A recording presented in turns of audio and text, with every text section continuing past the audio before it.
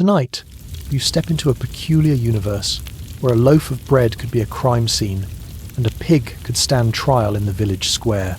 We are walking back to a time when justice was equal parts superstition and survival, a world where a misplaced shoe, an enthusiastic goose, or a silent soup spoon were matters of serious law. These rules sound absurd to us now, bordering on madness, but back then, they were the invisible walls keeping a fragile village from collapsing into chaos. So, before you get too comfortable in the dark, take a second to gently tap the like button. Now, let the modern world fade away. Let's find the quiet logic behind history's strangest laws. You walk as the light thins. The road into the village is not really a road, just a darker smear of mud between two wider, wetter fields. Your boots sink half a thumb into it with every step. It makes a small, patient sound, that sticky kiss of earth letting go of leather, over and over, a heartbeat outside your body. The evening is cold enough to sharpen your breath, but not cold enough to clean the air. Smoke lies low, not a single clear thread of it, but layers greasy, wool-thick layers that have been building all day. Ash from hearth fires, from damp kindling, from old straw that never wanted to burn in the first place. You feel it before you smell it, as a faint weight on your face, across your eyelids, along the inside of your nose. Then the scent of it finds you properly. It is not campfire smoke, not clean, resinous pine or bright, snapping hardwood. This is heavier, like a blanket that has been used too many winters. It carries the sour edge of green wood, the animal musk of dung burned down to a stubborn glow, the faint sweetness of peat, and last year's rushes. It mixes with the ground, rich, wet mud, turned and trampled by hooves, and bare feet and cartwheels with the iron hint of cold water, with the shadow of things that live and die too close together. You are walking into medieval perfume. It clings to everything, to the wool of your sleeves when your arm brushes your chest, to your tongue when you swallow, to the back of your throat when you breathe just a little too deeply. But you do breathe deeply, because beneath the smoke and the rot-sweet mud there is also bread somewhere, and stew, and onions that have been sweating in fat since midday. This is what safety smells like here. Rough, improvised, slightly rancid safety. Ahead, the village gathers itself. Thatched roofs lean together as if whispering, their straw edges catching the last orange flood of the sky. Each house is a low, dark shape with a soft, glowing wound in its side, door slightly open, light spilling from a gap in the shutter, smoke threading up from a hole in the thatch. The glow is not steady. It breathes. It flutters when someone moves inside. It thickens when a log collapses into ember. From a distance, the whole village looks like a small, nervous animal trying to keep its warmth from leaking away. You walk toward the central square. The mud changes as you go. Out on the outskirts, it is loose and broad, shaped by rain and runoff. Closer in, it is organized. It remembers where people have moved. Wagon ruts run in parallel scars, hardened at the edges, soft in the middle. Hoofprints freeze into little craters, some already filled with thin, trembling water that reflects a smear of sky and a crooked piece of roof. Between them, the paths of human feet form narrow channels, tamped down and shiny, almost like polished leather. Your boots find those channels naturally. The village has taught the ground where to be walked on. You follow without needing to decide. There is a comfort in that, your body moving in a groove, worn by hundreds of other feet that needed the same things you do now. Warmth, food, the reassurance that you have arrived somewhere. People are watching the dark for you. Around you, the brittle urgency of evening settles in. No one is hurrying in the way, you know from later centuries, no frantic sprint, no watch-checking flutter, but every movement has a sharp edge of purpose. A woman bends to pull in a basket from a doorstep. You see the quick, practiced twist of her wrist, the way she kicks the door shut with one heel to trap the heat before it can slip away. A boy crosses the square with an armload of firewood, stacked so high you can just see his eyes over the top. His steps are small, deliberate, as if he is counting them. A man at the far side flicks dirty straw out of a doorway with short, chopping motions, each one timed with his breath, as if the act of clearing is a warding ritual. Even the animals participate. A pig snuffles through a heap of kitchen scraps, but not lazily. It roots with quick, efficient thrusts, as if it knows there is only so much light left to see by. Chickens hop up to their roosts, one after the other, in a tight, orderly line, their claws scratching the wood in the same spot so often that a shallow groove has grown there. The whole square is a choreography of small, exact tasks, none grand, all necessary. At the centre of this slow, urgent swirl stands the church. It is not large, not towering and stone-gargled the way your imagination might have liked. It is a squat, sturdier cousin of the houses around it, its walls thicker, its roofline a little prouder. The bell tower is no more than a squared extension with a narrow window, but it is enough to be the highest point. Enough to say, without speaking, that this is where the village keeps its rules and its dead and its hopes of getting through winter. You walk toward its front wall. Stone here feels different from the rest of the village. Everything else is soft-edged straw, wattle, mud, wood worn to a quiet shine by years of hands. The church wall is rough and unyielding. When you reach out, your fingertips find cold grit, tiny ridges and pits that catch at your skin. This is not a surface that adapts to you. You adapt to it. You flatten your palm, feel the chill seep in through the fabric, feel yourself join the hundreds of others who have leaned here, rested here, prayed here, read here. Because this wall speaks, not in carved stone, not in stained glass, but in scraps of parchment and wooden boards nailed up where everyone must pass. Your eyes find them the way eyes always do when they look for instructions, above eye level, clustered near the doorway, where no one can go in or out without being accused of having seen them. You step closer. The first thing you notice is not the writing, it is the texture. The boards are old, the parchment newer, but all of it bears marks of weather and fingers, edges curled and darkened, corners broken away and replaced with a fresher strip nailed over the top. Drops of old rain have bloomed into pale, fuzzy roses of damp along one side. Candle smoke has risen and licked the bottom of another, leaving a faint, sooty veil. You smell them. Even through the heavier scents of smoke and mud and close-packed bodies, there is a dry, animal tang hide scraped thin and stretched, ink that once was sharp and sour, but has now faded into the general musk of old things, kept too long together. When you draw in breath near the postings, you taste dust, not the gentle, book-lined dust of future libraries, but raw, gritty dust, mixed with stone powder and the ghost of lime and sweat. You read. The letters are cramped and angular, their strokes uneven where the scribe's hand has caught on roughened parchment. The words themselves are blunt. They talk of bread, of grain, of the price of a measure in this week and the next. They say that no one may hoard more than a certain amount while neighbours go in need. They say that anyone found watering ale will be fined, that anyone who bakes with unclean flour will stand in the square with the bad loaf hung around their neck. You feel the shape of the stories behind them. Not noble ideas of justice, not a grand attempt to design a perfect society from first principles. These rules are bruises written down. Each no is a scar. Somewhere, last winter or the one before, someone kept back grain until their neighbours' children went thin and grey-eyed, and the village watched them die one by one. Afterward, they came here and hammered a law into the wall, as if they could nail the past in place and keep it from happening again. Your fingers hover over a line about plague. It does not use that word, not the way you know it, but you recognise it in the clumsy description, the swellings, the sudden fevers, the way whole households were taken in a handful of nights. The rule speaks of what happens now when such sickness comes again, how many days the sick must be kept apart, who may enter their house, what is to be done with their bedding, what is to be burned. The ink is darker here, as if written more recently, over an older, paler set of instructions. You understand, in the slow, sinking way that realization moves in a quiet mind, that this wall is not a list made in advance.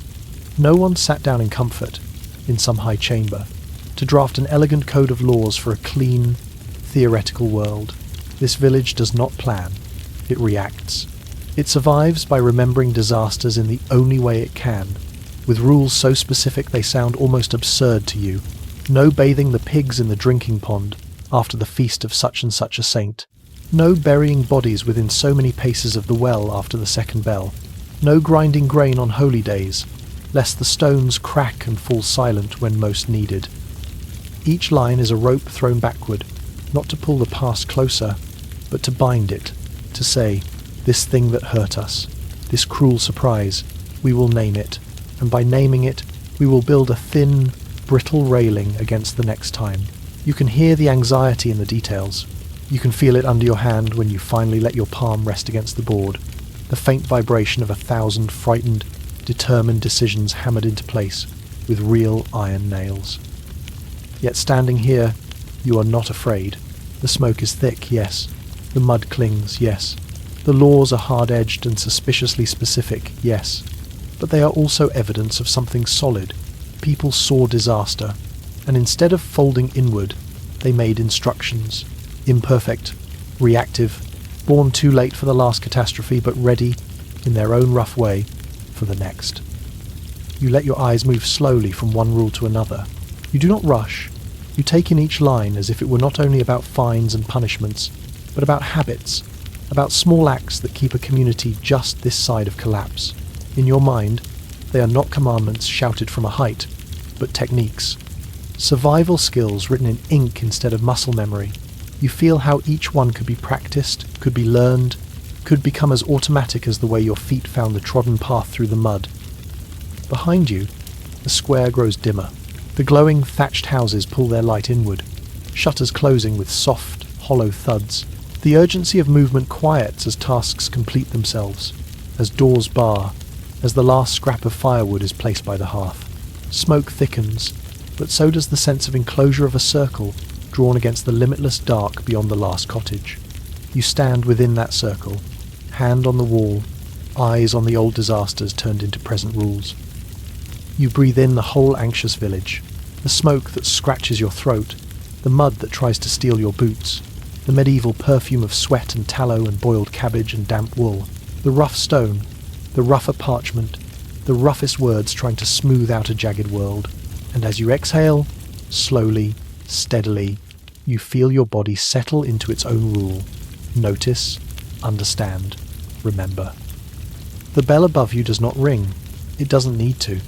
The laws on the wall have already done their work for the night. You stand in the village square as the morning gathers itself around you. Light is still soft, a pale, cool wash that has not yet decided whether this day will be kind. The ground under your boots is firm, where last night's churned mud has crusted, but in the hollows you can feel the lingering softness, the hidden damp. Your soles make a faint, sticky sound as you shift your weight, a reminder that everything here begins and ends in the earth. The air is different from last night. The heavy smoke of evening has thinned, drawn upward by the first threads of warmth. What hangs here now is lighter, richer, almost golden, the scent of warm wheat. It finds you in gentle waves, rolling out from the long wooden table at the centre of the square where the loaves are gathered. You let one breath in, slow and deep. It carries the soft grain sweetness of fresh crumb, still giving off warmth from its own slow cooling. There is a faint, toasty edge where crust has gone dark, a hint of ash from oven floors, a ghost of yeast sharp and living and just barely sour. As it moves through you, you can almost feel the starch, the potential of it, the way this bread will soon become muscle and thought, and the quiet strength to last another day. You move closer to the table. Its planks are rough, hastily planed years ago, and then polished by more useful things than sandpaper. Hands, elbows, baskets, the regular sliding of loaves, exactly like these. You rest your fingertips on the edge for a moment. The wood is cool, faintly damp from early mist, but solid. It does not tremble beneath your touch. The world around it might sway with hunger and weather and rumour, but this surface stays broad and steady, a weighing ground. On it, the loaves sit in a careful row, not arranged like a feast, but lined up like witnesses. Each has its own personality, some round and squat, some longer and more austere, some with crusts that have split into deep, satisfying fissures. The morning light seeps into those cracks, turning them a softer brown, almost honeyed. Others are smoother, their surfaces speckled with flour that clings in pale, uneven patches. None of them are exactly the same. but today they must pretend to be. You can feel the square breathing behind you, a low, constant murmur, like wind in distant leaves, but warmer, thicker. Men, women, children, all wrapped in wool and linen and the layered smells of their own morning's smoke, sweat not yet fully awake, damp wool, boiled grain. They lean into one another, shrugging shoulders, shifting baskets, craning necks. No one speaks loudly. Their voices fall into a woven undercurrent of sound, the rustle of cloth, the scrape of a boot, the small cough of a child who has not quite grown into their lungs. You let that sound hold you. It is not threatening. It is not frantic. It is the careful attention of people who know that what happens on this table will decide whether their bellies feel hollow by nightfall. Bread here is not a casual comfort. It is weight. It is numbers. It is the line between enough and not enough. Your eyes go to the scale. It hangs from a sturdy wooden frame, a simple balance, beam across the top, 2 pans suspended by chains that twist slightly in the morning air. The metal is browned with age and handling, edges smoothed, where countless hands have set and lifted weights. 1 pan holds the standardized stones, smooth, dense, their surfaces worn almost silky from decades of being handled, compared, trusted. The other pan waits empty, a hollow promise. This is the village's memory of fairness, made into an object. You watch as an official hand, broad, calloused, attached to an arm wrapped in slightly better cloth than most, moves toward the first loaf. The gesture is slow, almost reverent. No snatching, no haste. Fingers press lightly into the crust. Testing. There is a particular knowledge in that touch, a sense that the hand can feel not just the outer hardness, but the density beneath. The loaf is lifted. You watch the muscles along the wrist tighten, feel the small calculation. How much resistance? How much yield? The bread is placed in the waiting pan with care, not dropped. The chains jingle, a thin, metallic tremor, and the beam shivers into life. For a moment it teeters in indecision, then settles. You mark the angle of it, the way the weighted pan sinks just so. The stones on the far side do not lie. Their heft is constant in a world where harvests are not. The loaf's duty is to match that heft, no more and certainly no less. The official's gaze is steady, measuring not just with the instrument, but with habit trained over many mornings like this one. You know, though no one needs to explain it aloud, that this is not mere village custom. Some distance away, in royal halls and drafty chancelleries, someone once wrote down the rules for this weighing, the assize of bread and ale, formal words in Latin and French, and law French, inked onto parchment by hands that might never touch a plough or a kneading trough. A statute that says, when grain is dear, bread may be smaller, but not too small. When grain is cheap, bread must be larger, but not unfairly so. It charts a careful dance between price and weight, between profit and hunger. And yet, for you, here, it is more concrete than that. It is the sight of 1 pan dipping and then lifting, of the beam hovering. It is the feel of collective breath in the square, held for a fraction of a heartbeat, as everyone silently asks the same question: does this loaf keep faith with those words written far away? The beam reaches its decision. You can tell by the almost imperceptible loosening in the crowd behind you. Bodies shift. Someone exhales a little too loudly, then folds the sound back into the murmur. The loaf passes. It is nudged to the side of the table, into the realm of acceptable sustenance, and another takes its place in the official's hand. You pay attention now not just to the weights, but to the texture. Each time the official's thumb presses into a crust, you imagine your own doing the same. You feel the difference between a good, elastic resistance, springy, alive, and the wrong kind of hardness. The hardness that is thin, brittle, like shell or grit, the kind that suggests something unwelcome lurking just beneath the surface. A loaf is split. You hear the sound first, a rough tear, fibres parting, the crackle of crust yielding, then the scent explodes outward. Warm wheat, damp crumb, the faint steam of its lingering heat. For a moment the entire square seems to lean into that smell, hunger made polite by distance. Your eyes follow the official's fingers as they move through the open interior. They prod gently, then with more insistence, feeling for consistency. A good loaf should be even. Small air pockets, like the pattern of honeycomb. No sudden voids. No strange, dense lumps. The fingertips press, then pinch, then travel in slow, methodical lines. It is a kind of reading of ingredients, of intentions. Then you see it. The slightest hesitation in the movement. A pause. Fingers close around something just a shade too unyielding. The bread gives way, but something within it resists with a stubborn, alien solidity. You know that feeling, even from where you stand. You have bitten into bread with a stray grain husk before, with a baked-in bubble gone tough, with the edge of a burnt seed. Your teeth meet that wrongness, and your whole jaw recognizes it. Hard in the wrong way, heavy in the wrong way. Cold, even when the crumb is warm, the texture of stone hiding in softness. The official pinches. You can imagine the roughness against their skin as they tease the intruder out, breaking crumb away in small, patient flakes. When it emerges, it sits in the cradle of their palm, a small pebble, irregular, dust still clinging to its edges. It does not belong to bread, but to the path, to the mill, to the grinding stones that chew grain into flour and sometimes, if no one is careful, donate a piece of themselves to the mix. Around you, the murmurs tighten.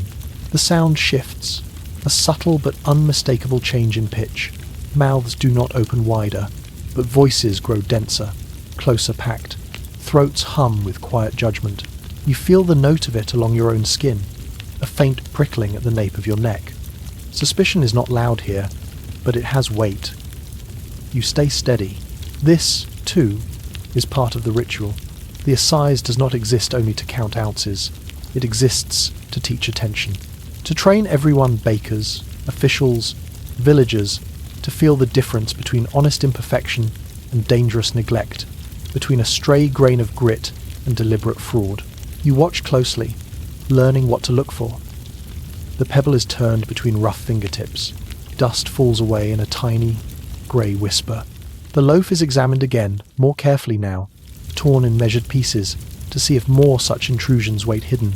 You notice the exactness of it, every break along a different arc, every fragment checked by touch and by eye. No guesswork, no shrugging. You realize that this, here, is a survival skill, wearing the clothes of bureaucracy. In another world, you might think of bread as simple. Here, it is an object of constant assessment. You learn to weigh with your hand before the scale ever speaks. You learn to squeeze the crust and listen to the sound it makes. Does it crackle softly, or does it crunch with a stranger's hardness?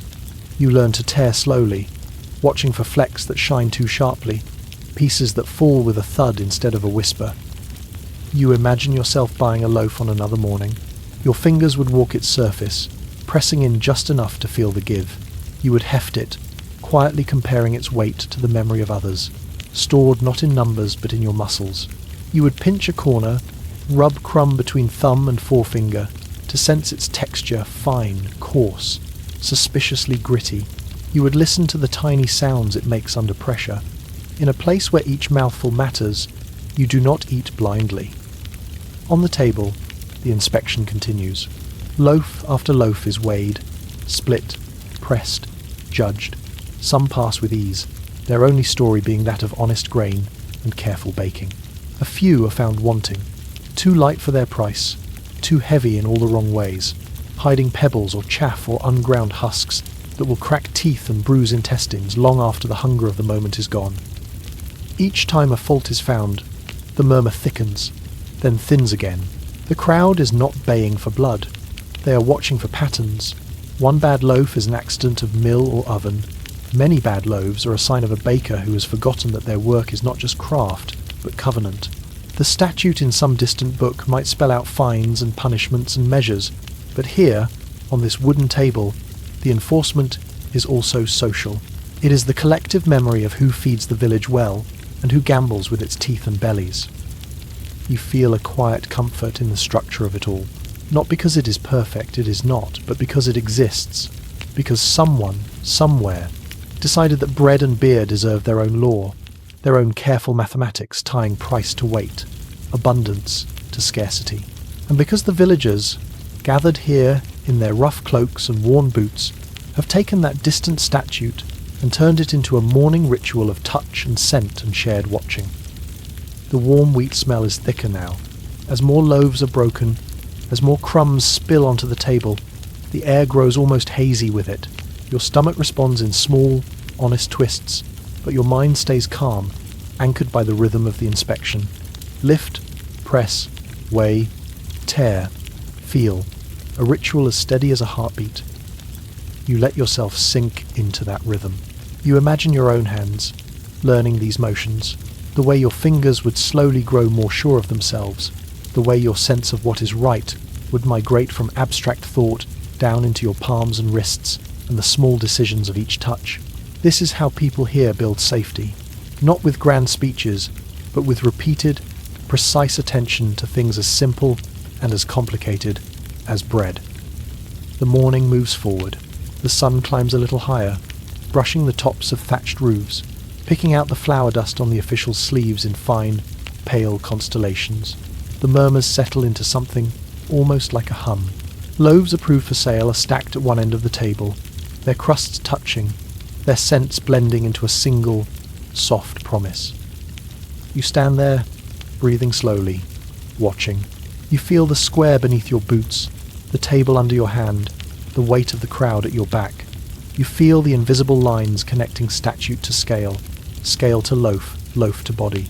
And you understand, without anyone needing to tell you, that to survive here is to learn to read bread the way some people later will read books, carefully, critically, with all your senses awake. Warm wheat, rough wood, the faint hardness of stone when it does not belong. You file each sensation away, an inner assize of your own. You push open the tavern door as the village day folds itself around the midday meal. The moment you cross the threshold, the air changes. Outside, sound is thin, scattered hooves in the lane, a distant shout, the small hiss of wind against thatch. Inside, everything thickens. Heat, smell, noise. They do not just surround you. They press in, soft and insistent, like wool batting pushed into every gap of your senses. You pause just inside, letting your body make the adjustment. The light is lower here, a sort of amber dusk even at noon.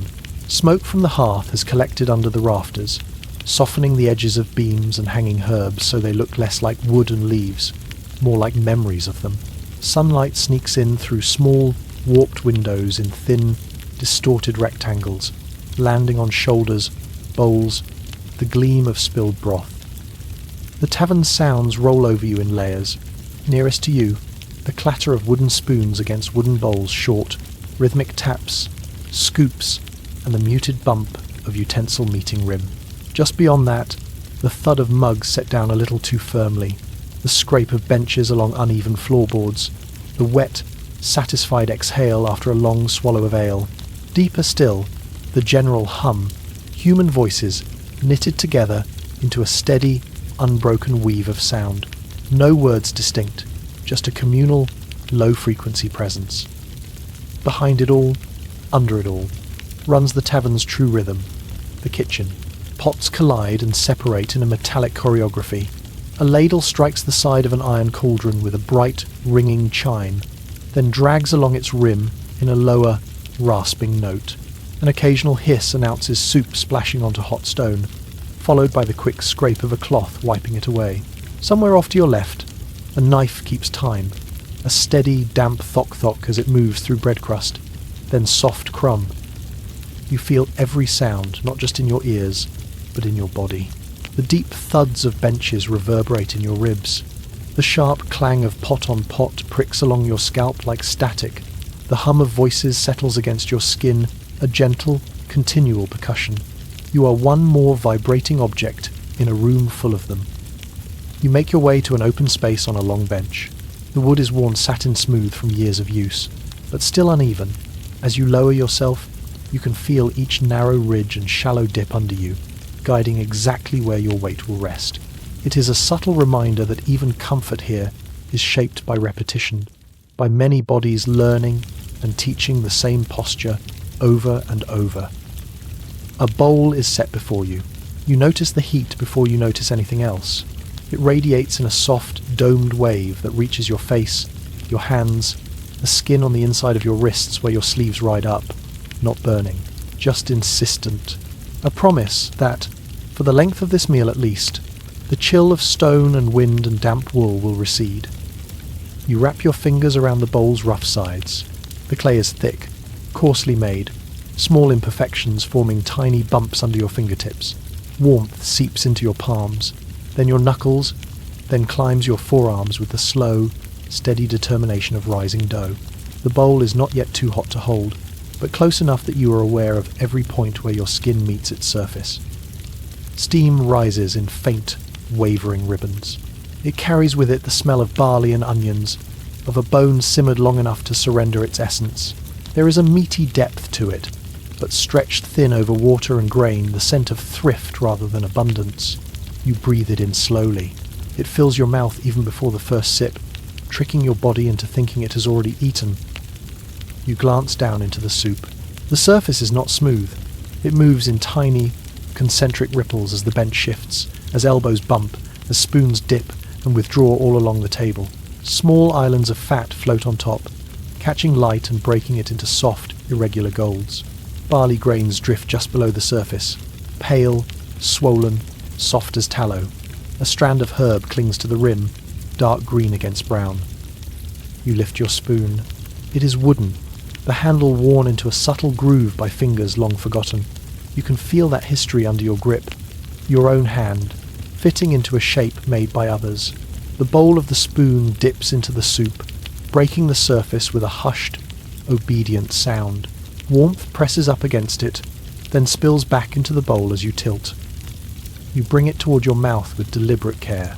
Your wrist moves in a small arc, steady, measured. In this room, with its dense acoustics and its crowded bodies, even a simple motion like this feels like part of a larger pattern, a note in an unseen score. You are aware of how far you lean, how wide your mouth opens, where the breath in your chest sits. Because here, sound is not just background, it is currency, it is signal. You notice it now. The tavern's noise has a kind of order. No single voice rises too sharply. Laughter exists, but under the ceiling, never trying to pierce it. Spoons and mugs knock and scrape, but rarely with sudden violence. Even the clatter of pots in the kitchen has its own decorum, their loudest collisions somehow timed to moments when other noises swell to cover them. You understand, in a quiet way, why. In a world without distant sirens, without bells wired to central watchtowers, danger announces itself with the only tools it has: sound and movement. Wolves, raiders, fire. Each of these arrives as a rupture, a sudden shout, a scream, a crash that tears through the normal texture of the day. Over time, communities learn to listen for that tear, to treat any sharp sound as a possible omen, a possible beginning of disaster. So the everyday must be taught to stay soft. If normal life is too noisy, too jagged, you would never hear the true emergencies approaching.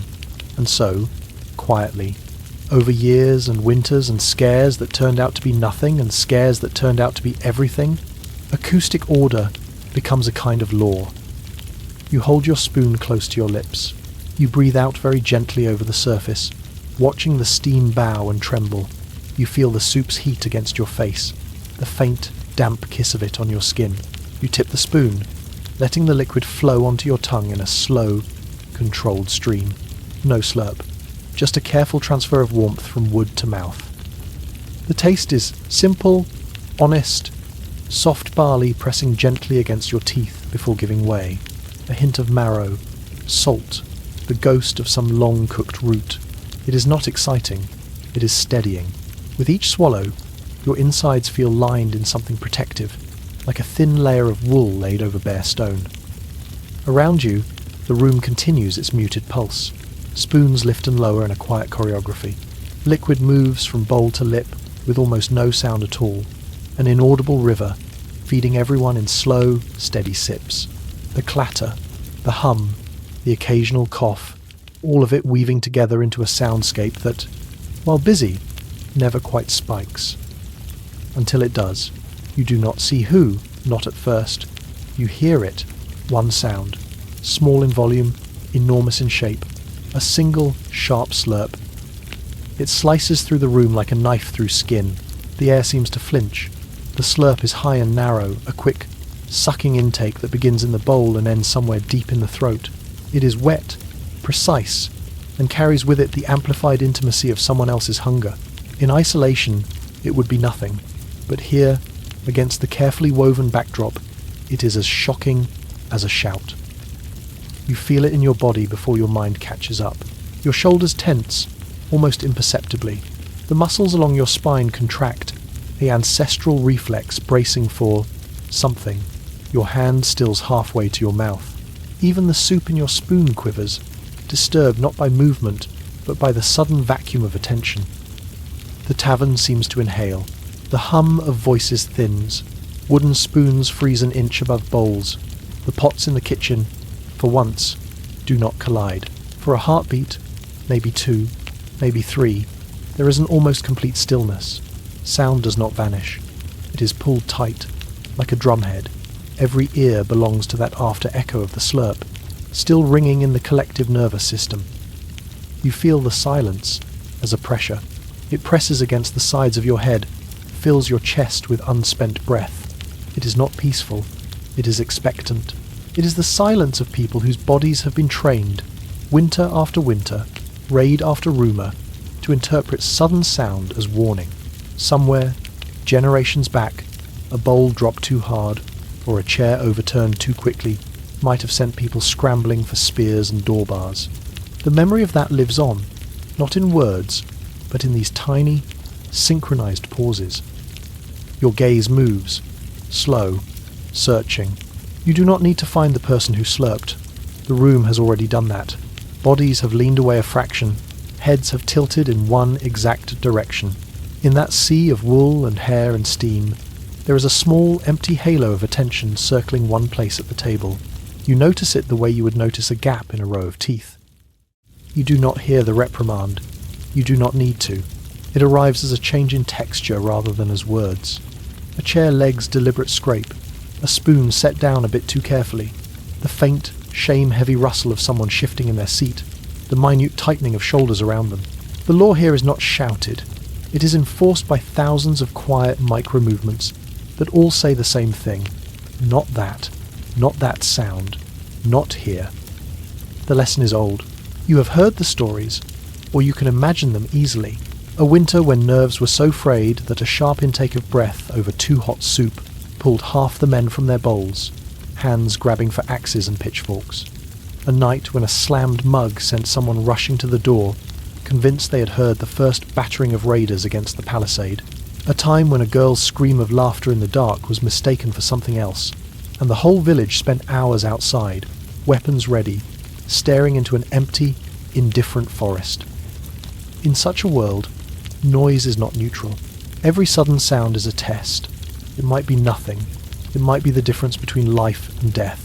And so communities learn to keep their ordinary life as acoustically smooth as possible, so that when the real rupture comes, a dog's frantic barking, a horn blown at the wrong hour, the crack of something heavy against a gate, it stands out like a torch in a cellar. Silence, then, is not just manners, it is infrastructure. You feel that structure slowly settle back into place around you. The hush loosens, exhalation by exhalation. Spoons resume their journey, but just a touch more carefully now, as if each person is newly aware of the fragile membrane they live inside. The hum of voices returns, but softened, drawn down a note or two. In the kitchen, a pot knocks another, but the sound is rounded, cushioned by the renewed murmur. You let out the breath you had been holding. Your shoulders ease. Your hand, still holding the spoon, completes its interrupted arc. You tilt the bowl toward your lips again, this time even more quietly than before. The soup slides into your mouth with barely a whisper. No stray air, no sudden suction, just warmth, salt, and the dull, pleasant weight of barley. You become acutely aware of the way your own body sounds. The soft clink of your spoon against the bowl as you set it down between bites. The almost inaudible swallow as liquid moves down your throat. The shift of cloth when you adjust your posture. You practice making each of these sounds as small as possible, smoothing your presence into the room's overall texture. In doing so, you learn a survival skill that does not look like one. You learn to be acoustically gentle, to eat and drink and move in ways that do not send false alarms rippling through a space already tuned to threats. You feel how your own careful quiet becomes a kind of offering to the people around you, a gloved hand on the shared nerve of the village. Noise is rationed here, just like grain. There is room in the day for the crisp crack of firewood, for the clang of a hammer, for the sharp call to bring in animals at dusk. Those sounds have their assigned places, their expected times. They mean something specific. But here, at the midday meal, in this crowded tavern thick with steam and hunger and the promise of a brief communal rest, the rule is different. Sound must never masquerade as alarm. You cradle your bowl again between your palms. The level of soup has dropped, and with it the height of its steam. The clay feels less fiercely hot now, more like a comfortable stone warmed beside a hearth. Around you, the tavern has regained its earlier pulse, as if someone had wound the scene back 10 minutes and let it move forward again, but with everything just a shade more cautious. You take another spoonful, and another. Each one is a small act of discipline. Each one is also a reassurance. You have enough to eat. You are safe enough to eat it slowly. Nothing outside is screaming loudly enough to demand your attention.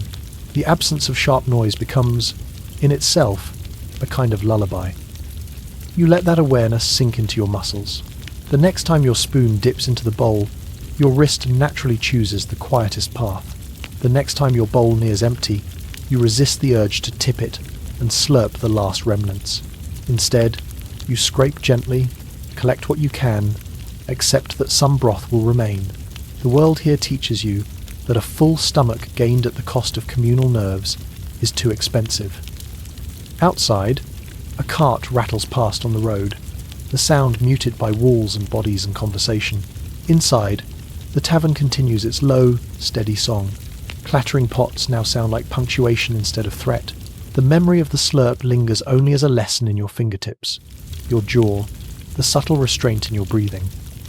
You sit, you eat, you listen, and you understand, without anyone needing to say it, that in this anxious little universe, keeping your own sounds small and soft is as important a survival skill as knowing how to mend a roof or recognize a bad loaf of bread. If silence keeps the community calm, then silence, here, becomes law. You find your place at the edge of the village square, where the ground is packed harder by many feet and fewer carts.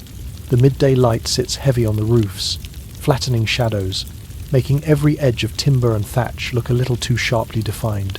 The square has been rearranged, not by carpenters, but by intent. A rough rectangle of space has been cleared, not quite a circle, not quite a road, just enough emptiness to say, here, something is being decided. At the heart of it, there is a post and a pig. The post is nothing special, a length of timber driven into the ground, scored by old rope marks, its top rough and splintered. You can imagine it serving many lives here, tying up a horse while someone ducks into the tavern, holding a lantern on feast days, drying nets when the stream is generous. Today, its duty is stranger. The pig is tethered to it by a rope looped around its middle. It shifts its weight from one cloven hoof to another, uneasy on the trampled earth. Each movement sends small puffs of dust into the air, dust that has been flavoured by years of straw and manure and spilled ale and the slow grind of village traffic. The rope rubs against coarse bristles, making a faint, rasping sound, like a file drawn gently over wood. You watch the animal's sides move as it breathes. In, the belly expands, ribs pressing subtly outward against its hide. Out, the whole barrel contracts. Each breath arrives with a soft snort, wet, nasal, quietly indignant. Occasionally, the pig digs at the ground with its snout, pushing aside pebbles and straw, searching for something interesting in a place that has been scoured of all distractions. The smell reaches you next. At first, you think it is simply the usual mixture of barnyard and bodies and dust-warmed dung, but beneath that familiar layer, there is a sharper note, a chemical tang that does not belong wholly to nature. The scent of dye. It comes in waves, as the faint breeze stirs, and then rests. There is a bitter edge to it, almost metallic on your tongue. Tannins from bark, crushed and soaked. Urine, stale and pungent, used to set colours.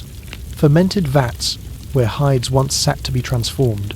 The tanner's yard leaks into the square through this smell, a ghost of vats and hides and wet leather, all condensed into a single, sour presence. You notice that some people stand slightly further back than usual.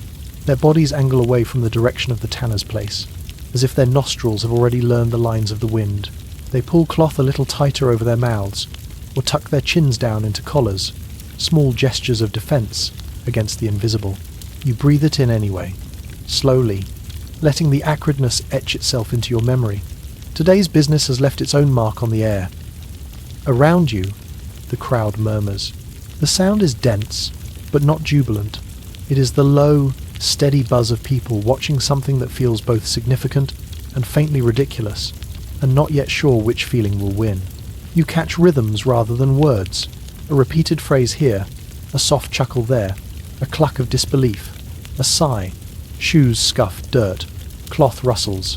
A child shifts from one foot to another, their impatience translated into small, syncopated shuffles. You rest your hand on the worn rail that stands in for a courtroom boundary. It is just a plank, set on 2 posts, but today it has become a line between spectator and participant. The wood under your palm is rough-grained, with shallow grooves where hands have rested before yours, perhaps on market days, perhaps during other improvised gatherings. You feel the tiny catches where splinters once tried to escape and were rubbed smooth by persistence rather than tools. In a more polished world, trials happen in stone halls, with carved benches and echoing ceilings. Here, justice squats on the same earth as everything else. The bench is just a slightly raised platform planks thrown over stacked barrels, creaking faintly under the weight of the men who stand on it. Their clothing is better dyed, their belts slightly finer, but their boots are as muddy as anyone's. Your attention, though, keeps returning to the pig. Its ears flick at every new noise, the cough of someone behind you, the distant hammer strike from a smithy, the creak of leather as a man shifts his weight. Each sound is a small question to its nervous mind. Danger? Food? Nothing? The pig snorts again, louder this time, a frustrated exhale that sends a bead of moisture onto the dust before it. You watch its eyes. They are small and dark, set deep in its broad head. There is no comprehension there of charges or statutes, only the immediate puzzle of rope tension and strange smells, and too many humans standing too still. Yet, here in this square, on this day, the pig is not just an animal, it is a defendant. You let that sink in. Somewhere in the shared logic of this village and others like it, animals can cross, for a moment, into the realm of moral agents. They are not just meat on hooves or tools on legs. They can, in certain circumstances, commit offences, damage property, cause harm, disturb the fragile net of rules that holds a community together. And because of that, they must be seen to answer for it. You know, perhaps from a passing mention or a scrap of reading, that this is not unique to this place. In medieval Europe, pigs, cows, horses, even insects, have found themselves entangled in human law. On parchment in distant cities, scribes have recorded cases where a sow was tried for killing a child, where rats were summoned to court for spoiling grain. It sounds absurd from afar, almost comic. Standing here, it feels less like humour and more like a desperate insistence that the universe follow rules. You can feel the need for that insistence in the crowd around you. They have seen too much that does not make sense. Storms that flatten only certain fields, plagues that leap from house to house like a malicious thought, fires that start where no one was watching. To live in such a world without rules would be to float unmoored in a sea of arbitrary cruelty, so they pin responsibility wherever they can reach it. If a pig knocked over a vat of dye in the tanner's yard, then the pig must be asked to answer. You look toward the spot where the smell of dye is strongest. You imagine the accident as it might have unfolded. The pig, driven by hunger and curiosity, nosing its way through discarded scraps, roots and rags, and perhaps a dropped crust of bread. The yard slick underfoot, puddles of discoloured liquid catching bits of straw, a sudden jolt, a clumsy shove, the staggering weight of a vat tipping, then falling, dye spilling out in a thick, slow wave, blue or red, or the sickly brown of half-mixed ingredients, soaking into earth, into hides, into boots. You can almost hear that moment, the splintering crash of wood, the heavy slap of liquid hitting ground, the shouted oaths, the scramble of feet trying to outrun a flood that stains rather than drowns. In a community where every piece of bark, every scrap of cloth, every bucket of urine-fermented fixer has value, that is not a small thing. It is a small disaster, the kind that people will talk about for weeks, weaving it into their larger tapestry of anxieties and superstitions. Now, in the square, the words of the case rise and fall like waves you can't quite see over. You do not need to hear every detail. You can read the story in body language, the way one man points toward the tanner's quarter with a stiff, offended arm, the way another spreads his hands in a calming gesture, as if weighing causes and consequences in the air. Even the officials on their makeshift platform tilt their heads and shift their stances in small, synchronized motions of consideration. The pig, indifferent or overwhelmed, scratches at its flank with a hind hoof. The rope tugs, the post creaks softly in the earth. A cloud of flies lifts and resettles. The pig emits a low, grumbling snort, half complaint, half resignation. It knows nothing of tanners or dye or reputations. It knows only that today, its movements are limited by a coarse barrier that smells of many hands. You realize that in a way, this scene is not about the pig at all. It is about giving shape to anger and loss, about taking something messy and senseless, spilled dye, wasted labour, and wrapping it in a ritual that makes it feel containable. A trial is a kind of story the village tells itself, where misfortune becomes offence, a culprit is named, and some form of punishment is assigned. The narrative doesn't erase the loss, but it puts a border around it. You feel a peculiar calm in watching this unfold, because here, amid so many things you cannot control, you are witness to people trying, however awkwardly, to reassert control over at least one corner of their world. Their tools are limited: rough timber, patchy knowledge of law, a pig on a rope, but their intention is solid. They want to live in a universe where actions have meanings, and meanings have consequences. Time stretches. You shift your weight from one foot to the other, feeling packed earth under your soles, a faint give where older hoofprints have been smoothed but not erased. The sun inches along the sky, its warmth now settling on the crown of your head, the back of your neck. Sweat gathers faintly at your collar, catching dust. Over by the post, the pig lifts its head, ears pricked. Something has changed in the timbre of voices, something decisive. You focus on the small object now, brought into view. A bell. It is not grand, no shining brass polished to a mirror. This bell is humble, its metal dull, edges slightly rough where it was cast. It fits neatly into a hand, its hollow interior no larger than a child's fist. When it moves, even a little, you hear the clear, quick chime of its tongue striking the sides bright, sharp, high. That sound cuts differently through the square than the earlier murmurs, where the pig's snorts were low and earthy, where the crowd's whispers were warm and wool-thick. The bell's ring is like a sliver of ice. It slides into your ear and seems to vibrate behind your eyes for a moment before fading. It is not painful, it is precise. You watch as the bell is fastened to a strap, then to the pig. Hands move with practiced economy. Leather tightened, just enough to hold, not enough to bite. Buckle turned, so it will not rub too harshly. Bell placed where its weight will hang clearly, its movement translated into sound with every step. The pig flicks its head, shivers its skin, tests this new adornment. Each test produces a tiny, involuntary chime. The crowd reacts with a ripple of subdued satisfaction, not laughter, not quite. More like a collective exhale that has been flavoured with irony. They have their resolution. The pig is found wanting in order, perhaps, but not in soul. Not malicious, just clumsy. And clumsiness in a cramped, anxious world still needs to be marked, to be remembered, so it does not tip over into chaos. You understand the purpose of the bell. It is not about inflicting pain. It is about attention. For the next weeks, every time this pig wanders too near a yard or a doorway, its presence will announce itself in bright, repetitive notes. The bell will warn tanners and bakers and sleeping children. Here comes the creature that once turned a quiet, ordered yard into a mess of spilled colour and wasted work. The bell turns the pig into a moving lesson, a reminder that even animals are expected to fit into the village's narrow corridors of acceptable behaviour, a reminder that nothing here, not weather, not grain, not even pigs, can be allowed to be entirely unpredictable without consequence. You let your eyes drift closed for a heartbeat. In the darkness behind your lids, you map the sounds of the square. Distantly, the creak of a wagon. Closer, the soft shifting of feet in dirt. Right at the centre, a small, irregular chiming as the newly belled pig takes a few tentative steps, rope limiting its arc. Each ring is like a punctuation mark in the larger sentence of village life.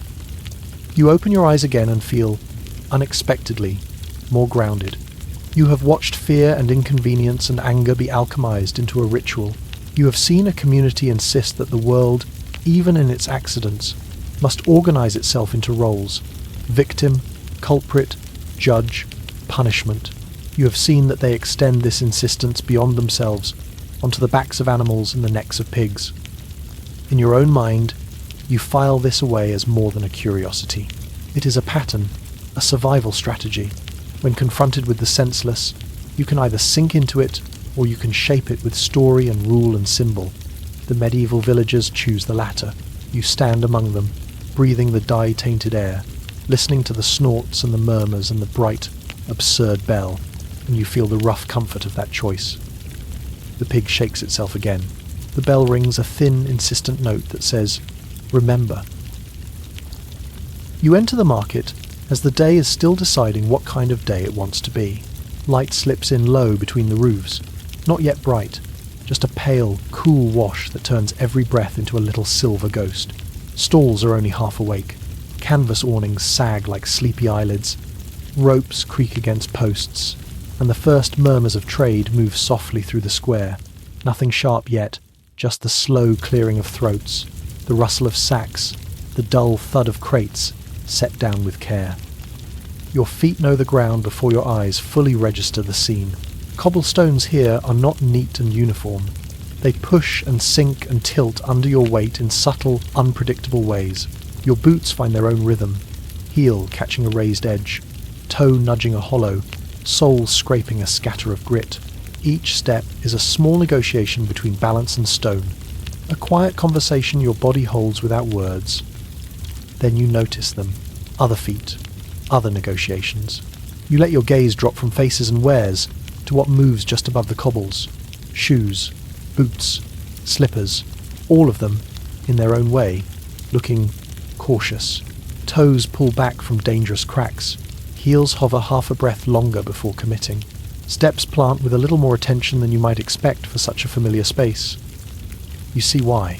At the edge of the square, near a stall framed by hanging strips of leather and curls of shavings, a pair of shoes hangs from a peg like a warning flag. Their toes do not end where you expect. They keep going. Long, narrow extensions of leather, curve forward and then up like question marks or the tails of sleeping animals. Poulaines, points, footwear that looks less like something to stand in and more like something dreamed up in a quiet moment of madness. You drift closer to the cobbler's stall. A simple structure, really. A table made from old planks, their surfaces rubbed smooth by years of elbows and hides and tools. You run your fingers along one edge. The grain under your skin is fine and dense, the wood hardened by time and human touch into something almost satin-like, though you can still feel the occasional shallow groove, a scar from a knife slip, or a nail driven out and in again. On this smooth wooden island, the shoes are arranged like artifacts. There are stout, rounded boots for those who carry loads and walk long distances, their toes blunt, their soles thick and quietly confident. There are simple turn shoes, soft and supple, the kind that hug the foot and disappear into the work of the day. And then there are the others, the exaggerated, the aspirational. You pick up one of the long-toed shoes with both hands. The leather is finer than what you're wearing, thinner, more pliant, treated until it feels almost like heavy cloth. Along the instep, you can feel careful stitching tiny, even bites of thread pulling upper to sole. But it is the point that demands your attention. It extends a full hand's length beyond where any toes would end.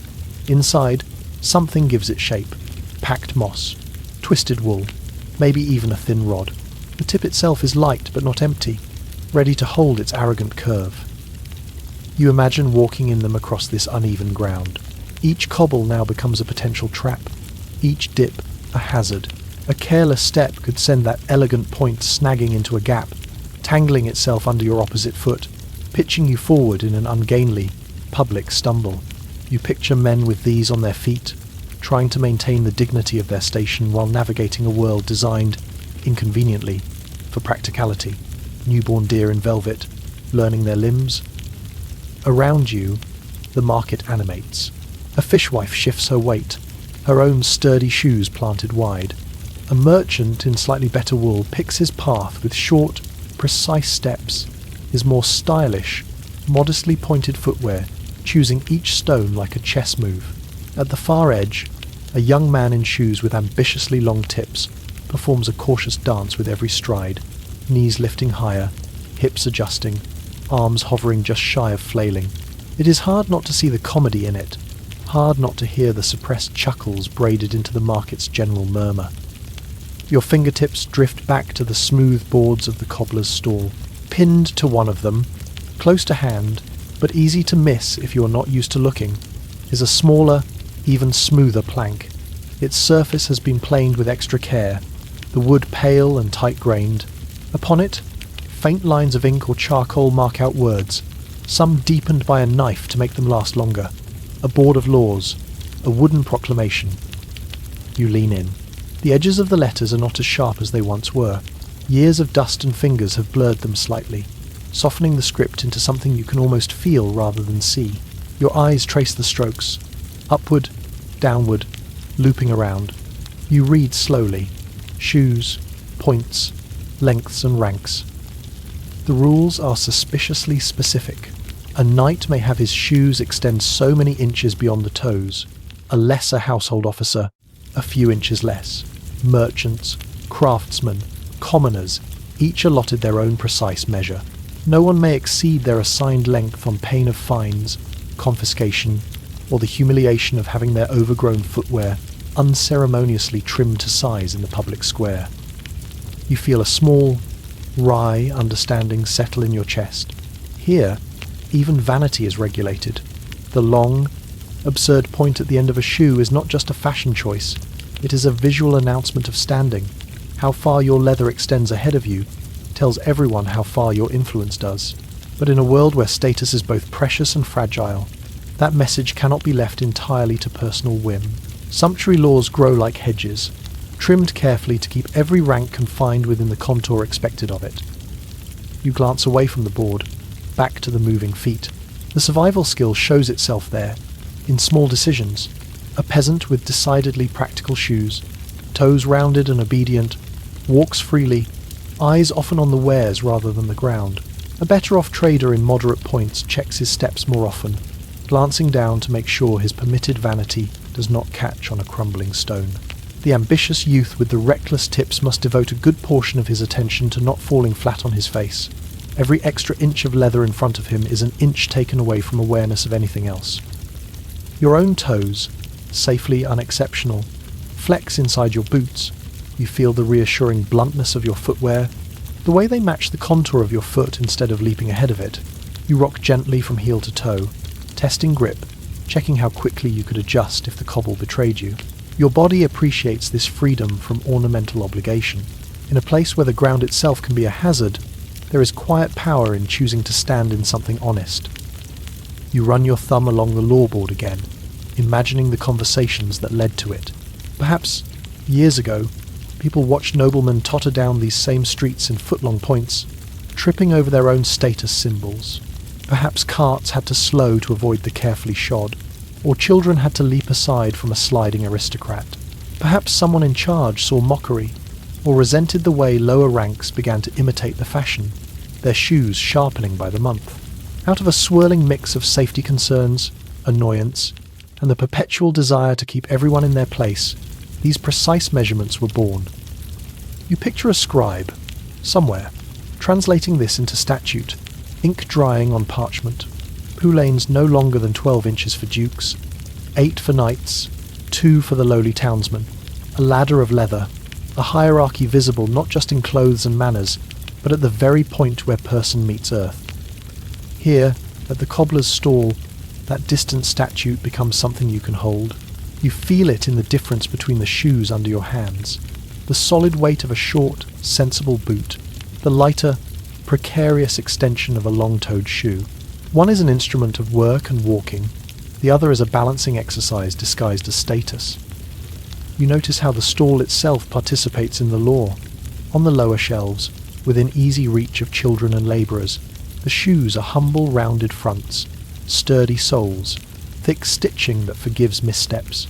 Higher up, where you must stretch just a little, the points begin. First a modest length, then a bolder one, then the truly theatrical curves, almost comical in their ambition. Even the display obeys the invisible ladder, guiding eyes and hands to what is appropriate for each customer. You stand back a little, taking in the market's choreography from this vantage point. Men in longer points walk differently than those in short. Their strides are shorter, their knees slightly higher, their torsos inclined in a perpetual tiny bow to the ground. Their hands, whether they know it or not, hover closer to their sides, ready to grab a wall, a stall, a passing shoulder if balance falters. It is a constant, low-level precariousness built into each step. You imagine livestock encountering this parade of elongated shoes. A skittish pig, a wary cow, a nervous horse.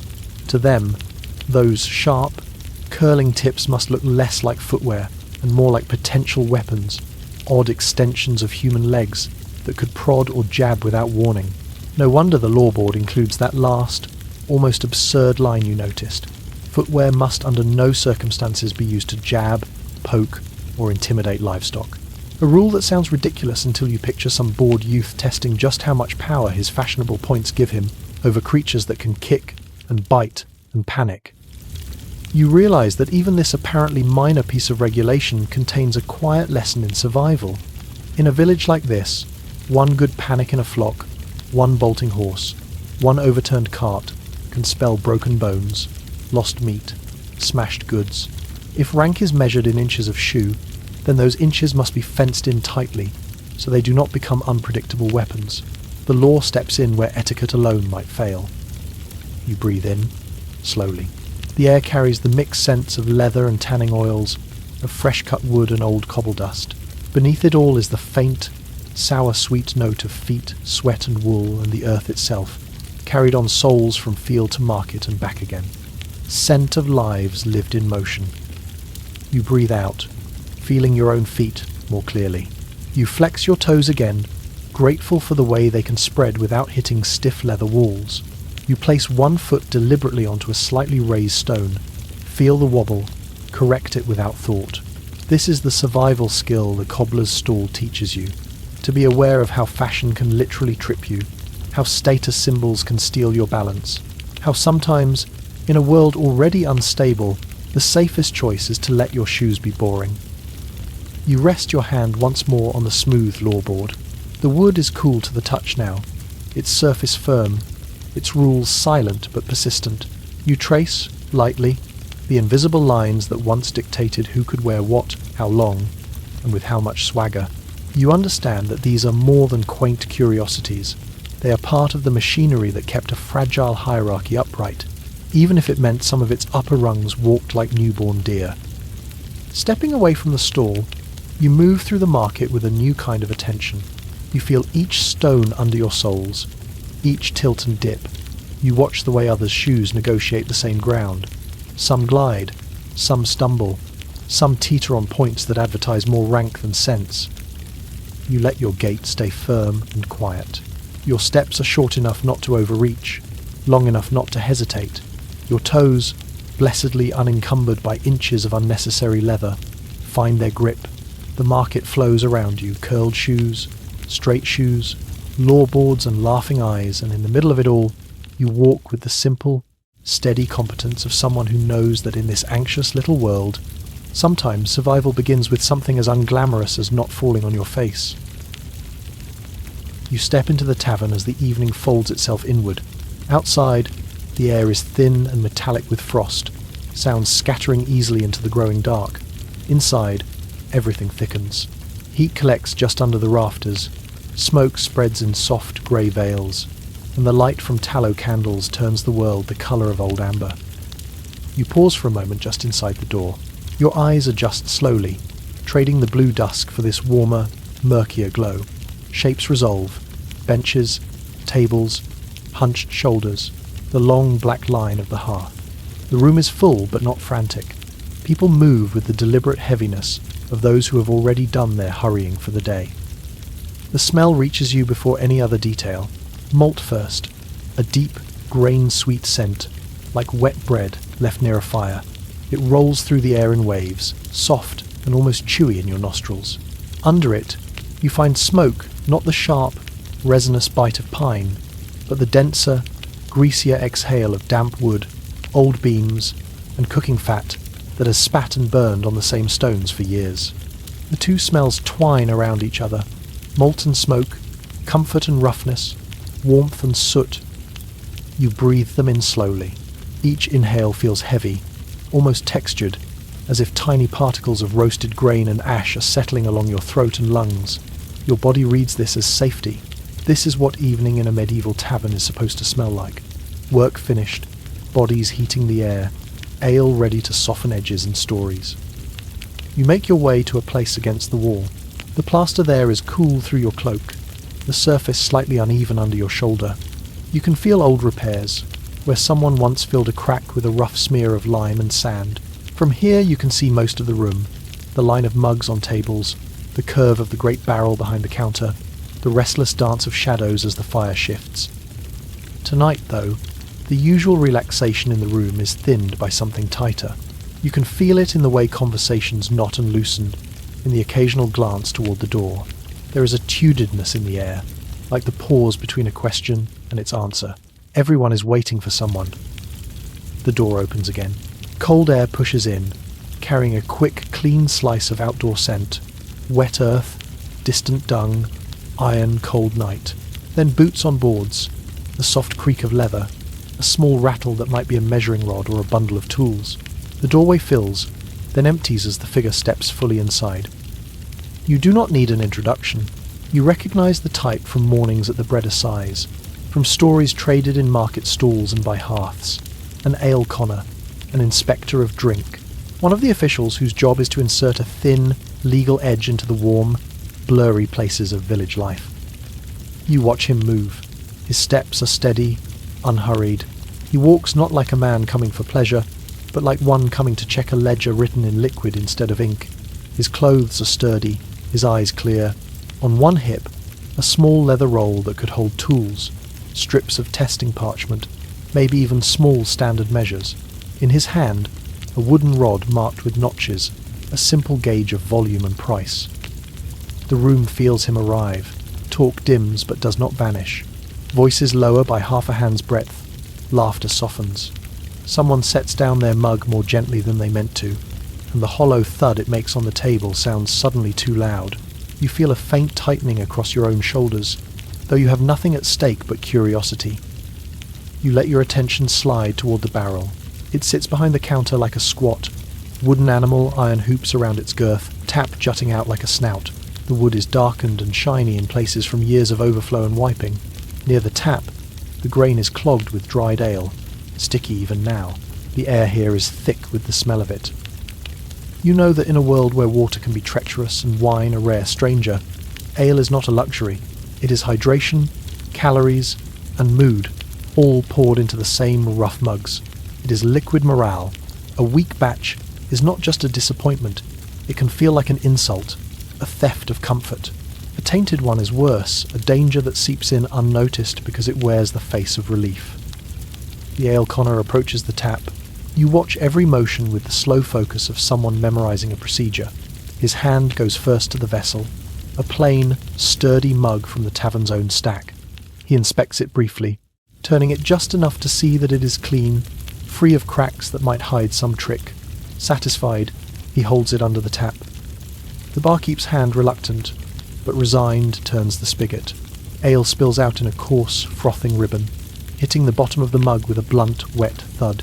Tiny bubbles rise and collapse. Foam builds and then settles, leaving a lacing of white around the upper rim. The smell surges. Malt, yeast, a faint tang of bittering herbs. You feel invisible threads running from every other mug in the room to this one. The men and women at the tables may not be drinking from the same batch, but the principle is the same. If this ale is found wanting too thin, too dear for its strength, adulterated with water or strange additives, then all their comfort tonight is called into question. The inspector lifts the mug. He does not drink yet. First, his nose. He lowers his face toward the surface until his nostrils hover just above the foam. He breathes in once, long and measured. You watch his chest rise, ribs expanding under his simple tunic. He holds the breath a heartbeat, then lets it out slowly through his mouth. You imagine what he is tasting in the air. In good ale, the round, warm aroma of fully malted grain roasted just enough to release its sweetness. The lively, faintly sharp note of active fermentation, still whispering of the yeast that turned mash into something safer and more pleasant. Perhaps a hint of herbs, yarrow, bog myrtle, later hops adding bitterness and preservation. In bad ale, hesitations, a thinness, as if the smell has been stretched like cheap cloth, the telltale flatness of too much water added after brewing, a sour edge that is not the healthy tang of fermentation, but the creeping rot of spoilage. Off notes, smoke where there should be only malt, mould where there should be only foam. The room holds itself very still. You are suddenly aware of how loud small sounds have become. The shift of a bench leg on the floor, the quiet lick of flames in the hearth, someone's knuckles tapping anxiously against the underside of a table, your own heartbeat, heard mainly in your ears, adding its quiet drum to the tension. The inspector pulls the mug away from his face. His eyes flicker, just enough to register something. You do not yet know if it is approval or distaste. That knowledge will come not from his expression, but from what he does next. He takes a sip, not a warrior's gulp, not a tentative dab, a deliberate, mouth-filling sip. His lips part just enough. The ale enters. His jaw closes. You see the muscles at his temples shift as he holds the liquid, moving it across his tongue. He swallows, but not all of it. Some he keeps, rolling it along gums, under tongue, pressing it against the roof of his mouth. You follow him in your imagination. You know the taste of ale in this world, at least in idea. Strong ale carries weight. It arrives thick and slightly sweet, and blooms into warmth as it travels down the throat.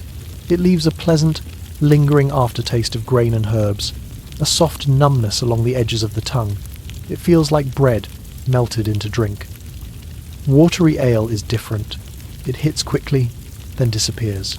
It is cool but not warming, a ghost of flavour that leaves the mouth feeling oddly abandoned, as if something promised never arrived.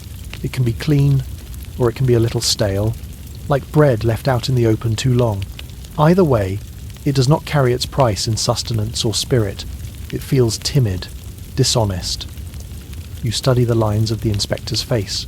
His brow remains smooth. His eyes narrow just a fraction, not from anger, but from concentration.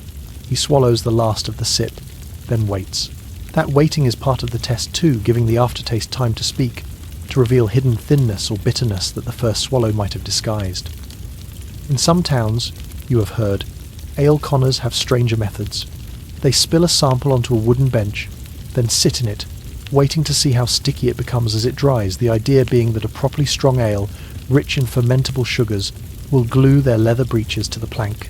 Here, tonight, he uses nose and tongue instead, but the aim is the same, quality and fairness.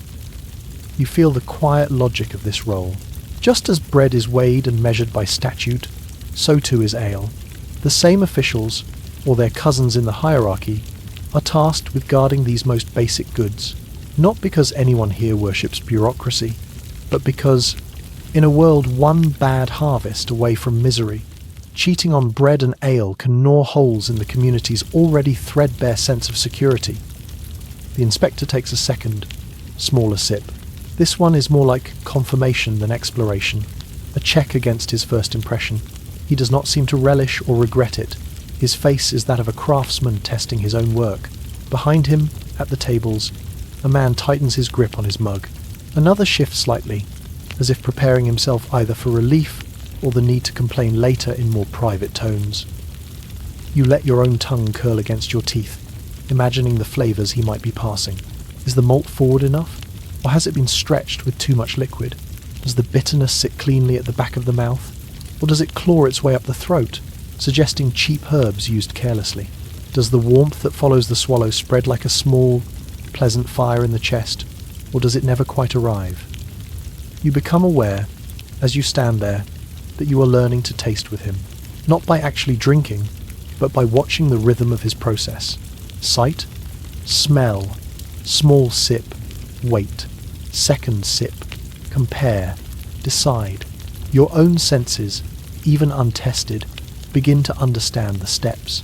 This is how judgment is made tangible, in a place where numbers are few and precision must live in bodies instead of books. Around you, the tension in the room holds, but it's a different sort of tension than fear. It is not the brittle dread of invasion or plague. It is the tight, practical concern of people who want to know if they are getting what little they are owed in strength and cheer for the coins they trade. You feel no danger here, only the collective leaning in of a village asking, "Is this enough?" The inspector lowers the mug. He wipes a trace of foam from his lip with the back of his hand, a small, almost absent gesture. Then he speaks, but you do not need his exact words. You see the answer ripple outward through the tavern. If he approves, shoulders drop, spines relax, conversation swells again, this time with a touch more zest. Mugs rise a little higher, the next sips taken with less suspicion. The barkeep's jaw unclenches, his weight settling more evenly on his feet. The evening continues, buoyed by the knowledge that the ale will do its job, warm, steady, reliable. If he condemns, mugs pause halfway to lips. A few are set down with small, bitter thuds. Faces tighten, not in life or death alarm, but in the shared irritation of people whose narrow comforts have been tampered with. The barkeep's cheeks might flush, a barrel might be marked, its contents destined for pigs or for fines instead of throats. Tonight, you watch the way the tension unwinds. Whatever the verdict, the procedure itself has done something important. It has shown that someone is watching on behalf of everyone, that there is, however rough, a standard held between brewer and drinker. In a world where so much is up to the whims of weather and fortune, these small, repeatable checks become anchors. You tune into your own senses again. The smell of malt and smoke remains, layered now with the faint tang of human relief or human annoyance. You imagine, for a moment, lifting your own mug, applying the same care, looking, smelling, taking a slow, thoughtful sip, not just drinking to forget the day, but drinking to understand what you are trusting your body to. Here, in this dim, warm room, you learn a quiet survival skill. To pay attention to what sustains you, to read the liquid in your cup with the same seriousness you give to the rules on a church wall or the weight of a loaf in your hand. To know that even something as simple as ale carries with it questions of fairness, strength, and safety. You let your shoulders rest more fully against the cool wall. The inspector moves on, perhaps to another barrel, perhaps to another tavern entirely. The crowd's tension softens back into the usual evening hum. Spoons scrape bowls. Laughter returns in small, rough bursts. The fire breathes, sending up a fresh thread of smoke that curls toward the beams. You stand there, breathing in molten smoke, feeling the warmth on your face and the solidity of stone at your back. You have watched anxiety be channeled into ritual, suspicion into method. You have seen that in this anxious little village universe, survival often depends not on grand gestures, but on the repeated, careful testing of everyday things. Bread weighed, shoes measured, soup slurps softened, ale inspected. You carry that understanding quietly within you, like a steadying sip of something strong, as the evening deepens and the tavern's glow holds the dark at bay. You walk through the village lanes on a morning that feels as if it has been wrung out and hung up to dry. The light is gentle, a pale wash that turns puddles into dull mirrors and picks out the edges of stones and doorframes without ever becoming harsh. The rain from the night before has settled into the ruts and hollows of the road, leaving shallow pools that reflect fragments of sky and thatch. Your boots meet the damp earth with a soft, sucking sound, a quiet rhythm that keeps time with your breath. The village is neither fully busy nor fully still. Somewhere to your left, you hear the hollow thud of an axe striking wood. Further off, a low clatter as someone shifts pots. Voices rise and fall, not yet at the sharpness of market argument, just the low, steady hum of people re-entering their routines. Overhead, a scrap of laundry flaps lazily from a line, the cloth heavy with moisture. You let your attention drop from faces to fabric. Clothing here is not decoration first. It is signal. You see a woman pass with a coarse linen apron tied tight over her kirtle, the white of it already bearing faint ghosts of flour and smoke. The apron is stained, but clean in its own way, honest work ground into its fibres. It hangs straight, unadorned, its edges frayed just enough to show that it is used every day, not paraded. Behind her, a man moves more slowly. His outer garment is heavier, a robe of better wool, its colour deeper, dyed with something more expensive than onion skins and walnut hulls. The fabric drapes, instead of clinging, the folds falling in deliberate lines. A narrow band of trim edges, the cuffs, nothing gaudy, but enough to say, this person's work does not live in ash and mud alone. You feel the difference as you watch them cross the same patch of ground. The aproned woman navigates puddles with quick, practical steps, hitching her skirts a precise amount. The robed man's pace is measured, his path slightly clearer as other bodies naturally give way. The cloth they wear is telling the lane how to treat them, long before their mouths ever open. You come alongside the tailor's stall. It is not a full shop, just a patch of space claimed by habit, and a piece of canvas stretched against a wall. Beneath the canvas, a low table overflows with folded fabrics, rough, undyed linen in loose stacks, coarser wool in earth tones, a small, precious pile of finer cloth, blues and reds and deep greens kept closer to the tailor's reach. You rest your fingertips on the corner of the table. The wood is worn smooth by years of elbows and measuring tapes, by scissors set down and picked up thousands of times. Under your skin, you feel faint ridges where the grain has risen, then been flattened again by palms leaning to mark a hem or cut a seam. The table feels dependable, like something that has witnessed many quiet transformations. Your hand drifts toward the fabrics. You touch the edge of a simple apron cloth first. It is coarse, its weave loose enough that you can feel individual threads under your finger. It drags slightly against your skin, the texture dry and honest. You can imagine the abrasive comfort of it tied around your waist, catching grease and grit so your underlayers do not have to. Beside it, a folded robe waits. You skim its surface with the back of your fingers. The wool here is denser, softer, the threads packed tightly together by careful spinning and fulling. It does not scratch. It glides. The dye has sunk evenly into the fibres, turning them a steady, confident colour that speaks of more time, more skill, more resources invested. This is not a garment that would be worn while scrubbing pots or turning compost. This is something you put on when you want to be seen.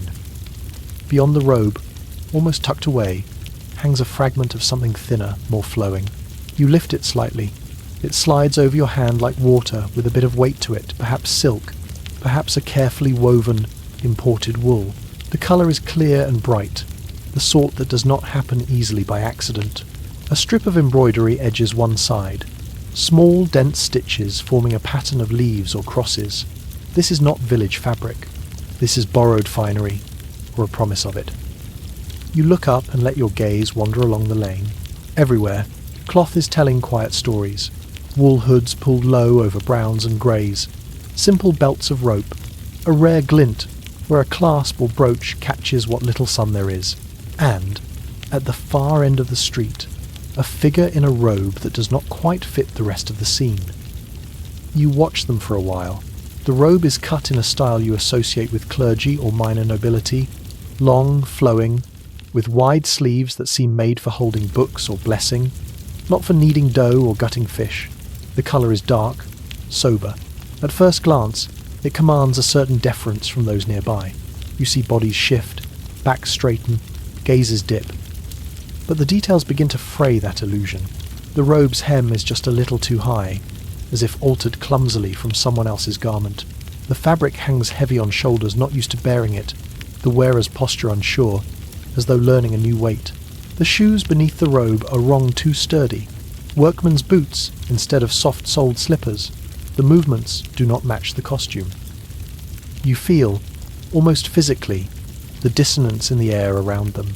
It arrives first as hesitation. People glance twice instead of once. They step aside a beat later than they would for a known noble or priest. The fabric of social certainty pulls tight, then loosens, then tightens again, threads unsure whether to accommodate this new pattern. From somewhere near the lane, you hear low voices, hushed, not the comfortable murmur of gossip, but the confessional tone that comes when people think they are speaking to authority, soft, leaning in, words punctuated by small nods of hope or anxiety. You cannot make out the sentences, only the cadence. It drifts outward like smoke, insinuating itself into the mind more than the ear.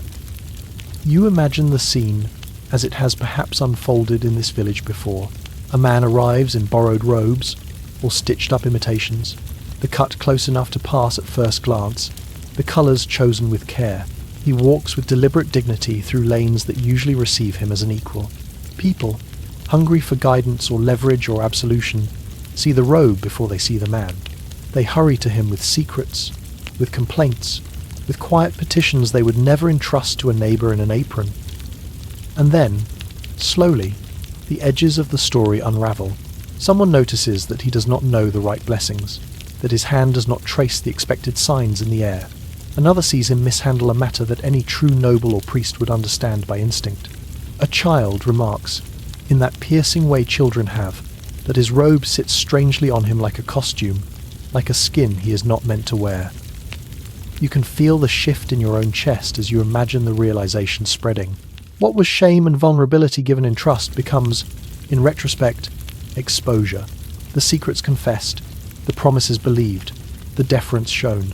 All of it hangs, suddenly, in mid-air, unanchored by real status. False authority is not just embarrassing here, it is destabilizing.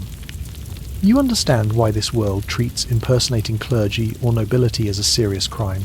In a society balanced on the narrow ledge between order and collapse, rigid class structures act like scaffolding. They may be unfair, they may be heavy, but they tell everyone where to go when the wall starts to crack, who to call when sickness spreads, who may speak for whom in front of lord or king. If someone can slip into a robe and borrow that power, even for an afternoon, then the entire logic of response and responsibility is thrown into doubt. You run your hand again over the fabrics on the tailor's table. Apron cloth, robe wool, embroidered trim. Each has its place, its ordained wearer. To step into the wrong one here is not just play acting. It is to tug at the threads that keep people oriented. In storms, in raids, in plagues, this village cannot afford those threads to tangle. You think of survival not just as food stored or walls mended, but as clarity maintained. When a bell rings, people need to know whether it is for mass or for fire. When a man in dark robes appears, they need to know whether he can absolve sins, collect rents, bring word from higher powers, or whether he is simply a neighbour wrapped in forbidden cloth. The cost of guessing wrong is more than embarrassment. It is lost time, misplaced trust, chaotic response. You watch as a woman passes by the tailor's stall, her apron marked with needle pricks and bits of thread. She pauses, eyes lingering for a moment on a length of finer fabric. Her fingers reach out, then withdraw, not from fear, but from an internal weighing. She knows that to wear such cloth would change how people read her, what they expect from her, what they demand of her. Clothes here are not costumes, they are contracts. You feel that lesson settling into your own body. Your cloak, unremarkable. Your boots, practical. Your manner, neither bowed nor lofty. You are, in this moment, correctly attired for your place. No one will bring you their tithes, or their indictments, or their whispered sins.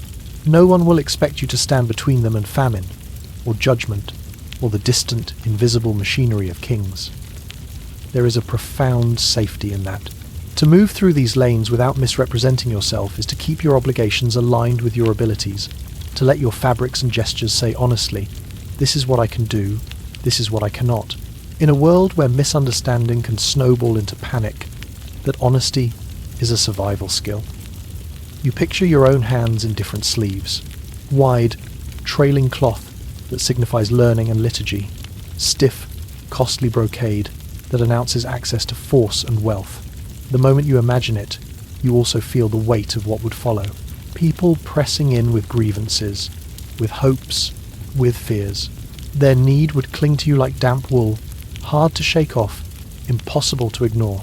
To wear those sleeves without the power to fulfill the expectations they summoned would be cruelty for you and for them. You let that image go. Back in the lane, the air smells faintly of wet wool and turned earth. The tailor adjusts a bolt of cloth, squaring its edges carefully, making sure it does not slip into a neighbouring pile where it does not belong. The movement is small but precise, the same precision that underlies the village's sense of who is who and why.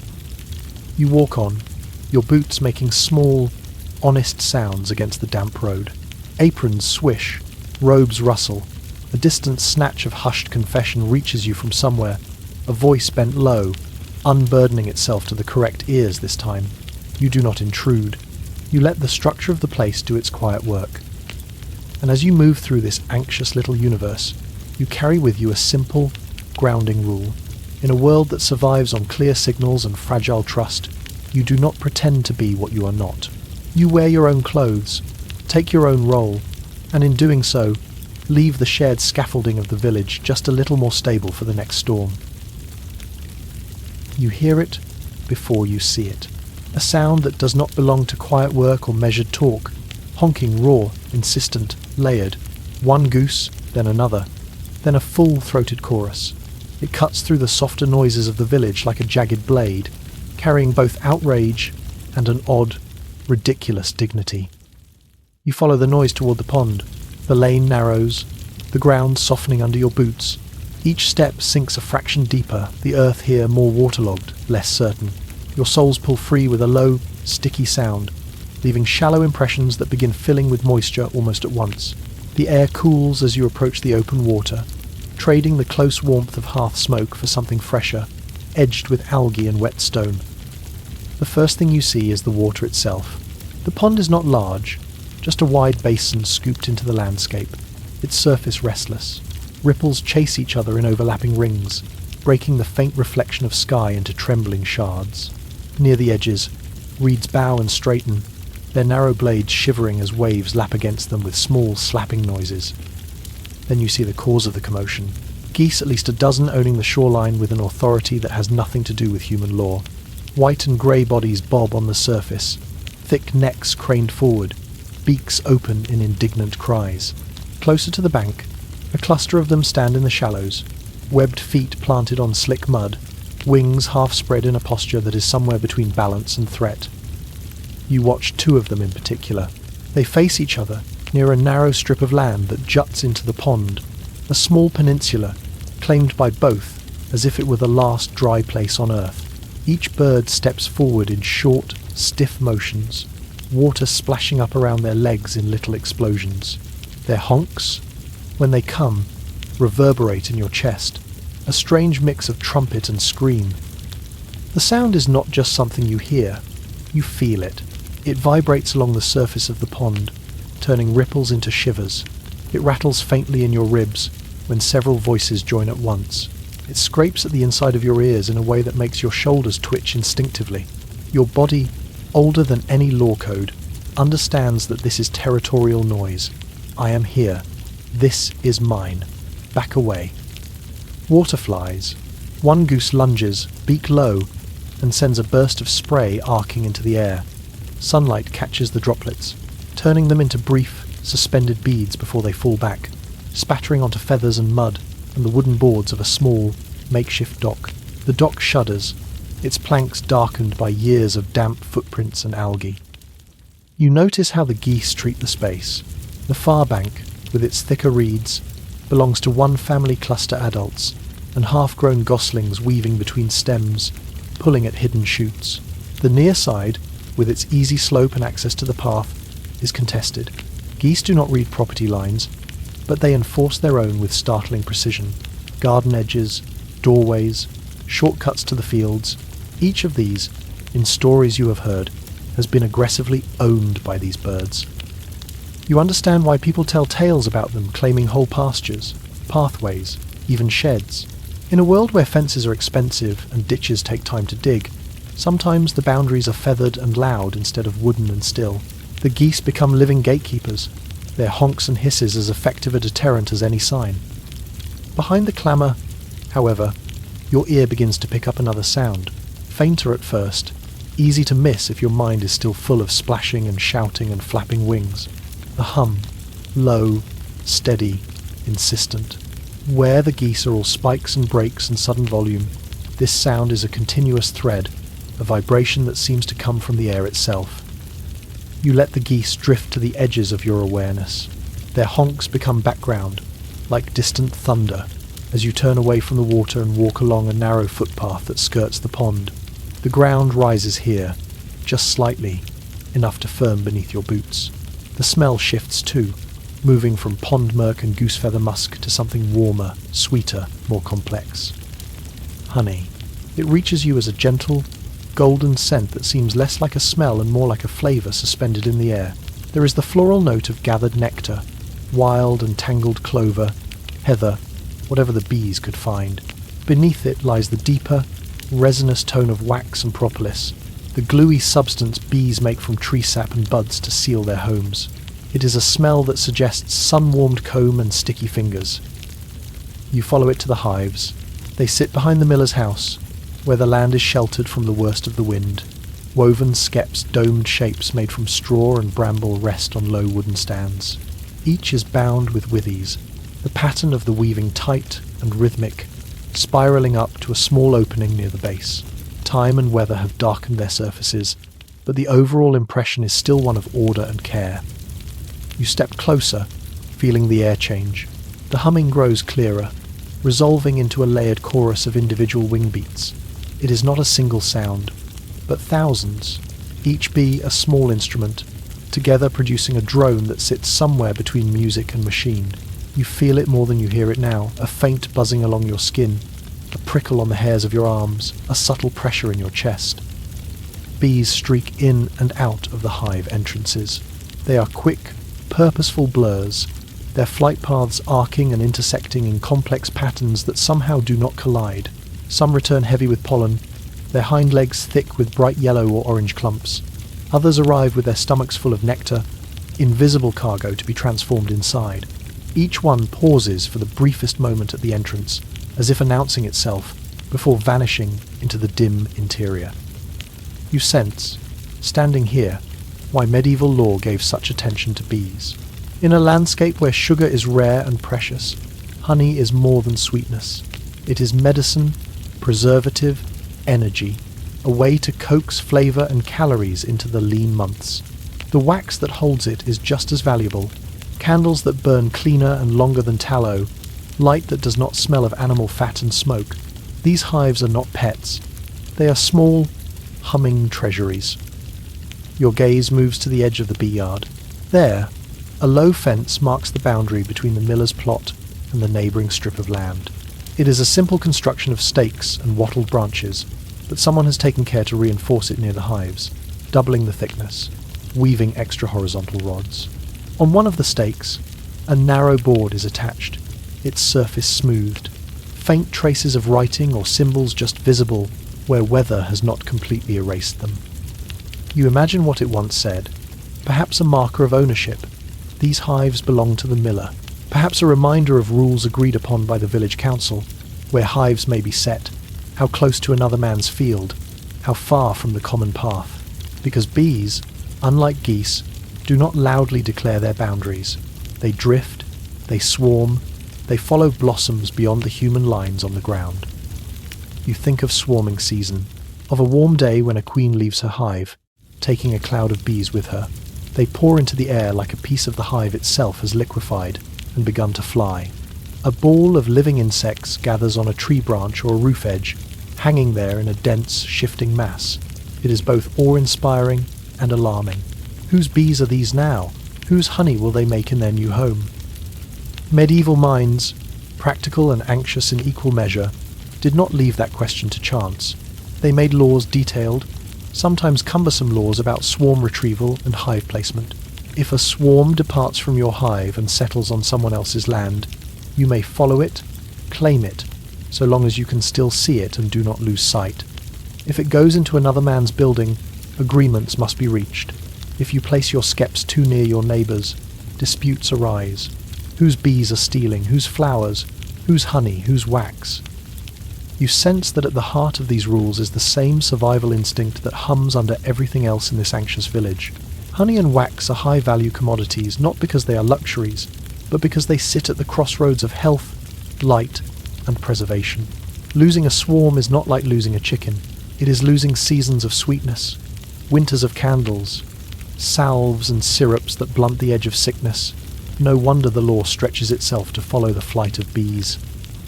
Behind you, faint and distant now, the geese are still arguing with water and each other. Their honks puncture the air in irregular bursts, a reminder of territories enforced by noise and bluff. Here, among the hives, the enforcement is quieter. Bees do not threaten with their voices.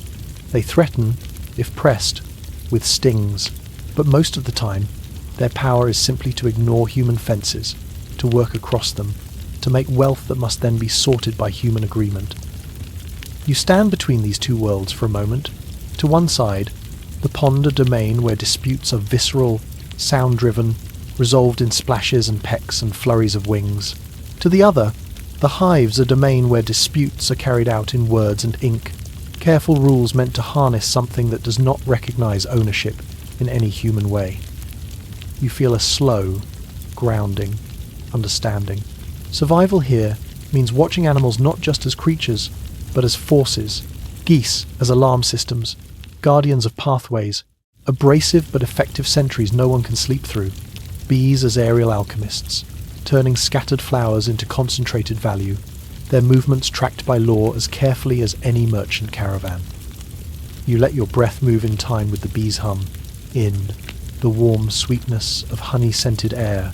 Out, the slow release of tension you did not know you were holding from the geese's noise. You imagine, gently, the way your own small actions might fit into this web of territories and agreements, not startling the geese unnecessarily, not disturbing the hives, respecting the quiet treaties that stand between pond and skep, feather and sting.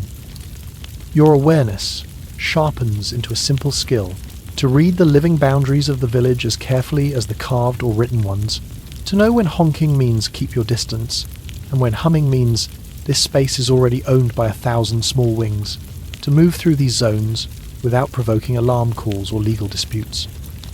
You turn slowly back toward the path. The pond catches a pale sliver of sky now that the ripples have calmed a little. One goose, tired of arguing, tucks its head under its wing, the arc of its neck suddenly delicate, almost tender. Near the hives, a bee bumps gently against your sleeve before redirecting itself, its tiny body a brief, buzzing tap of contact. Neither asks anything more of you. You walk on with quiet steps. Honks behind you, hum ahead of you, honey and pond muck and damp earth mingling in the air, and in the midst of it all, you carry the calm knowledge that in this anxious little world, part of staying safe and steady is learning to share space with creatures whose priorities are loudly or softly their own. You first feel the marketplace before you see it. You are still in the narrow lane, stone walls close on either side, but the air ahead has thickened. Sound presses toward you, not as a single shout, but as a woven mass of noise, dense and uneven. Your steps slow without your asking them to, as if your body knows it is about to step into a different kind of weather. You turn the corner, and the square opens. Stalls lean into the space from all sides. Rough timber frames draped with cloth in tired colours, faded reds, muddied blues, browns like old bark. The ground is beaten hard by years of hooves and boots, then softened again by recent rain, a patchwork of slick mud and firm earth. The sound is everywhere. Voices rise and fall in bursts. A woman calls out the price of onions, her words sharp-edged and rhythmic. A man answers with a drawn-out list of his wares, salt fish, smoked meat, each word a little louder than the one before. Children thread through gaps with their own bright, piercing notes. All of it folds together into a roar that seems to vibrate just behind your eyes. You can feel the noise in your body. It sits high in your chest, like an extra breath you haven't quite taken. It hums faintly along your teeth, a pressure more than a sound. You catch yourself tightening your jaw, as if to keep the din from slipping inside. Even your skin registers it, the constant shifts in volume like gusts of wind brushing over your arms and neck. Then, cutting through the tangle, comes a different voice. It isn't louder in raw volume, but it is larger somehow, shaped to carry. A roar, but a disciplined one, the town crier. The sound rides above the others, slicing cleanly through the soup of talk and haggling. People near you flinch less in surprise than in habit, like reeds bending toward a familiar current. You turn toward him. He stands on a small raised platform no more than a pair of stout boards set over barrels, but from here his voice has better purchase on the square. In one hand he grips a staff, in the other a rolled piece of parchment that he does not actually need to look at. His chest swells with each breath, his ribs making room for words that are meant to be heard by everyone and obeyed by most. Today, the words are about sound itself. You don't need to catch every syllable to understand the pattern. Certain hours named, certain intervals allowed, times when vendors may cry their goods with full lungs, and times when their calls must fall back to speaking distance only. You watch as he carves the day into zones of permitted loudness, marking invisible lines as clearly as any fence or wall. You feel the logic of it in your bones. Noise here is not just annoyance, it is a resource. Too little, and the market dies, sellers unheard, goods unsold. Too much, and the town cannot hear other things. The clatter that means fire, the horn that means alarm, the solitary shout that means someone has fallen, or someone is missing. In an anxious world, every sense is a tool for survival, and tools must be kept sharp, not blunted by constant overuse. Around you, the square adjusts.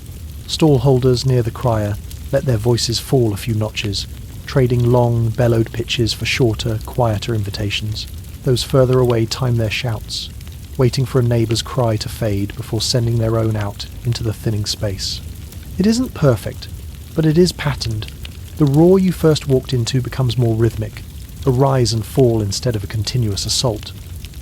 You realise that even this is a survival skill, to listen not just for information, but for gaps, to know when to make your sound and when to hold it. To live in a place where the law does not only measure bread and ale, but measures volume, so that the signal can still be distinguished from the static. You let the market's noise recede behind you as you move toward the edge of town. With each turning of the lane, the shouts become muffled, then swallowed. The cobbles give way to packed earth, then to a path softened by moss and wet leaves. Your ears ring faintly for a few steps, as if carrying an echo, then slowly reset themselves to a quieter world. Ahead, you hear a different kind of sound, a continuous rush, low and steady, the kind of sound that does not spike or falter, but simply exists, the river. Its presence arrives not as a shout, but as a backdrop. As you draw nearer, the air shifts again, cooler, damp. A thin mist sits just above the ground, touching your ankles like moist breath. You step onto the riverbank. The soil here is dark and compacted, overlaid with a fine grit of sand and silt. Your boots sink just enough to leave a clear print, the edges crisp, small grains clinging to the leather before falling back. The river itself curves through the landscape in a broad, confident line, its surface marked by slow, glassy ripples, where the current brushes against stones and submerged roots. You watch the water. Near the centre, it moves with clean determination, the flow smooth and unbroken. Closer to shore, eddies form, water curling back on itself in small, lazy spirals. Driftwood bumps quietly against the bank, turning, then slipping away again. The sound is a constant murmur, softer than the marketplace, but more relentless. It fills your ears with something that feels like breathing outside your body. You notice that the river is not one thing. Upstream, just beyond a bend, the water looks clearer. You can see pale stones beneath the surface, their outlines blurred but visible. This is where people come to draw drinking water, to fill buckets and barrels destined for cooking, for washing hands and faces, for cooling feverish foreheads. Somewhere not far from here, laws have been written that say, no waste, no filth, no dye may touch this stretch. Downstream, the colour changes. The water darkens, thickens, takes on a faint, cloudy opacity. It moves slower, burdened by what has been put into it. You smell it before you fully see it. A tang of soaked hides, old urine, bark and tannins. The tannery. Here, men work knee-deep in pits, turning raw animal skins into something that will resist rain and wear. The river is their accomplice and their victim. You walk along the bank, moving from the cleaner reach toward the murkier. With each step, the scent strengthens. What was once an almost pleasant woodiness becomes sharper, more acrid. It catches in the back of your throat, not violently, but insistently, reminding you that this is not water you would choose to drink. Foamy clumps cling to the reeds, a scum edged in unnatural browns and yellows. The river itself looks heavier, as if each inch of it labours under a small weight. You feel, in this gradient, the reason medieval towns wrote their river into law. They did not have separate pipes and treatment plants. They had one moving body of water that had to be cut, conceptually, into zones. Here you may drink. There you may wash your linen. Farther down, you may let your animals wade and relieve themselves. Beyond that, you may empty your vats and rinse your soaked hides. Tanners downstream, drinkers upstream. Not just custom, but ordinance. You imagine the disputes that flare along this bank. A dyer tempted to dump his leftover pigment a little closer to home. A butcher wanting to clean entrails in a stretch already spoken for. A washerwoman finding flecks of hair and fat where she expected clear water.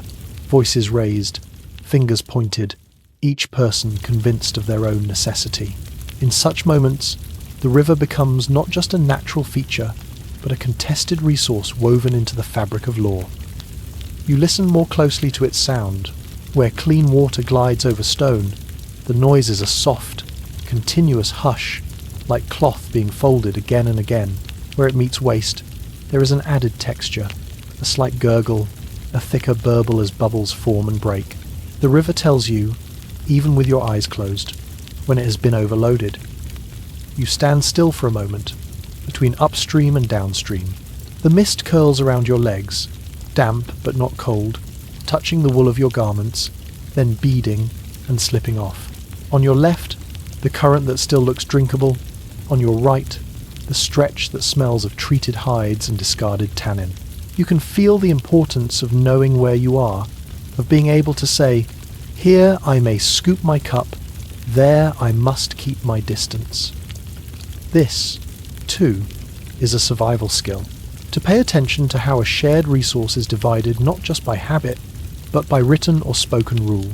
To understand that your own convenience in washing a pot or rinsing a cloth must give way to the collective need for safe water somewhere else. In a world without taps, everyone's choices travel downstream. You think back to the market and the measured noise. There, the law-tempered sound, so that true alarms could still be heard. Here, it tempers use, so that water can serve many masters without turning on them. Drinking, washing, animals, industry, all layered onto the same flowing channel, forced to coexist by necessity and managed by ordinance. Your ears take in river and distant town at once. The roar of the square is now a flattened murmur, barely more than a memory. The river's voice is clearer, a patient, unending recitation of movement. Against that, somewhere in the distance, a shout rises, a cart stuck perhaps, or a child calling. You hear it plainly. The careful rationing of noise has done its work. There is room, in the soundscape, for single voices to matter. You crouch and touch the water. Near the upstream edge, your fingers sink into cold that feels clean, biting and brisk. The current wraps around your skin with intent, tugging gently, as if inviting you to let go and join its journey. You scoop a little, let it run back off your palm. It leaves almost no residue, just chill and a faint mineral tang. You straighten and walk a few paces downstream, repeating the gesture. This time, the water feels slightly thicker, almost silky in the wrong way. When it drains away, a faint film clings to your skin, smelling of bark and hides and thyme. You wipe it against your cloak without thinking, an old reflex your body has learned from generations before you. This stretch is not for drinking. You look along the length of the river and understand why elders insist that people belong to it, not the other way around. Its moods govern planting and washing, trade and sickness. Its level decides whether mills will turn or lie still, whether fords can be crossed or must be waited out. It does not care about property lines. It does not remember promises. But the people along its banks remember what happens when they forget, even briefly, to respect its role. Floods, fouled wells, dying fish, reeking banks, those memories harden into rules. You inhale, slowly. Mist and tannin and distant wood smoke fill your lungs. The river's murmur underpins everything, a constant against which human sounds are just temporary ornaments. You feel small in a way that is not frightening, just accurate. As you turn back toward the village, you carry two parallel maps in your mind, one of sound, where and when shouting is permitted, how loud a voice may be before it stops being useful and starts being danger, one of water, where it is safe to drink, where it is right to wash, where only work and waste should touch. Both maps are forms of law, drawn not with ink alone, but with lived experience and cautious repetition. Your steps find the path easily now.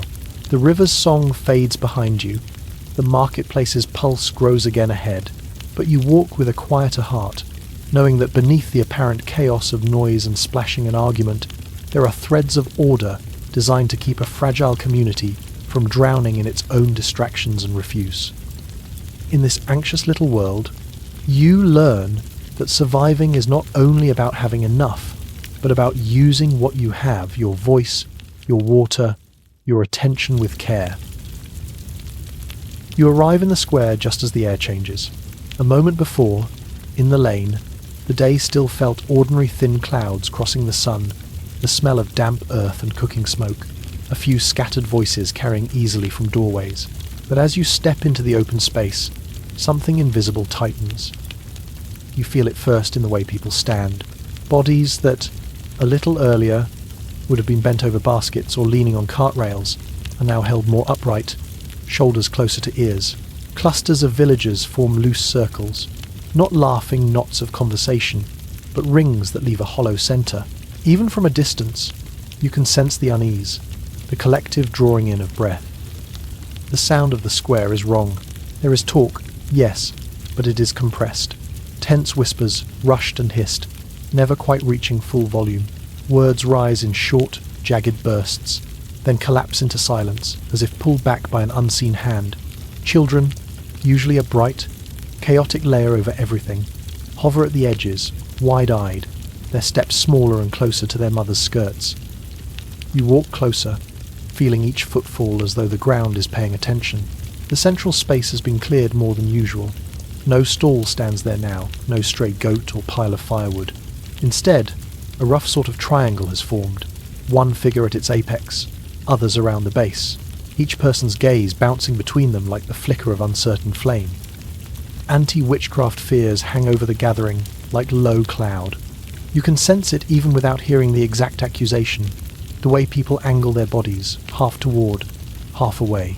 The small, reflexive motions, fingers brushing over charms at their necks, hands making unobtrusive signs in the air. Someone's foot scuffs nervously at the dust, tracing and erasing the same line over and over. You do not push into the circle.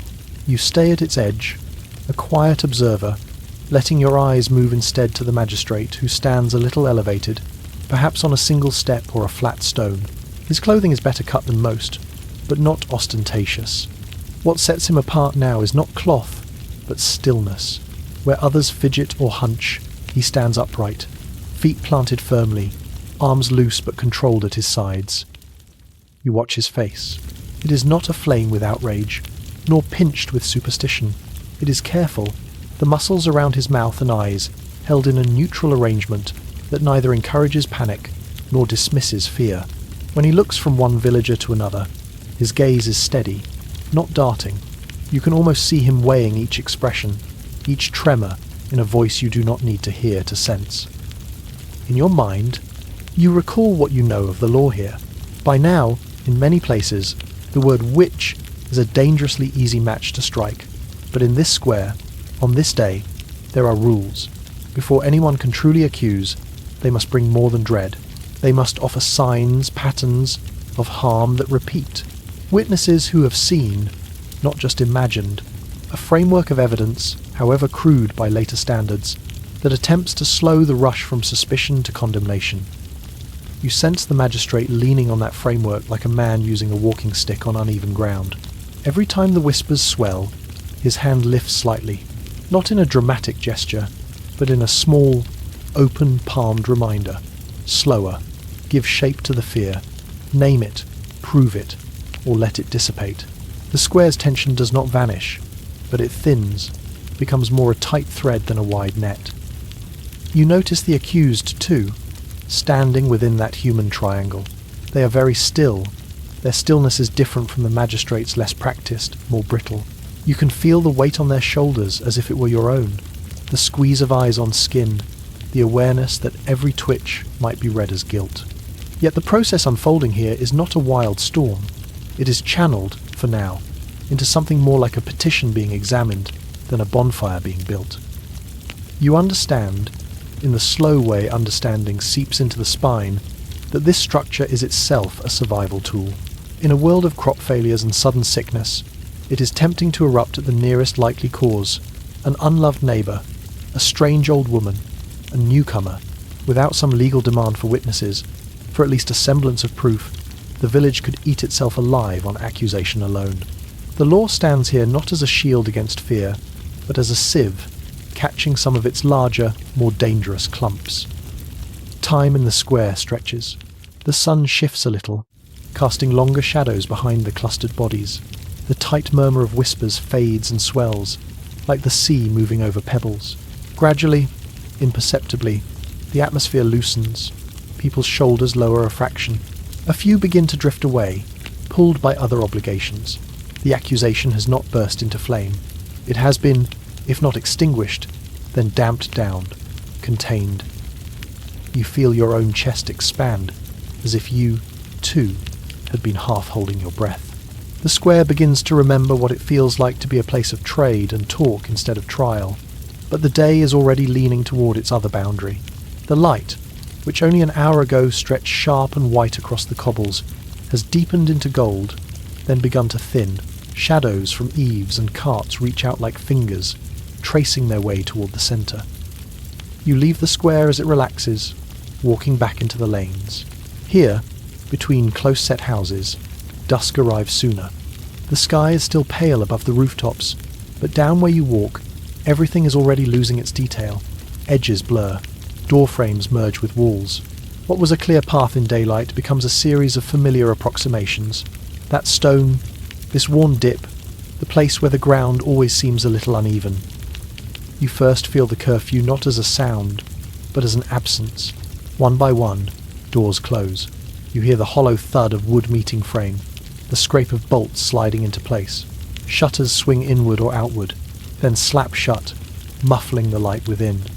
Each closing seems to pull a little more of the day's noise out of the air, as if someone is gently turning down the volume on the village. The hush is not immediate. There are still last-minute errands, a hurried step, a whispering exchange of objects and coins, a child being shepherded inside with soft urgency. But the texture of these sounds is different now. Everything is more compressed, quicker, as if trying to fit before an unseen deadline. You know, from stories and scraps of reading, that curfew here began not as a moral commandment, but as a practical one. Couvre-feu, cover fire. At a certain hour, every hearth is to be banked, every open flame damped down, coals covered with ash or pot. In a village where walls and roofs are straw and timber, where water is not always within arm's reach, one careless ember can mean a whole street gone before dawn. The law insists that night fall not only on the sky, but also on the sparks. You imagine, behind each door you pass, the same small ritual, a pair of hands spreading ash over glowing coals, pressing until the red turns black, leaving only a secret warmth to be coaxed back in the morning, a pot lid set firmly over a flame, a lantern's wick pinched between damp fingers. The room darkens, but safety increases. The constable's presence arrives next, as a shape and a rhythm, bootsteps, measured, travelling the lane with steady patience, not running, not skulking, simply occupying the space with the authority of someone whose job it is to mark the boundary between allowed and forbidden hours. You glimpse him briefly as he passes under a sliver of remaining light, cloak, staff, the faint glint of metal at his belt. He does not need to shout. His very passage is reminder enough. A few stragglers straighten, quicken their pace, duck into doorways. A shutter that had been lingering half-open swings closed with a faint, decisive clack. The lane narrows not just physically, but socially. There is less room now for wandering, for idling, for extended talk. Night walking is restricted here. You listen as he moves away. The spacing of his steps on stone is regular, almost metronomic. Each tap of his staff, or is it the heel of his boot, sets a tempo against which the remaining small sounds of village life begin to syncopate, then fade. You are not afraid of him. His patrol is as much for your safety as for anyone's inconvenience. In these cramped streets, fewer people outside after dark means fewer chances for quiet crimes, conspiracies, or accidents to go unnoticed. The light continues to drain out of the lanes. Overhead, the strip of sky between roofs shifts from grey to blue to something close to black. The air cools. You can feel it slide along your cheeks and the back of your neck, seeping gently into your clothes. Your eyes adjust, widening to catch whatever dimness is left. The world simplifies into contrasts, pale stones, dark doorways, the occasional pinprick of light from a shutter crack. You become aware of the silence in a new way. It is not absolute. There are distant noises, the dog barking twice, and then not again. The faint clink of a pot being set down inside a house, a muffled cough. But compared to the marketplace's earlier roar, compared to the square's tense whispers, this quiet feels like a thick blanket laid over the village. It has weight. It presses gently against your ears, calming and firm. You can feel how, to some, this curfew might taste like restraint. No late-night wandering, no clandestine meetings under open stars, no endless fireside revels with doors ajar and light spilling into the street. But standing here, in the cooling, narrowing lanes, you sense why the villagers accept it.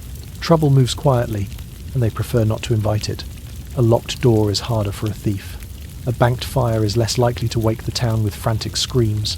A dark street hides less when no one walks it. You let your fingers brush the rough surface of a wall beside you. The stone is cool and slightly damp, its texture uneven under your skin, small pits, protrusions, patches of old moss. It feels solid, like something that will not change between now and morning, no matter what the night does elsewhere. You anchor yourself in that solidity. Your own hearth, wherever it is in this imagined village, is covered now too. You picture it, the faint glow under ash, ready but contained. The air inside your dwelling is likely tinged with the day's smoke, warmed by recent bodies, padded by textiles that soften both sound and chill. Outside, the constable's patrol line draws an invisible circle of safety around all of it. You begin to walk back through the lane, steps slower, matching the village's softened pulse. Each house you pass is a quiet box of human life, murmured prayers, subdued conversation, the rustle of straw mattresses, the gentle clink of a last wooden bowl set aside. You do not see these things, but you feel their pattern through the walls, as if listening with your entire skin. The world has shrunk to what is inside and what is firmly, intentionally outside. In the square, hours earlier, fear gathered around the idea of witchcraft. The law's demand for signs and witnesses prevented that fear from erupting unchecked. Now, in the lanes, another kind of law shapes the darkness, making it less hospitable to flames, to secret plots, to random wandering misfortune. In both cases, you see the same impulse: to give anxiety a form, to wrap it in rules that can be followed, instead of letting it roam wherever it likes. You feel, in your bones, that you are not helpless here. You can bank your own fire carefully. You can choose to be indoors when the constable's steps pass by, to align your movements with the village's shared rhythm, rather than against it. You can listen for tense whispers in the daytime square and add your own weight, however small, to the side that insists on evidence over panic. The last light drains from the strip of sky overhead. Night settles fully, a thick, velvet presence that absorbs sound and blurs edges. In that darkness, the few remaining noises, an owl's call, the creak of a signboard in a faint wind take on a clear, almost ceremonial quality. The village has done what it can. Fires covered, doors closed, voices lowered.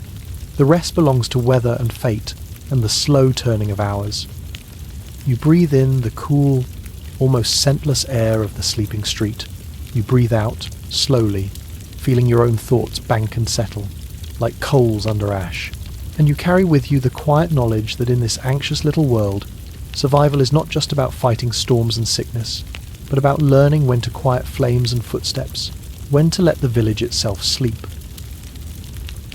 You walk toward the square as the village is in the process of rearranging itself. By day, this space holds carts and arguments, and the dull exchange of grain for coin. Now, as the sun dips low and the light turns a soft, slanting gold, the carts are pulled aside, the arguments paused, and something looser begins to seep into the air. You hear the festival before you see it. Not a full song yet, just fragments. A lute string being drawn tight and plucked, slightly out of tune. A drumhead tested with the flat of a palm. 1, 2, 3 careful taps, each one duller or sharper than the last, as the player listens for the right tension. A pipe blowing a thin, searching note that wobbles in the air like a bird not yet sure where to land. As you step into the square, the sounds knit together. Musicians stand near the edge, backs to a wall to claim a small island of certainty. The lute rests against a tunic that smells faintly of sweat and wood smoke. Its strings gleam in the low light, catching tiny flecks of dusk. Fingers move along them, coaxing them into agreement, twisting pegs with small, precise motions. Each adjustment is followed by another pluck, another shiver of sound that vibrates along the shallow ribs of the instrument and out into the open.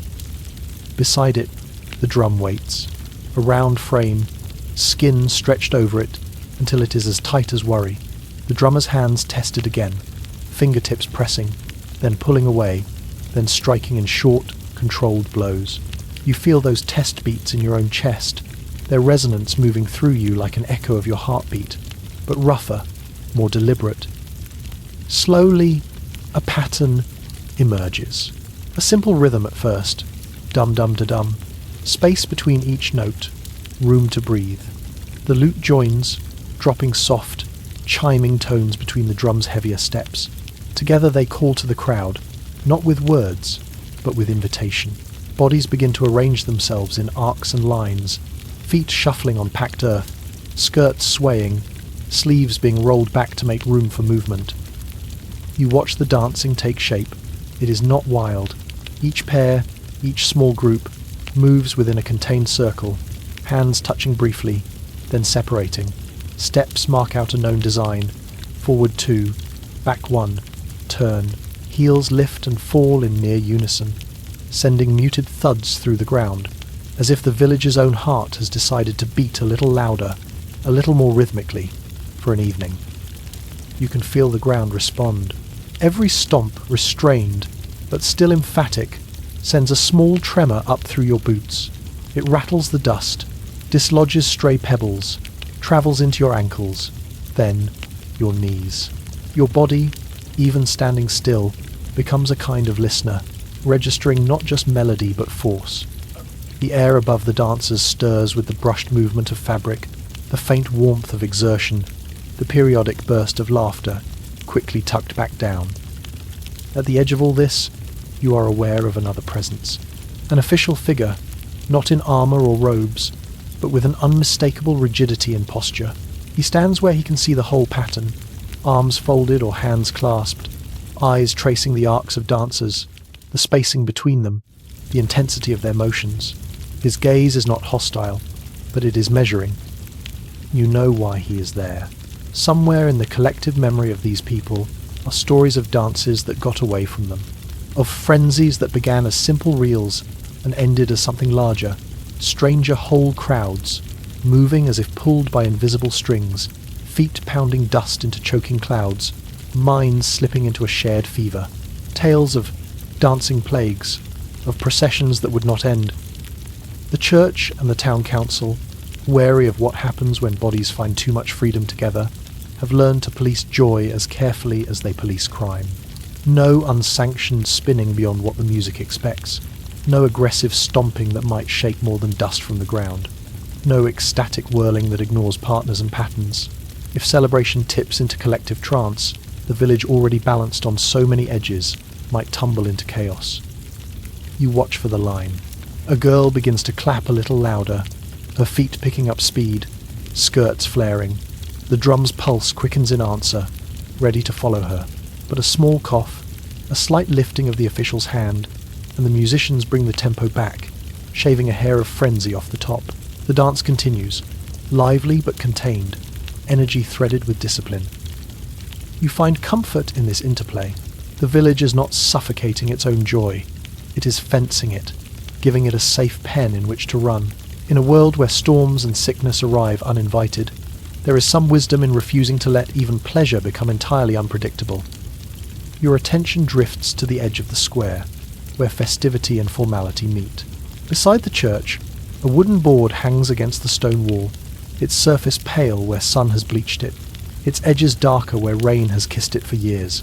This is the marriage board, a public ledger in wood and parchment, where names and intentions are pinned like leaves for everyone to see. You move toward it, the music softening behind you into a patterned hum. The closer you get, the more you hear a different kind of sound layered under drum and lute, the faint, scratchy whisper of quill on parchment. A table has been set up beneath the board, its planks scarred and ink-stained. On it lies a sheet of parchment, held flat by a small stone, while a scribe bends over it with the focused stillness of someone performing a delicate surgery. You listen to the quill work. It dips into the inkwell with a soft, wet kiss, then lifts, a tiny droplet hanging from its tip. As it meets the parchment, there is a dry, fibrous resistance, then surrender. The nib glides, leaving a dark, glistening trail that curves and hooks into letters, into names. The sound of it is almost like someone gently scratching a woolen sleeve, subtle, repetitive, soothing if you let it be. Around the table, pairs stand, not always close enough to touch, sometimes a measured distance apart, parents or guardians, hovering like additional punctuation marks in the space. The women's gowns are brushed a little smoother than usual, the men's tunics slightly better belted. But this is not a scene of whispered sweet nothings and stolen glances. It is business. You feel that in the way their eyes track the quill, not dreamy, but sharp. They watch the scribe's hand as it writes terms and promises, the lines that will decide where animals sleep, where grain is stored, which fields belong to whom after this day. The music behind you sways and lifts, but here, under the church wall, another kind of rhythm rules, a steady march of obligations. You let your mind trace the logic of it. Marriage here is not primarily a public declaration of affection. That may come, or not, but it is not what the parchment cares about. It is a strategic alliance, a reweaving of property and labour, a calculation of which households will combine their strengths and which will be left more vulnerable. Land, tools, livestock, dowries, mourning gifts, all of these slide into new arrangements once the ink dries. You recall a story you once heard of a woman and a cow. The cow was valuable, strong, good milking, temperamental, and deeply attached to her. When negotiations began, it was not clear whether the animal counted as part of her dowry to leave with her and join her new husband's herd, or as property of her birth family to remain where it had always stood. The council argued, turning the problem over and over like a troublesome stone. Was the cow an asset tied to her, like a chest she carried, or part of the farm's larger fabric, too important to uproot? You can almost hear quills scratching over that question alone. Marriage contracts here must imagine the future in practical, sometimes absurd detail. If one field floods, whose grain is lost? If a cow refuses to be led to a new buyer, does its stubbornness have legal standing? If one partner dies, what is returned? What remains? What moves on to the next set of hands? You rest your fingertips lightly on the edge of the marriage board. The wood is cool and slightly rough, tiny splinters long since worn down into a general graininess. Parchment squares are tacked to it, edges curled, ink faded in older postings. Names join names in a quiet genealogy of alliances. This daughter to that son, these two widowed households now patched into one. Your eyes follow the dates and signatures like tracks across snow, each one a marker of intentions once fresh, now part of the village's settled history. Behind you, the drum continues its careful pulse. The dancers turn and step, their regulated joy ringing faintly against the stone. Here, under your hand, another kind of pattern repeats. Couples step into agreements drawn not with steps, but with strokes of ink. Both are choreographies, in their way. One manages bodies so that they do not spin out of control. The other manages property so that it does not dissolve into quarrels and hunger. You feel, in this juxtaposition, the deep anxiety that fuels such control. A bad harvest, an illness, a sudden death, any one of these can tilt a family from just managing into disaster. In that light, unsanctioned dancing is not just frivolity, it is a potential breakdown of discipline. A marriage without clear contracts is not romance. It is a risk to the careful distribution of land, animals, and labour that keeps everyone slightly above starvation. You are not frightened by this realization. Instead, you feel a slow, grounding clarity. You see that in this anxious little universe, survival is woven from many small restraints on feet, on hands, on hearts. Dancers must keep to the beat and the pattern, so that joy does not become a dangerous trance. Couples must watch the quill as intently as they might once have watched each other's eyes, so that affection, if it exists, does not blind them to the reality of livestock and fields. You inhale the mixed scents of the evening, sweat and wool from the dancers, wax and old stone from the church, iron tang of ink, the faint, animal musk of the square itself. Lute strings vibrate, drum skin thrums, the quill whispers, and somewhere, someone laughs. A brief, bright sound quickly folded back into the general murmur. You exhale, letting your own body match the village's rhythm. Not too fast, not too wild. A steady, measured participation in the pattern around you. You could, if asked, step into that line of dancers and keep time without tripping, or stand at that table and understand why a scribe is asking whether a cow counts as dowry. You are learning the skill hidden inside all this structure, how to move freely enough to feel alive, but carefully enough that, when the music stops and the ink dries, you and those around you are still standing. The night deepens fraction by fraction. Candles inside the church send thin slivers of light through high windows. The music, for now, continues contained, watchful, but real. The quill lifts from parchment. A sprinkle of sand dries the ink. A new name is pinned to the board. Two patterns complete themselves, a dance and a contract. You stand between them, feeling safe in the knowledge that in this carefully anxious world, even joy and love are given rails to run on. And within those rails, somehow, life still finds a way to leap, to laugh, to step and turn without falling. You follow the path out of the village until the houses begin to thin and the sound changes. Behind you, the square still hums with voices and clinking bowls. Ahead, the noises stretch out fewer people, more space between sounds. A crow's call lands crisply in the air. The faint rush of water reaches you in pulses, growing steadier with each step. The mill announces itself before you see it, not with sight, but with vibration. A slow, rhythmic creak, deep and wooden, moves through the ground and up into your feet. It is the sound of weight being lifted and dropped in a circle, again and again. As you draw closer, it thickens into a full-bodied groan, timber complaining, gears engaging, stone turning on stone. You step into the mill yard. The air here is different from the village lanes. Drier, dustier.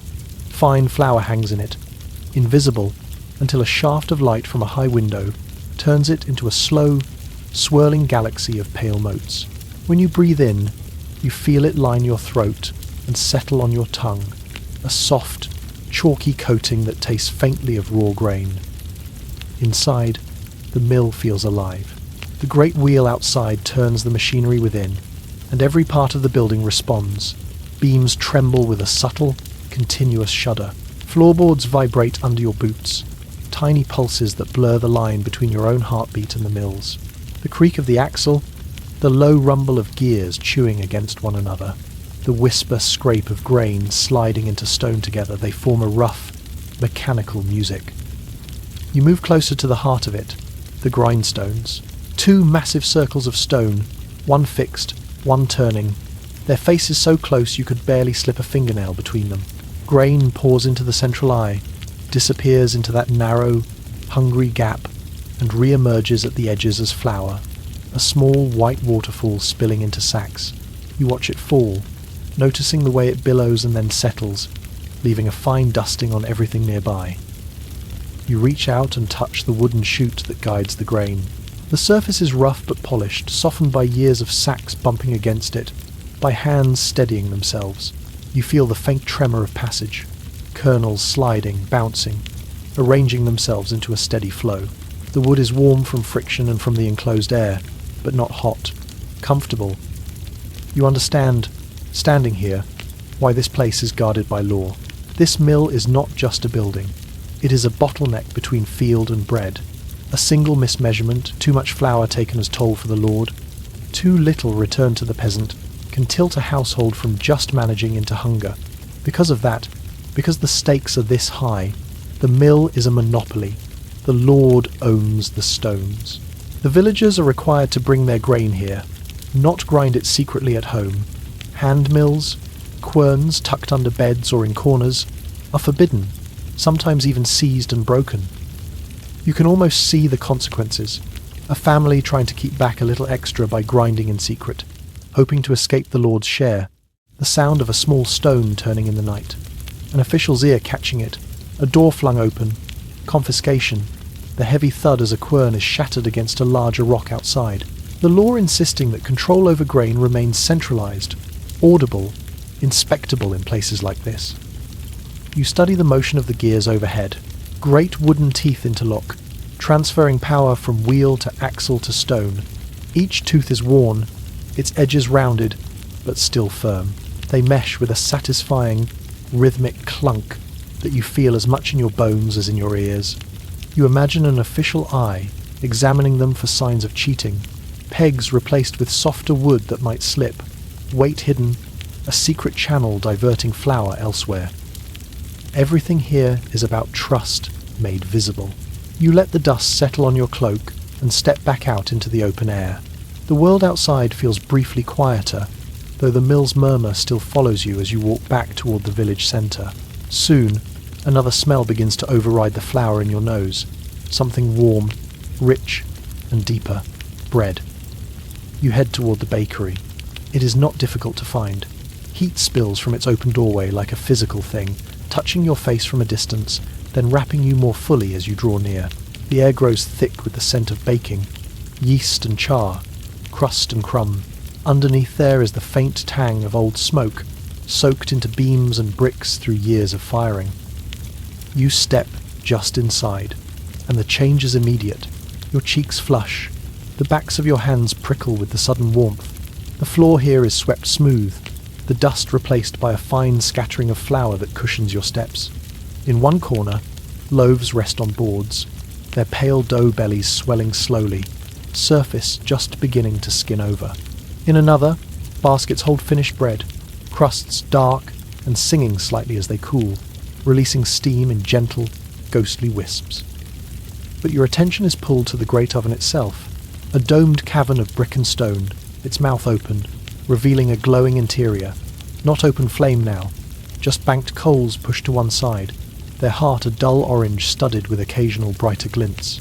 You can feel the radiant heat on your shins, a dry, penetrating warmth very different from the humid air. You watch as someone tests the temperature. They do not have a thermometer.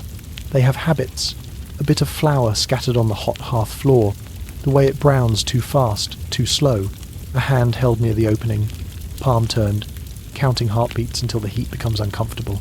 The colour of the bricks inside, moving through shades of blackened soot to clean, bare red as each firing burns the residue away.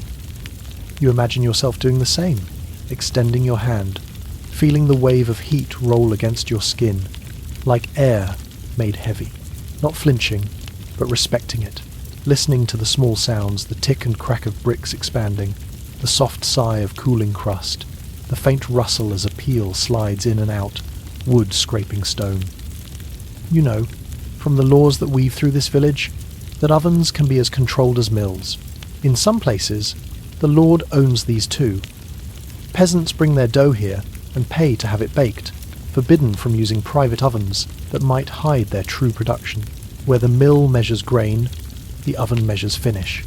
Both points of control pressed into service to keep taxes and tithes visible, predictable.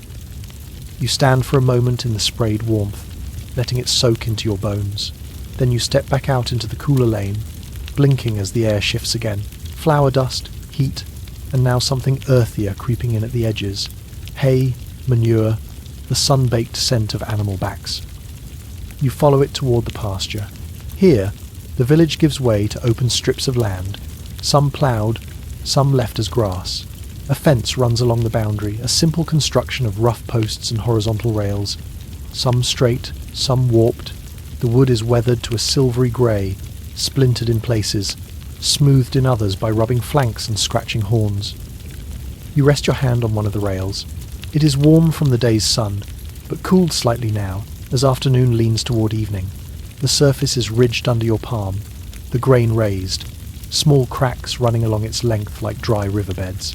When you press down, it gives just a fraction, creaking with a low, woody complaint.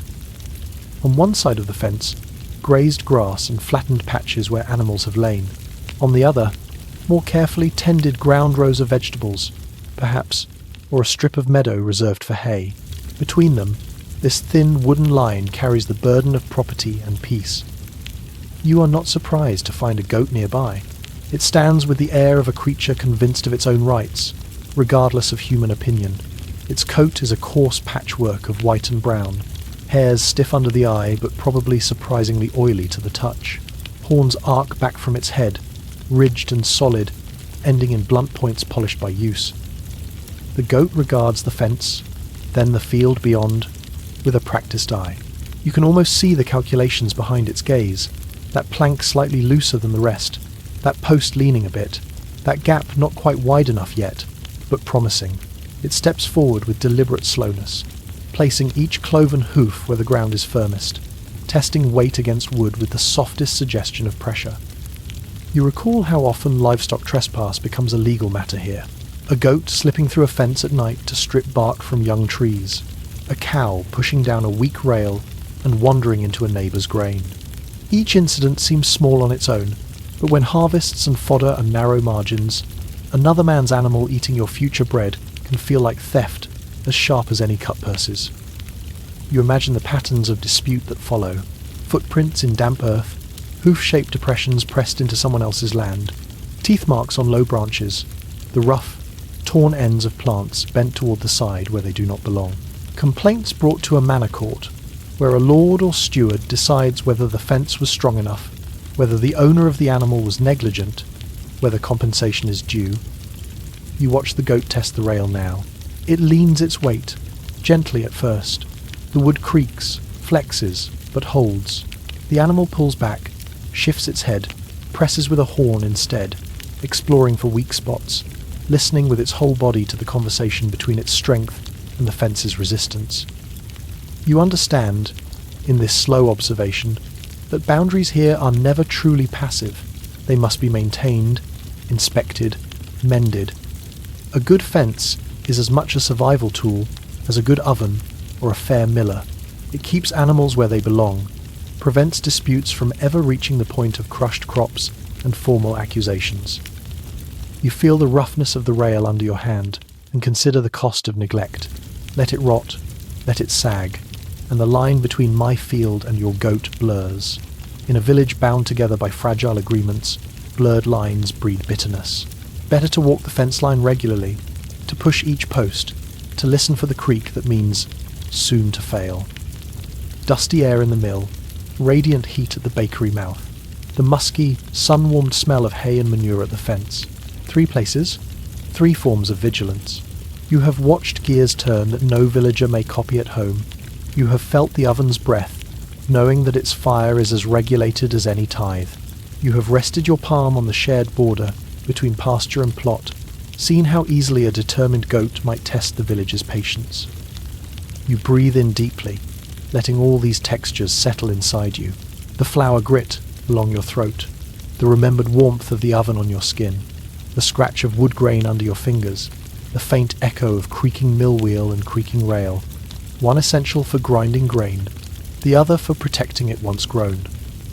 And you understand that in this anxious little world, survival is not only about harvests and weather, but about these constant, careful inspections of gears and weights, of fire and stone, of posts and planks and the quiet, stubborn animals that press against them.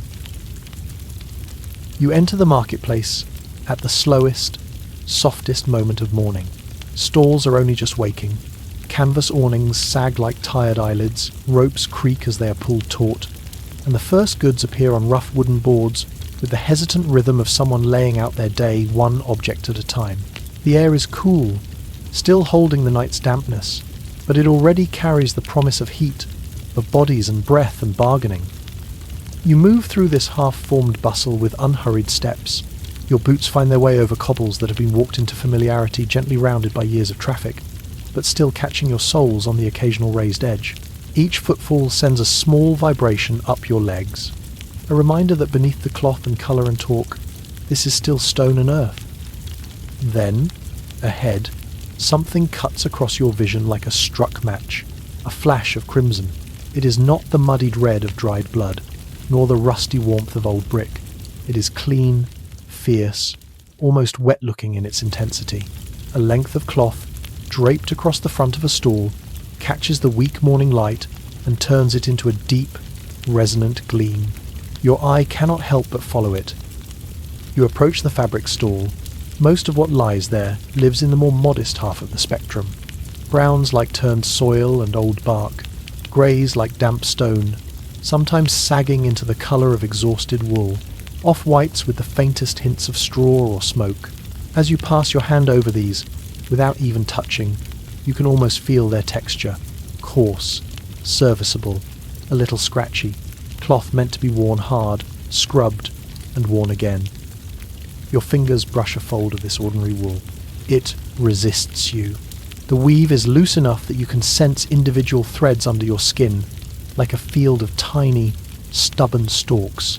There is a faint lanolin slickness, a reminder that this was once on the back of a sheep, out in wind and rain. The colour hides dirt well.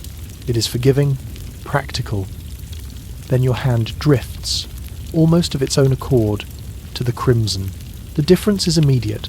The fabric yields under your touch, not collapsing, but flowing slightly around your fingers. The weave is tighter, threads finer and closer together, forming a surface that feels almost like water condensed into cloth. Your fingertips record every nuance, the smooth drag, the lack of burrs or snags, the coolness that lingers an instant longer than the surrounding air. You lift the edge a little. Light moves across it in a slow wave, deepening and brightening as the angle changes. It is not merely dyed, it seems saturated, as if colour has become substance. You imagine what this would look like made into a robe or a mantle, cutting through a crowd of greys and browns like a wound or a banner. At the corner of your eye, another colour waits. Violet. Not the hesitant purple of faded berries or cheap pigment, but a measured, confident shade that sits somewhere between night sky and bruised plum. It does not shout as crimson does. It hums. You let your fingertips graze it. The feel is similar to the red fine, close woven, but there is a different weight to it, a slightly denser drape, as if it carries with it the gravity of whoever is allowed to wear it. You know, as you stand there, that these colours are not free. Sumptuary laws here speak in shades as much as in shapes. Certain dyes, especially the deep purples and gold-edged fabrics, are reserved by statute for nobility and those in sanctioned positions. To wrap yourself in this violet, if you do not belong to that tier, is not just to dress above your means, it is to impersonate a rank, to confuse the visual language that tells everyone who must be obeyed, who may be petitioned, who may be safely ignored. You imagine slipping such cloth over your own shoulders. The physical sensation would be pleasant, soft weight, elegant drape, but there would be another feeling layered beneath, awareness of eyes cutting toward you, of suspicion gathering like distant thunder. False colour, like false titles or false oaths, is not just a personal indulgence. In a world that runs on quick recognition, where one look must tell you who can command soldiers, and who can be called to fix a roof. Deceptive fabric is a small, portable rebellion. You let the violet fall back into place. Your hand returns, almost gratefully, to a bolt of uncomplicated, muddy wool. Its roughness feels like honesty. You could vanish into a crowd in this, move without sending false signals, without inviting the weight of laws written to maintain a delicate hierarchy. In an anxious society, safety often lies in being correctly, visibly ordinary. You step away from the stall, carrying the memory of forbidden smoothness on your skin. The marketplace has grown louder now. Voices thicken into a constant undercurrent. Somewhere a chicken protests its temporary imprisonment. A baby wails, then is soothed. The smells shift too. Bread beginning to bake, fish laid out on rushes, vegetables tipped from basket to board. Your attention is drawn toward a different kind of balance. Near the food vendors, a small cluster has formed around a table where a set of scales hangs from a simple wooden frame. The apparatus looks unremarkable at first. A horizontal beam, 2 pans suspended by chains, a hook at the top. But the air around it has a tighter feel, a little like the space around a judge's bench. You come closer. The metal of the pans is dull from use. Surfaces mottled with old stains from fish scales, flour, maybe blood. When they knock gently against each other, whether from a stray elbow or a shift in weight, they produce a soft, tinny clink. The beam above them bears notches, tiny, deliberate cuts that mark points of equilibrium for different standard weights. On the table lies a set of these weights. They are small, dense objects, iron perhaps, or brass darkened by years of fingers. You pick one up, feeling its unexpected heaviness. For its size, it is uncompromising, dragging your hand down with more force than your eye predicted. The surface is smooth in places where skin has polished it, rougher in crevices where grime has settled. Stamped into one side is a faint symbol, a crown, a cross, a number assuring those who can see it that this weight has been approved, standardized. You watch as an official hand, steady, practice places it gently into one pan. The scale tips sharply to that side, the other pan rising. Then, a scoop of goods fish, perhaps, or grain is added to the empty pan. The movement is slow, measured. Each small addition makes the pan dip a fraction, the beam shuddering as it approaches balance. You study the moment when it hovers. The beam swings past level, then back, the motion narrowing with each pass. For a brief second it hangs almost perfectly horizontal, the 2 pans at equal height. That is the moment everyone is watching for. The official's eye narrows, not in suspicion, but in concentration, judging whether this is true balance or a trick of motion. You know that merchants, if tempted, have many ways to cheat this fragile equality. A pan that sticks slightly on its pivot can make it look as if more has been given than truly rests upon it. A finger pressed lightly against the upright, a thumb under the edge of a pan, a weight hollowed out and filled with lighter material. Each small dishonesty, almost invisible in isolation, can cumulatively shave away what a buyer is owed. You imagine softer methods too, tapping the scale too gently when settling it, so that it stops swinging before it has found its true center. The eye sees stillness and mistakes it for fairness. The law knows this, which is why officials are appointed to do more than merely stand by. They must tap the bar with just the right firmness enough to set it moving freely, not enough to force it. You listen as the official does exactly that. Knuckles rap the beam with a short, crisp knock. The wood responds with a muted thud, the metal components with a faint answering ring. The pans sway, then slow, then find their place. The sound of that tap transmits a kind of reassurance through the crowd. The test has been done properly. You feel the survival lesson in this small ritual. In a place where hunger is always nearby, fairness in measures can be the difference between health and weakness, between a family making it through winter or arriving at spring hollow-eyed. The standard weights, the honest tapping, the careful watching of the beam's angle, all of it is a daily defense against erosion, not of land, but of trust. You glance from the scales back toward the fabric stalls. 2 systems of control, side by side. Color regulated to keep social order legible. Weights regulated to keep transactions just. One tells you what you may not wear. The other tries to ensure you are not quietly robbed. Both, in their own ways, are attempts to keep a fragile society from tipping too far in any one direction. You feel the textures again in your memory. The smooth drag of forbidden crimson under your palm, the scratch and give of honest wool between your fingers, the cold, dense heft of a verified weight in your hand, pressing down with authority, the barely perceptible sway of a balanced beam, holding still for that single crucial moment. You breathe in the mixed air of the market, fish and bread, dyed cloth and unwashed wool, the faint metallic tang from the scales, laughter somewhere to your left, tempered by the low murmur of bargaining to your right. Nothing here is entirely free, entirely unbounded, but within the lines drawn by law and practice, life is still moving, still buying, still dressing itself as best it can. You walk on, your own clothing comfortably plain, your pockets empty of contraband colours, your eyes a little sharper now when they pass over a set of scales or a bolt of vivid fabric. You have learned to feel the weight of fairness, the drag of status, and to navigate between them with steady, unhurried steps. You enter the baking yard as the fires are reaching their fullest hunger. This is not a private corner behind a cottage.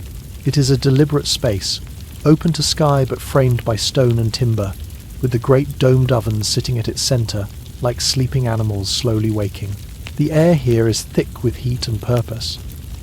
You feel the warmth first on your face. It settles on your skin in a broad, even sheet, not the sharp sting of open flame, but a dense, enveloping radiance. As you step closer, it seeps through your clothes, wrapping your arms and chest, pushing the chill of the morning back toward the edges of your awareness. Your breath enters cool and leaves warmer, carrying with it the faint scent of yeast and ash. The ovens themselves roar softly. Inside each wide, low mouth, fire has already done most of its visible work. Coals lie banked along one side, a mound of dull red and occasional white-hot glints. The sound they make is subtle but constant, a low crackle, the quiet sigh of gases moving, a tiny shift as a piece of charcoal settles and sends up a brief, bright spark. Every now and then, a sharper snap punctuates the background, a reminder that wood, no matter how long burned, still has a voice. You breathe in and taste the yeast. It is everywhere, mingled with the smoke, the sour-sweet tang of dough that has been rising under cloth since dawn, the fermentation not yet cooked away by heat. The smell has a comforting weight to it, like a promise of satiety pressed gently against the roof of your mouth. Your stomach answers with a small, honest twist. Around the yard, villagers move in a slow, practiced choreography. No one rushes. There is too much at stake for haste. Boards are carried, loaded with pale, swollen shapes, loaves to be, their surfaces dusted with flour, their edges rounded and soft. Each one looks similar at first glance, a generic oval of potential, but as you draw nearer, you see the small differences. You watch as each baker marks their bread. A hand reaches for a simple tool, a knife, a reed, even a clean fingernail, and draws it gently through the surface of the dough. Here, a single straight slash, deep and decisive. There, a cross, lines meeting in the centre. On another loaf, a small curved sign, almost like a letter or a symbol passed down in one family alone. Some marks are delicate, shallow, others are bold, carved so deeply that the dough opens to reveal its moist interior. You imagine leaning over your own loaf, feeling the slight resistance of the dough's skin as you press the blade in, the way it yields, then springs back a little around the cut, the cool moistness of the interior exposed for a moment to the air, the flour that clings to your fingertip when you steady the loaf with your other hand. These marks matter. In a village where ovens are not private but communal banalities owned by lord or church, where most peasants must bring their dough to a shared fire bread, arrives here undifferentiated in shape, destined to bake side by side. When the loaves emerge, browned and crackling, it is these strokes that tell one family's sustenance from another's. A missing mark could mean a missing meal. You watch a board of marked loaves slide toward the oven. The peel, a long-handled wooden paddle, pushes beneath each round, lifting it with gentle insistence. Dough quivers, but does not collapse. The baker's arms move with a muscle memory honed over years. In turn, set, withdraw. Inside the oven, loaves are placed in a pattern the eye barely catches, but the hands know intimately where the heat is strongest, where it is softer, How much space to leave between them so they can expand without merging? You step closer to the oven's mouth. The heat there is almost a physical wall, pressing against your skin, making the tiny hairs on your arms lie flat. You can hear the faint, almost imperceptible hiss as the moist dough meets the hot stone, the first instant of transformation from raw to baked. Your face flushes, your eyes prickle slightly from the smoke's edge. You blink, and in that brief darkness, you can still see the orange after-image of coals. You understand, standing here, the quiet risk and trust embedded in this space. Everyone depends on this fire. If it burns too cool, bread is underbaked and spoils quickly. Too hot, and loaves burned, crust blackened, interior still doughy. And because the ovens are a monopoly, tied to lordly rights, most cannot simply decide to bake elsewhere. They must use this place, abide by its rules, accept its timings. The marks on the dough are their small assertion of individual identity within a shared necessity. You let the warmth soak into you a moment longer. Then, slowly, you leave the baking yard, stepping back into air that feels almost thin and cool by comparison. Your clothes hold on to the smell of smoke and yeast, a faint halo that follows you as you walk toward the tavern. Outside its walls, another kind of heat simmers. The tavern's interior hum leaks out through cracks around the door and shutters. Low laughter, the soft thud of mugs set down, the occasional scrape of a bench. But near the entrance, under the spill of shadow from the eaves, a small cluster of elders stands in a tighter circle. Their presence changes the texture of the space like a knot in otherwise smooth wood. You do not join them. You find a place at the edge of their gravity, leaning lightly against the rough timber of the tavern wall. The wood there is worn by years of shoulders and backs, polished to a dull shine along one strip, splintery above and below. You can feel the slight give of it as you rest your weight, the creak of old joins shifting infinitesimally. Your ears catch a different sound amid the voices. The quick, hard clatter of small objects striking wood, bouncing, then coming to rest. Dice. You can almost see them without looking, little cubes of bone or wood, corners rounded by use, pips stained dark. They tumble across a board or a barrel head, with the light, sharp music of risk. You turn your head just enough to take in the scene. A makeshift board has been set up on a low table or crate. Its surface shows the marks of other lives, knife cuts, old spills, a burn mark where something too hot was once set down. On it, a grid or path has been scratched, lines intersecting, spaces marked. Pieces, stones, carved tokens stand in some of the squares, evidence of a game in progress. The dice lie nearby, their last roll still visible. You can feel, in the air, the echo of recent excitement. Even now, when the Elder's presence has subdued the space, there is a residue, a held breath, a flush on someone's cheeks, that particular tension that clings to places where chance has just been courted too eagerly. You imagine the moments before the quickening of voices, the slap of a hand on the table, as fortunes in coin or favours rose and fell with each throw. Dice and gambling are not innocent diversions here. In a community where every coin is already half promised to bread, rent, and future scarcity, casting those coins onto the uncertain altar of a game is more than foolishness. It is seen as a kind of betrayal of one's family, of one's work, of the fragile equilibrium that everyone depends on. Brawls begin over lost bets. Tools are pawned. Time meant for mending roofs or tending fields is swallowed by the allure of one more throw. You feel the logic of the bands settling into place, even as a small part of you understands the temptation.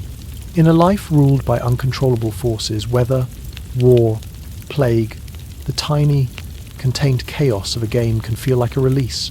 Here, at least, the rules are knowable, the odds calculable, the risks chosen, but the elders know how easily that contained chaos can leak out, seeping into work and family and obligation. So the law steps in where habit fails. You watch an official hand reach down to lift the board. The wood comes up with a dull scrape, lifting a thin layer of dust from the barrel or crate it rested on. The tokens wobble, then fall. Dice rattle briefly in the hollow beneath as they are gathered. The sound is sharp, final. The street seems to inhale. The confiscation is not violent. It is methodical. The board tucked under an arm, the dice and pieces pocketed or wrapped in cloth. The message is clear without needing words. These objects have crossed a line. Not all play is forbidden, but this play, here, with stakes too high or frequency too great, has been judged dangerous. Foreign games, especially, draw particular suspicion, new patterns of chance that might dig new, deeper ruts of obsession. You lean more firmly into the tavern wall, feeling its solidity. The rough grain under your shoulder, the solid mass of the structure behind you, contrasts with the frictionless slide of luck those dice once promised.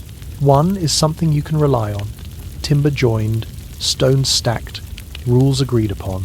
The other is a swirling possibility that, too often, ends with someone sitting where you are now, back against a wall, pockets lighter, eyes hollowed. You let your attention drift back, in your mind, to the communal oven. There, marks scratched into dough ensure that when bread emerges from the blaze, everyone gets what they put in, no more, no less.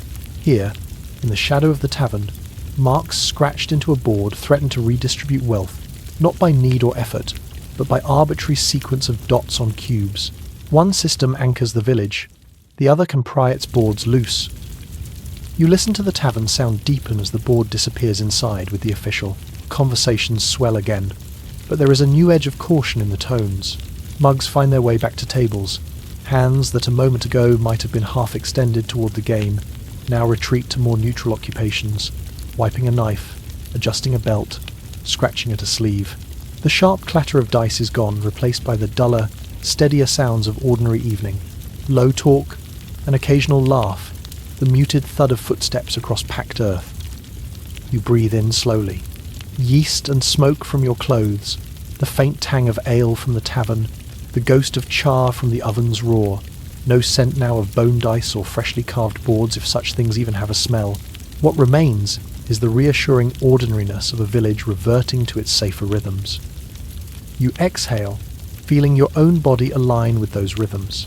You could, if asked, mark your own loaf clearly, remember its pattern, retrieve it without confusion.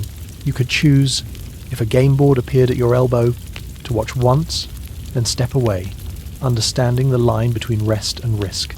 These are small decisions, but in an anxious little world, they add up. The ovens will cool as night deepens. Coals will be raked out, ash swept, doors closed. Bread will sit on shelves and in cupboards, each marked loaf, a quiet testament to someone's foresight and care.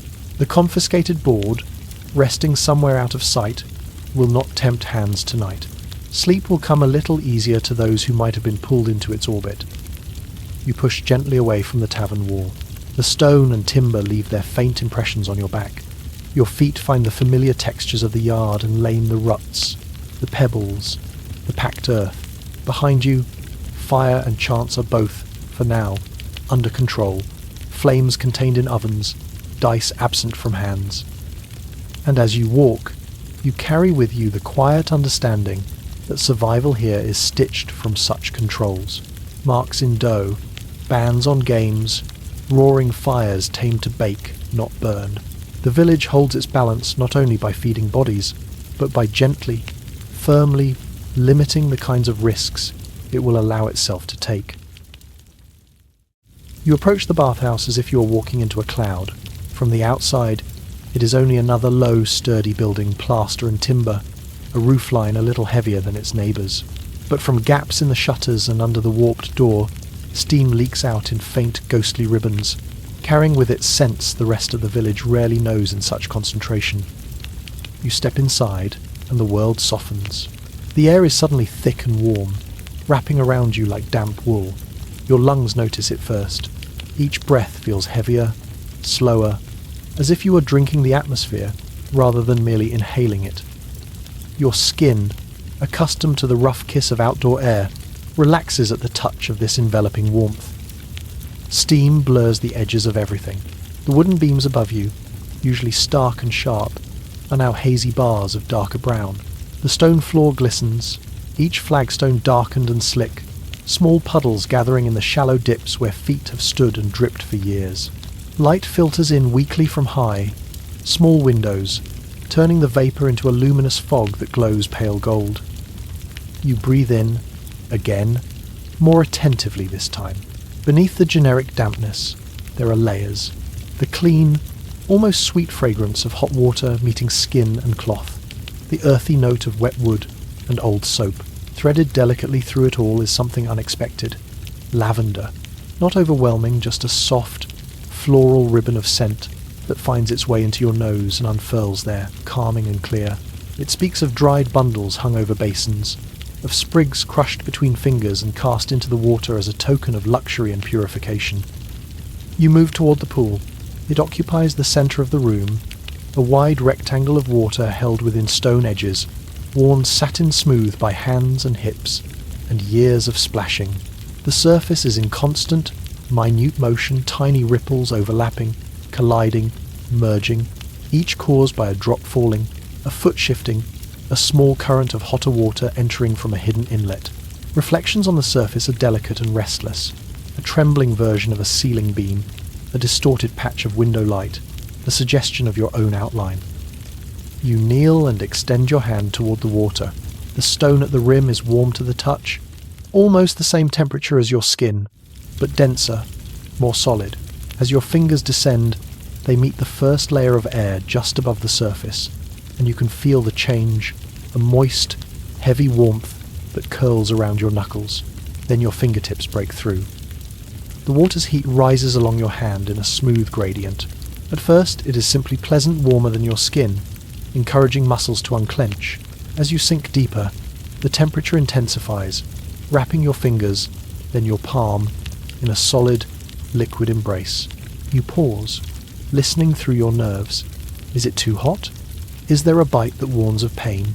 Instead, you find that perfect borderland where heat is strong enough to command your attention but not enough to threaten you. You know that here, the law has tried to define that border. Bathhouses in this world are not just private indulgences, they are public spaces, and that means they attract both hope and suspicion. Too much heat, too long in the water, too frequent visits. These are thought to soften bodies, weaken resolve, invite both illness and moral slackness. Authorities set rules about temperature, about hours of use, about how often and how freely one may bathe. Cleanliness is allowed, even encouraged, but only within measured limits. You swirl your hand gently through the pool. The movement sends a small wave outward. It travels to the far edge, kisses the stone with a soft slap, then returns, diminished. As it passes back over your submerged fingers, you feel its faint momentum, the way it tugs at your skin, rearranging the warmth against it. Tiny eddies form around your knuckles, then vanish. You imagine yourself lowering your whole body in. The initial hiss of heat along shins and calves, then thighs, then the base of your spine, the way the water would press against you on all sides, weightless yet insistent, as if trying to erase the hard angles the day has written into your muscles. You can almost feel the lavender-scented steam against your face, moisture settling into your hair, your eyelids, making everything heavy and soft.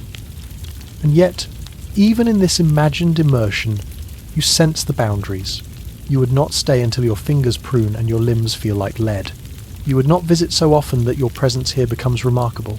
In this anxious village, survival is about balance, to be clean enough to avoid disease, not so luxuriant in washing that you attract suspicion or waste fuel and water needed by others. The bath is both refuge and monitored resource. You lift your hand from the pool. Droplets cling for a moment, then fall back, returning to the larger body with soft, rhythmic plinks. Your skin glows pink from the heat, veins a little more visible, fingers loose and relaxed. You wipe them along your sleeve, feeling the fabric grow damp and cool against the lingering warmth. Leaving the bathhouse, you step back into air that feels thinner, sharper. The world outside is cooler, edged with faint breeze. Your skin, warmed and moistened, registers every movement of air, like a gentle brush. Steam drifts out behind you as the door closes.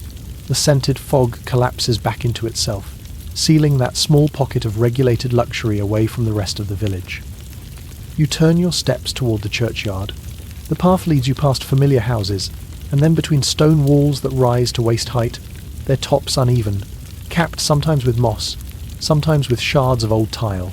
The sound changes as you walk, from scattered talk and clatter to a quieter, more focused hush. You reach the edge of the yard. Grass grows here in slightly unruly tufts, interrupted by the regular humps and depressions of graves. Some are marked by stones rough, lichen-clad, names half erased by weather. Others are unmarked, their presence known only to those who remember the digging. The church itself looms beyond, its walls absorbing sound, its small windows catching and dulling the light. A funeral is unfolding. You feel it before you fully take it in with your eyes. The air is thicker, not physically, as in the bathhouse, but emotionally. People stand in small clusters, their bodies angled toward a central point where a fresh rectangle of earth yawns open. Colour is subdued, much brown, much grey, a few black hoods pulled low. Movements are slow, deliberate, as if every gesture is cushioned. The sound here is all restraint. Muffled sobbing, caught before it can swell. The soft, wet sound of someone sniffing, followed by a sleeve brushed quickly across a face. A cough, immediately subdued. Underneath it all, a steady murmur, the kind that comes not from conversation, but from wind passing gently through leaves, and the faint shifting of fabric as people adjust their stance. You notice a figure walking the narrow paths between the rows. Not a pallbearer, not a priest, a crier or official, tasked not with announcing, but with containing. Their steps are measured, their gaze scanning the gathered faces, pausing where shoulders shake more violently, where a sound rises above the rest. They do not shout, they do not need to. A presence here is reminder enough. You understand the reason, even if a part of you bristles at it. In this place, even grief is rationed. Laws and customs, sumptuary in their own way, restrict excessive mourning, forbid lavish displays that might drain a family's resources or unsettle the community. Wailing too loudly, throwing oneself upon the coffin, commissioning extravagant feasts to accompany a burial. These acts are seen not only as personal expressions, but as potential threats to the fragile economic and emotional equilibrium of the village. You focus on the grave itself. It is freshly dug, the edges of the soil still crisp. The rectangle is deep enough that the bottom lies in shadow, cool and dark compared to the sunlit grass around it. The smell of turned earth rises damp, rich, slightly metallic. It mingles with the faint incense that lingers around the church and the human scent of wool, sweat, and nervous sorrow. You know, from stories and ordinances, that depth is not just a matter of decorum. Graves dug too shallow risk more than symbolic disorder. They invite unsettling encounters with wildlife, foxes or dogs drawn by scent, burrowing creatures breaking the surface in the wrong place. In such a world, where boundaries between living and dead are already thin in the imagination, the law steps in to make at least the physical boundary solid. A certain measure of earth between corpse and sky is mandated, inspected, enforced. You listen as the first clods of dirt fall.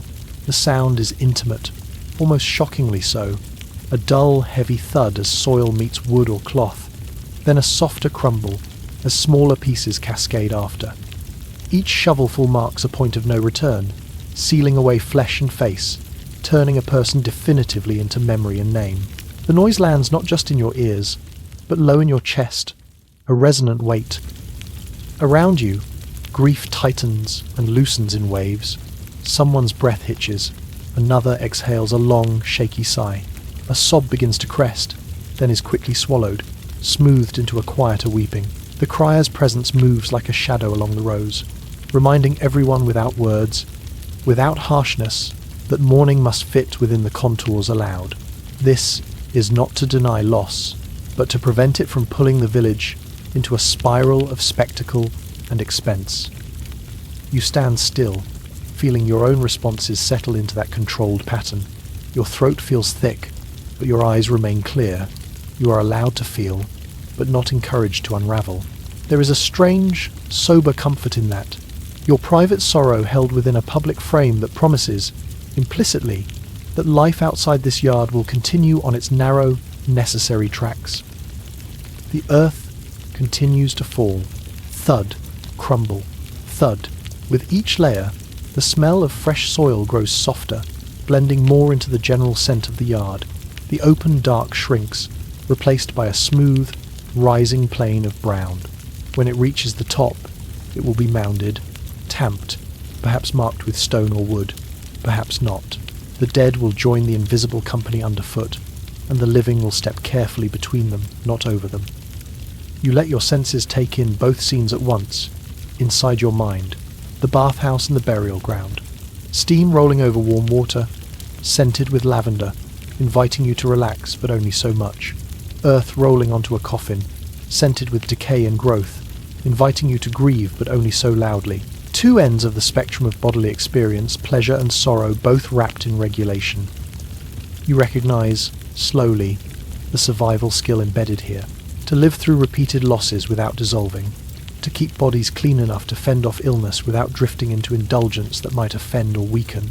In this anxious world, extremes are scary not because they are immoral in the abstract, but because they threaten the delicate middle ground, where everyone is just barely managing. You breathe in, deeply and quietly. You smell a remembered hint of lavender from the bathhouse, now ghost-like and faint. You smell earth, cool and ancient. You hear, or imagine you hear, water rippling gently in a stone pool and earth thudding steadily into a grave. Both are rhythms, both are boundaries being drawn and maintained. You breathe out, matching your exhale to the slow pace of the shovelfuls. You feel a calm settle over you, a sense that while much is uncertain here, some things are held, measured, made as safe as this age knows how to make them. Fires banked, bodies washed, graves deep, tears allowed, but not left to flood the village. When you turn to leave the churchyard, your steps are soft. The grass yields under your boots, then springs back. The stone wall under your hand is cool and rough, its texture grounding. Behind you, the last clods of earth are falling. Ahead of you, steam, warmth, and fields wait in their own orderly anxieties.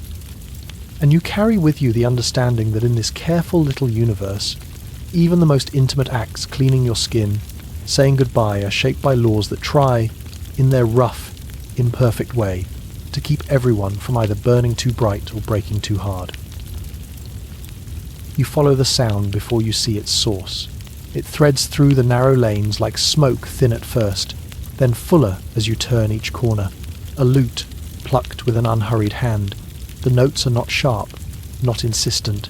They glide, a little worn at the edges, like a well-used tool that has lost its factory gloss but gained a deeper, more reliable comfort. The morning is cool. Fog still clings low between the houses, softening outlines, turning distance into a series of gentle smudges.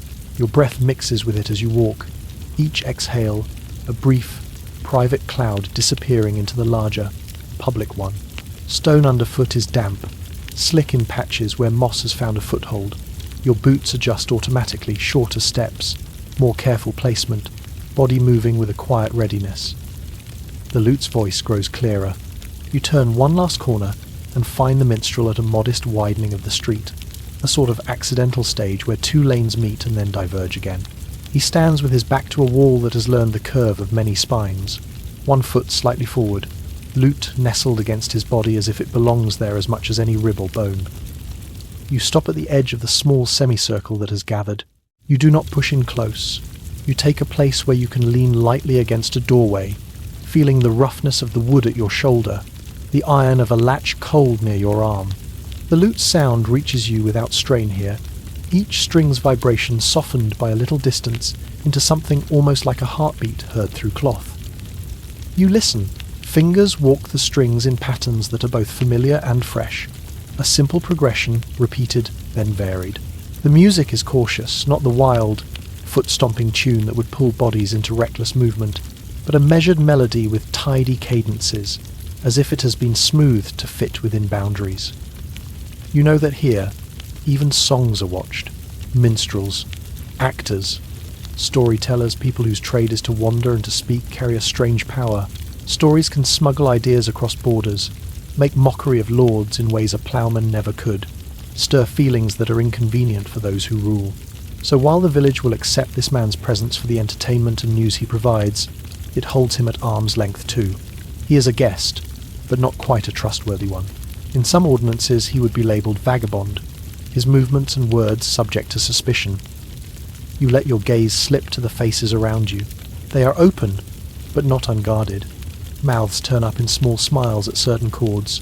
Eyes flicker toward one another when a phrase lands particularly well. Children sway a little on their feet, drawn by the rhythm. Adults stand with arms loosely folded or hands at their belts, ready to turn away if the tune strays into something too sharp, too seditious. The music, for now, behaves.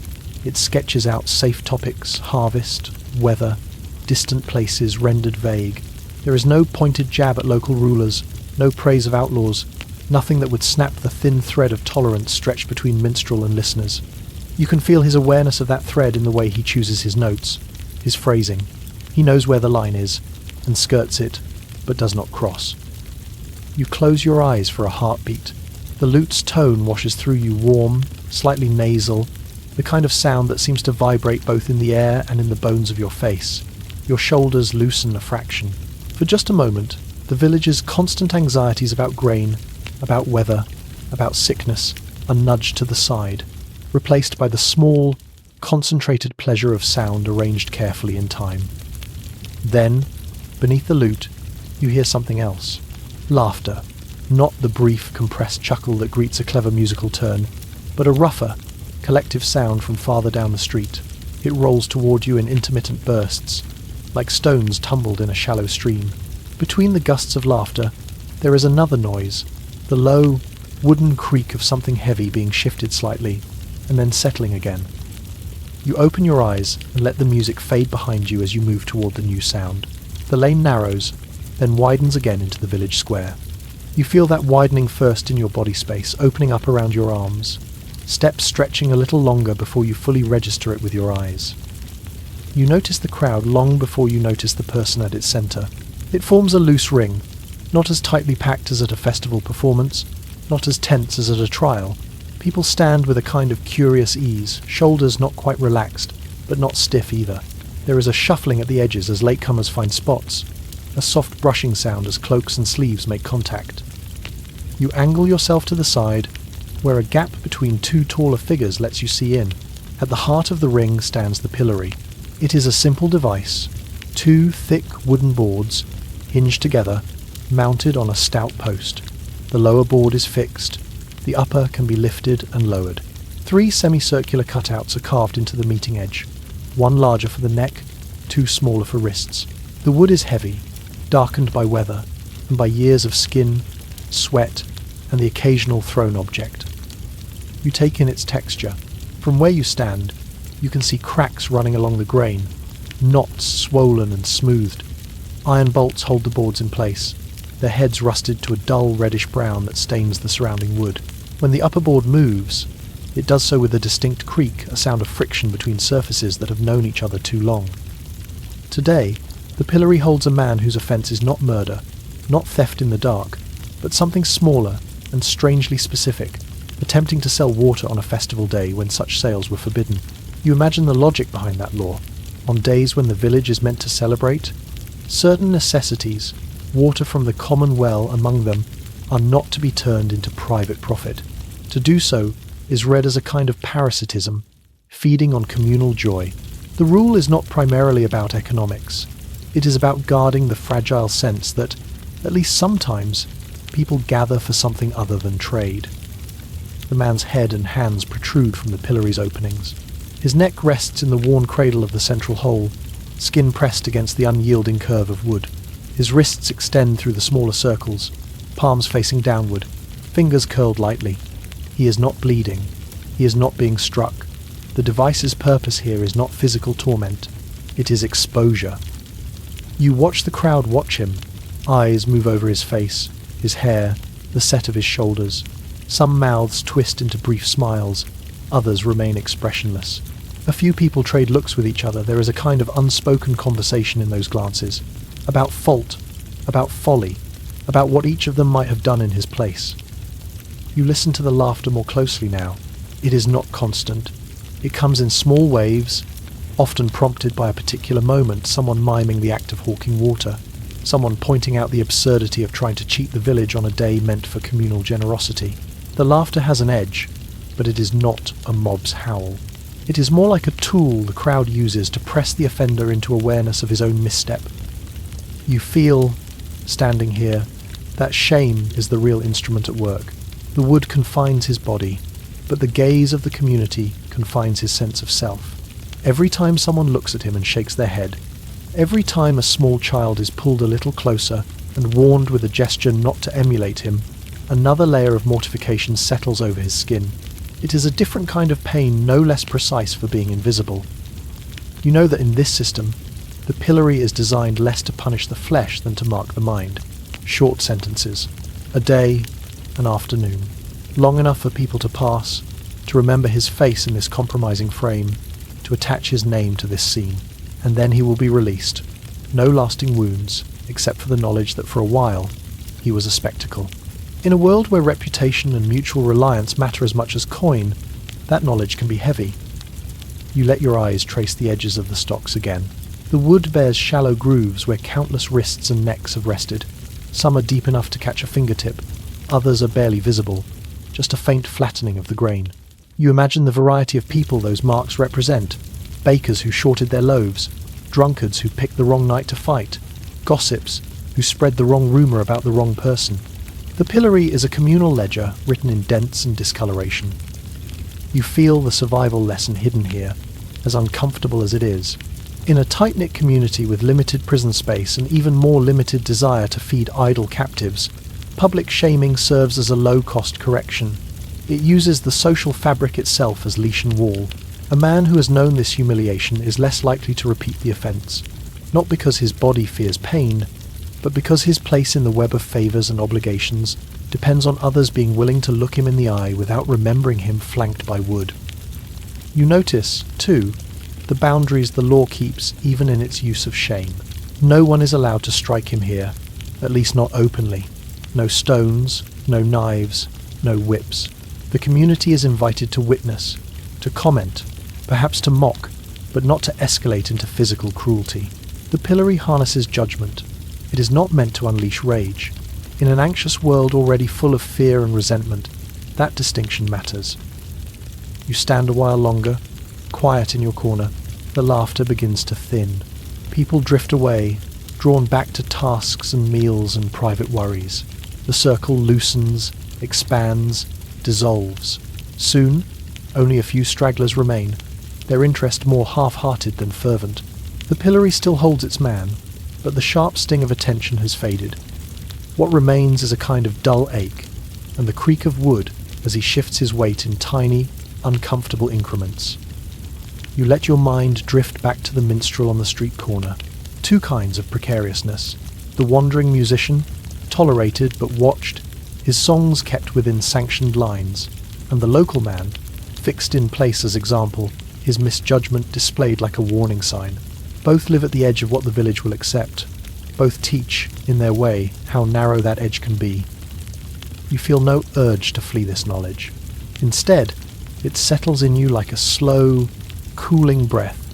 Here, survival means being attentive not only to hunger and cold, but to reputation and regulation, to know which stories may be told safely, which trades may be plied on which days, where the line runs between cleverness and communal distrust. You turn away from the square. Your steps are steady on the cobbles. The fog has thinned now. Edges are sharper, shadows less diffuse. Somewhere behind you, the lute resumes its gentle rise and fall, and the wooden stocks hold their silent prisoner a little while longer. You walk on with the quiet certainty that in this carefully anxious world, shame is a tool as real as any plough or hammer, and knowing where it is kept and how it is used is itself a way of staying safe. You notice the signs first. They are not grand banners or carved stone tablets. They are small, crooked boards nailed to doors, tilted a little this way or that, as if the very act of fixing them in place was done in haste, with hands that did not want to linger. You walk the lane slowly, eyes drawn again and again to these marks. Each board is roughly cut, edges splintered, grain still visible under a smear of hastily applied paint. Some bear a crude symbol, a cross, perhaps, or another sign agreed upon in frightened council. Others simply carry a word, The letters large but shaky, ink bleeding slightly into the wood. The boards sit at eye level, impossible to miss if you pass. That is the point. The houses they guard are unnaturally still. Shutters close tight, even in daylight. No washing flaps on lines. No voices leak from cracks or door frames. The ordinary, comforting sounds of village life, pots clinking, someone coughing, a child complaining, are absent. In their place is a kind of held breath that seems to extend beyond the walls, resting over each building like a second, invisible roof. You feel the weight of the air shift as you move past each marked door. There is a smell here that is not present in other parts of the village. Vinegar. It rides over the more familiar sense of smoke and damp wool, cutting through them with sharp, acidic insistence. You draw it in, and it prickles inside your nose, high and stinging, making your eyes want to water. Vinegar-soaked cloths hang near some thresholds. They are darkened by repeated dousing, edges stiff where the liquid has dried and then been dampened again. When a faint breeze passes, they sway slightly, releasing fresh threads of scent. People here pour vinegar into bowls, soak rags in it, dab it onto hands and faces in the hope that this sour tang will repel whatever unseen force carries illness from person to person. Beyond one house, a small fire smoulders in a contained pit. The smoke is different from hearth smoke. It is sour, thick with the scent of burning cloth and straw, bedding. You see glimpses of it in the embers, clumps of fabric curling inwards, feathers shrivelling to blackened quills before collapsing into ash. The smell is both bitter and strangely clean, like an attempt to scrub the world by flame. You know that plague orders demand such burning. Anything touched by the sick, blankets, mattresses, sometimes even clothing or simple wooden bowls, is to be carried out and consigned to fire. It is a brutal calculus. Better to lose possessions, to sleep on bare boards for a season, than to keep objects that might carry death in their fibres. The law, here, is an attempt to give shape to dread, to turn invisible contagion into something that can be attacked with real heat. You keep your distance from the doors, not out of cruelty, but out of a quiet, practiced caution. Plague laws often say that anyone showing symptoms must remain inside for a set number of days, 40 perhaps, or more, a quarantine stretched over an entire household. Food is left at thresholds. Visitors are forbidden. The sign on the door is both warning and shield. Do not enter. Do not blame us for not joining you at market or church. As you pass, you imagine the interior of one house. Windows shuttered, light thin and filtered. A smell of stale breath, sweat, and that omnipresent vinegar. Bowls on a table. Some half-finished meals abandoned when appetites failed. Bedding stripped away, remaining pallets as clean as fear can make them. A person lying there, hot, then cold, then hot again, waiting out days, counted not in bells or tasks, but in fever spikes and the coming and going of shadows on the wall. You feel your own breath, steady and cool, and are quietly grateful for the space between you and those doors. Not everyone keeps that space. Some must cross it. Caregivers, clerics, officials enforcing the very rules meant to keep the sickness contained. But you, today, are an observer. You let your steps carry you beyond the last marked house, where air gradually loses its vinegar edge and returns to its usual mix of manure, smoke, and earth. The village thins, then gives way to open ground. A field or two, then rougher land, then the first trees. The transition is not sharp. It is a slow deepening of shade, a thickening of undergrowth. You walk from the realm of walls and regulations about humans into the realm where different laws hold sway, those concerned with animals and wood, with who may take what from the green world. You enter the forest expecting quiet. Instead, you find a layered soundscape that is more intricate than the village's own. Leaves whisper overhead, rubbing against each other in countless small frictions, each one a tiny sigh. Twigs crack sometimes under your feet, sometimes under the paws or hooves of unseen creatures. Birds call in brief, sharp phrases, the forest's own kind of gossip. The air here is cooler, denser. It smells moist, resinous sap and moss and decaying leaves weaving together into something rich and dark. As you breathe in, you feel that scent lining your nostrils, almost tasting of metal and green. It is a stark contrast to the acrid vinegar of the marked houses. There, the goal was to strip the air of life. Here, the air is saturated with it. Light comes down in columns rather than a flood. Patches of sun pierce the canopy and strike the forest floor, turning dust motes and insects into drifting flecks of gold. Between these bright spots, shadows pool under ferns and roots, patterned with the gentle quiver of leaves overhead. Your eyes adjust to the mottled world, learning quickly which darkness hides a root and which hides only more air. You walk deeper, and the sense of ownership changes. In the village, lines are marked by walls, hedges, and the quiet, constant enforcement of who belongs where. In the forest, property is more abstract and in some ways more fiercely defended.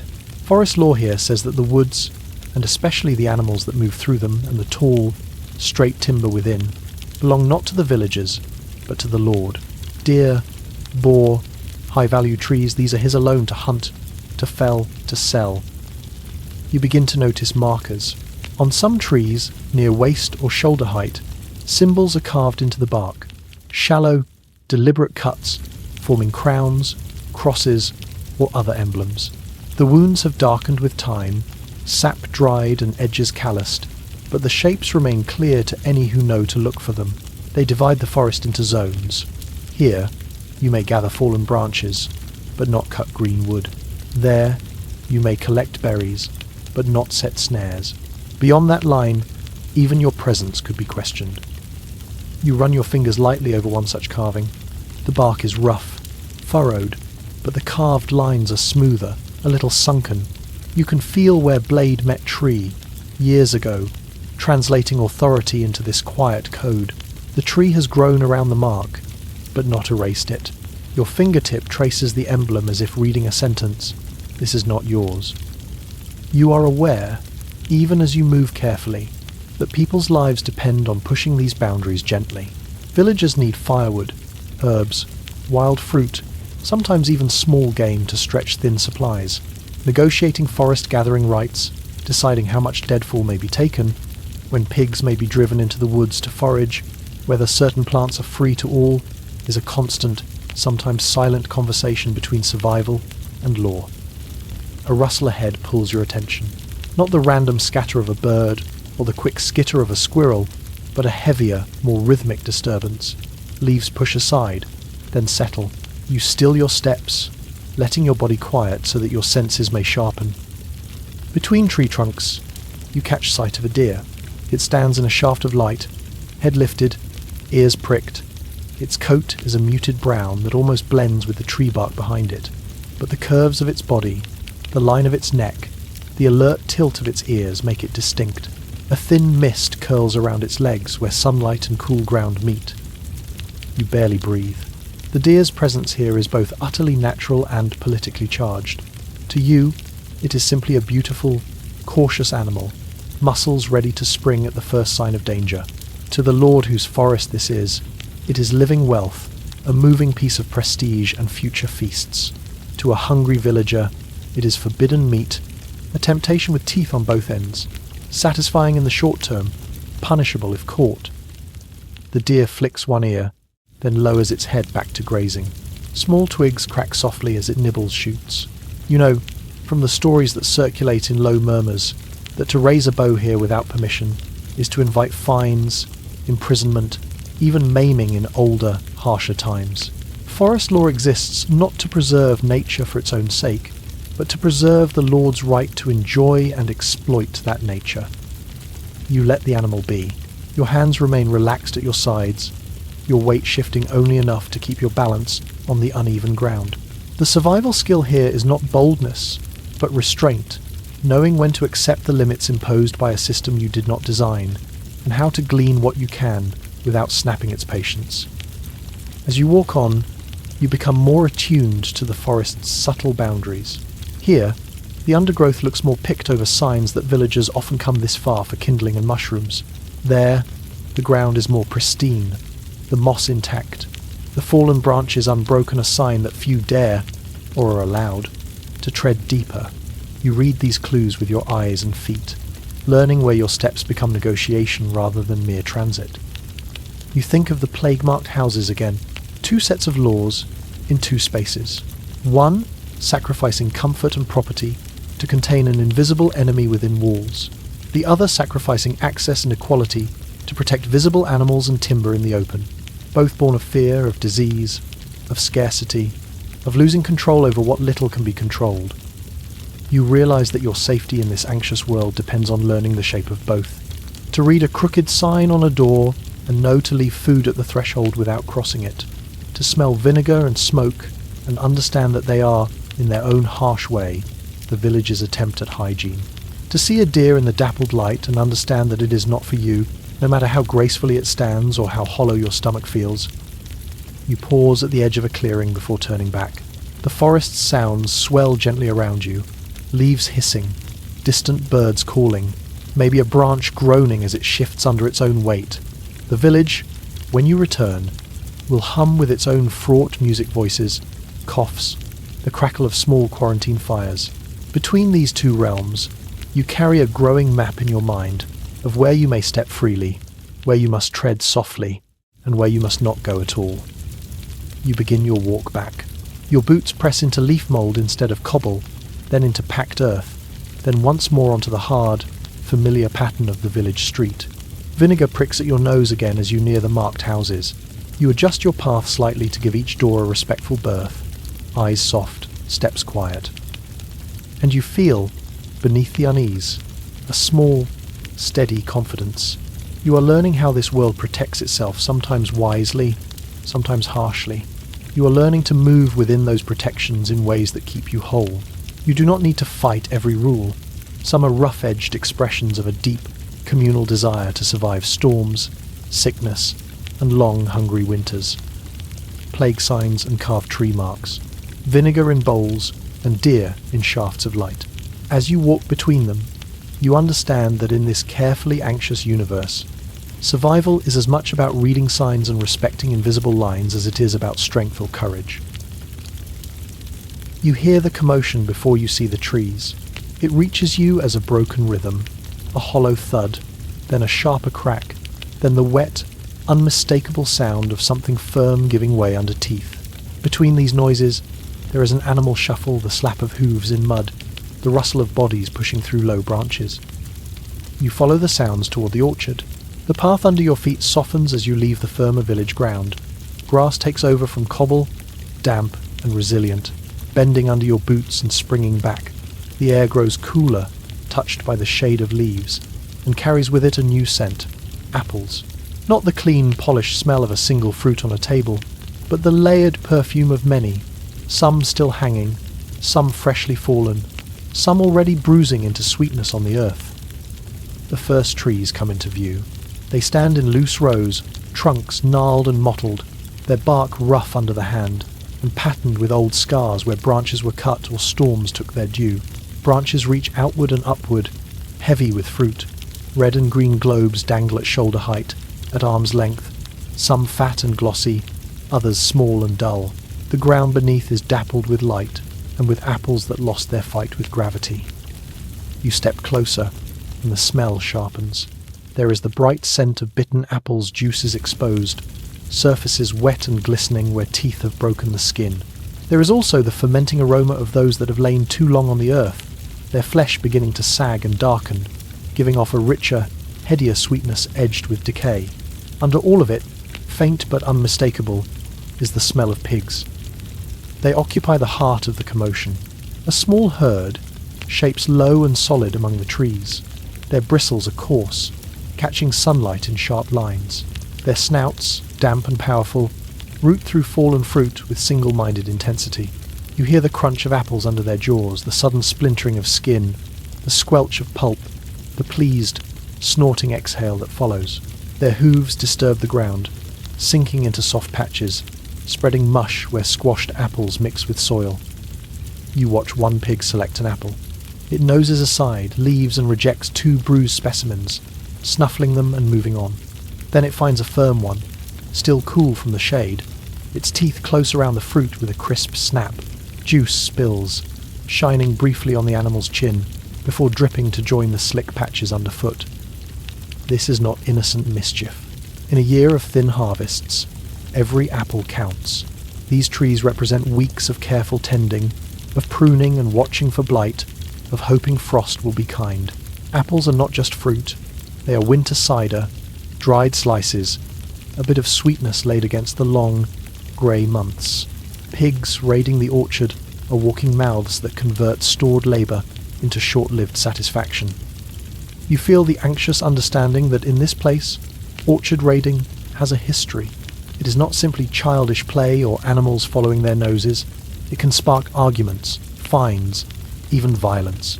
Enough incidents, enough broken branches and stripped boughs, and the council writes it down, creates a rule with teeth to say, this is not allowed, this is not harmless. Perhaps they even add clauses about what counts as raiding versus foraging, how close animals may be driven, how high a fence must be. You stand at the edge, not intervening, only observing. You hear another apple fall, a hollow, resonant thump as it hits a patch of bare earth, then a softer clatter as it rolls into grass. A pig's head swings toward the sound, ears flicking, drawn once more by the simple, compelling logic of hunger. For you, the lesson is different.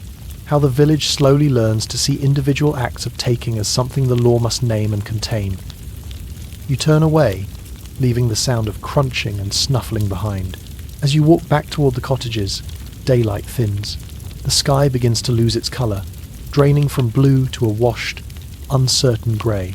Shadows stretch, then merge. The world's edges soften, and details that were clear a short time ago become suggestions. The tilt of a roof, the bulk of a cart, the dark, square mouth of a doorway. You arrive at a small cottage as night begins to settle properly. The walls are wattle and daub, their pale surface taking on the deep blues and purples of evening. The thatched roof overhangs slightly, creating a band of deeper shadow around the top of the walls. A single window leaks a thin line of light at the sill, warm and unsteady. You step inside and the world contracts. The cottage interior is one room, low-ceilinged, its beams thick and dark with years of smoke. The air holds the day's history.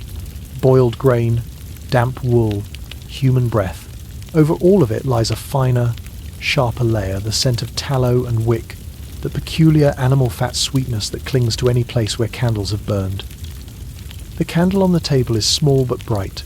Its flame is a teardrop of light, wider at the base, narrowing to a restless tip that bends and straightens with every subtle shift in air. The wick at its heart glows orange, emerging from molten tallow that collects in a shallow, glistening pool around it. Each time the flame flares a little higher, it pulls a thin thread of smoke upward, faint and grey, until it disappears into the darker ceiling. You approach, aware of the delicacy of this little fire. In a village of wood and thatch, open flames are both necessary and dangerous. They cook food, warm bodies, extend the day, but they also threaten to slip their bounds. One toppled candle, one unwatched ember, could mean a chain of roofs catching alight, wind spreading disaster from one cottage to the next. Because of this, strict rules have grown up around fire, curfews that demand hearths be covered, ordinances that limit candle length and placement, laws that treat reckless burning as a civic crime. You look closely at the wick. It has grown long, a small blackened thread, curling above the flame, its tip swollen with unburned tallow. This excess makes the flame taller, more lively, but also more erratic. It gutters when a draught touches it, sending a larger tongue of fire sideways for a moment before it rights itself. A long wick burns unpredictably. You decide to trim it. You move with slow care, your fingers steady. First, you shield the flame slightly with your hand, feeling its warmth press against your skin, stopping any sudden draft that might cause it to jump. The heat is gentle but insistent, seeping into your palm, up into your wrist. Then, with the other hand, you bring a small pair of shears or perhaps a pinched bit of moistened cloth close to the wick. You watch the flame as you act. You do not cut too close, knowing that snuffing it entirely would plunge the room into thick, disorienting dark. Instead, you nip just the charred end, that brittle, blackened bit that gives the flame too much fuel. The wick yields easily with a crisp, tiny snap. A fragment of burnt fibre falls into the pool of tallow, floating there like a fleck of charcoal on cream. For a moment, The flame dips. It shrinks, as if startled, then gathers itself.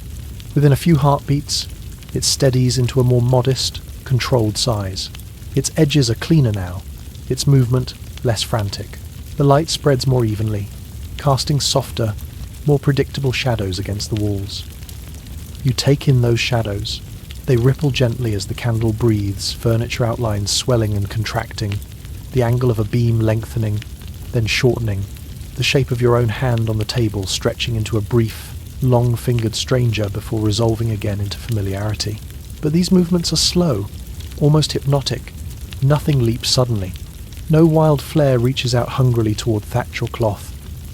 You understand that this small ritual, the careful trimming of a wick, is part of a much larger, communal discipline. Here, fire is governed as tightly as grain or river water. Curfew bells ring at set times, instructing all to cover their hearths, to bank coals under ash, to let flames die down until morning. Candle length may be specified by ordinance, perhaps no taller than a certain span, to prevent long, unpredictable burn times that stretch into sleeping hours. Lantern shutters and placements are noted and occasionally inspected. You imagine walking through the village on a forbidden late night. Any candle still burning past curfew would cast its light not just inside, but through cracks and shutters, little breaches in the agreed darkness. An official, passing by, might mark those glows, knock softly, remind or fine, not because the village hates light, but because it is afraid deeply and sensibly of uncontrolled fire. You return your focus to your own small flame. It flickers, but within acceptable bounds. The tallow around it cools at the edges, turning from clear liquid back to opaque white as distance from the heat source increases. The wick stands straight, trimmed but not stunted. A faint line of soot paints the underside of the beam above, a history of previous nights burning, but no thicker than what the wood can bear. The cottage feels safer now. Dimly lit, yes, but evenly so. Corners are not entirely swallowed in black. They simply soften, recede. The objects in the room, stool, chest, hanging herbs, are outlined enough for navigation, not so brightly as to invite extended wakefulness. This is how nights are meant to be here. Short islands of light floating in a wider sea of dark. Islands carefully sized so they do not crash together and form a conflagration. You sit for a while, feeling the interplay of elements in your memory. The damp coolness of the orchard grass underfoot, the sharp crunch of stolen apples under pig teeth, the sour sweet smell of fruit and animal. Then, this, the dry warmth of tallow, the faint hiss of a steady flame, the way candlelight turns rough plaster into something almost velvet soft to the eye. You recognize that in this anxious little world, survival lies in these precise attentions. To see pigs in an orchard not as comic figures, but as potential legal trouble and winter hunger. To see a candle not as a harmless point of comfort, but as a contained, negotiated risk that must be trimmed, watched, and finally covered. When at last you lean forward and pinch out the flame-moistened fingers closing gently over the wick, you do so calmly. The brief resistance of hot air, the soft, resigned puff as light collapses. A thin thread of smoke rises, carrying with it the last concentrated scent of tallow, then disperses into the larger darkness. You sit for a moment in the warm afterglow, eyes adapting, heart steady. Outside, the village is a lattice of banked coals and sleeping roofs, orchards dark and still, their apples for now at peace. Inside, your cottage holds the echo of trimmed light and the quiet assurance that, for this night at least, you have done what you can to keep both hunger and flame within their proper bounds. You hear the voices before you see the hall. They spill out into the lane in uneven bursts, one louder thread rising above the rest, then two or three overlapping, then a drop back into a dense, indignant murmur. It is not the roar of a market, nor the sharp panic of alarm. It is the particular sound of people convinced they are right, rubbing their certainty against each other until it sparks. You follow the noise toward the magistrate's hall. The building sits slightly apart from its neighbours, neither grand nor shabby. Its timbers are thick, its plaster pitted and stained. The door is wide enough to admit a man carrying more than his pride. Sacks, tools, evidence. As you approach, you feel the texture of the day change. The open air of the lane narrows into something more contained, more focused. You step inside. The hall is long and dim, lit unevenly by narrow windows and a few high-set candles. The air holds a mix of scents: old wood, wool and sweat from many bodies pressed together, the faint tang of tallow, and underneath it all, the dry, papery smell of old parchment and dust. The floor is packed earth, tamped hard by years of waiting feet. Sound here behaves differently. Voices strike the walls and return, not as clear echoes, but as softened repetitions, tones overlapping, syllables smearing. When someone speaks loudly, their words do not just move forward, they also ricochet sideways and back, making it hard to tell where one complaint ends and the next begins. You feel the vibrations of these sounds in your chest, a low, constant pressure. You find a place along the side wall. The timber behind you is cool and slightly rough, knots and shallow grooves pressing into your shoulder blades. From here, you can see the length of the room. At the far end, slightly elevated on a simple platform, sits the magistrate, his chair more solid than ornate. Between you and him stretches a shifting sea of people, forming and reforming into small eddies around whoever is currently being heard. A farmer stands near the centre, his hands moving as he talks. Even without hearing every word, you can read his story in the way he jabs a finger toward an invisible field, the way his other hand curls, as if gripping handfuls of withered plants, hexed crops perhaps. A neighbour blamed not for failing fences or sour weather, but for curses, for unseen malice travelling across boundaries like wind. You let your eyes roam lower to the objects people clutch. These are the props of their grievances. A scrap of cloth torn in a fight, a cracked tool, a chicken feather. Today, among them, you notice a sack placed carefully at someone's feet. It sags with the weight of whatever is inside, its coarse weave bulging irregularly. The top is twisted and tied with a frayed cord, but gaps reveal glimpses of pale, knobbly shapes within. Turnips, or cabbages, vegetables, at any rate, being held as if they are clues in a mystery.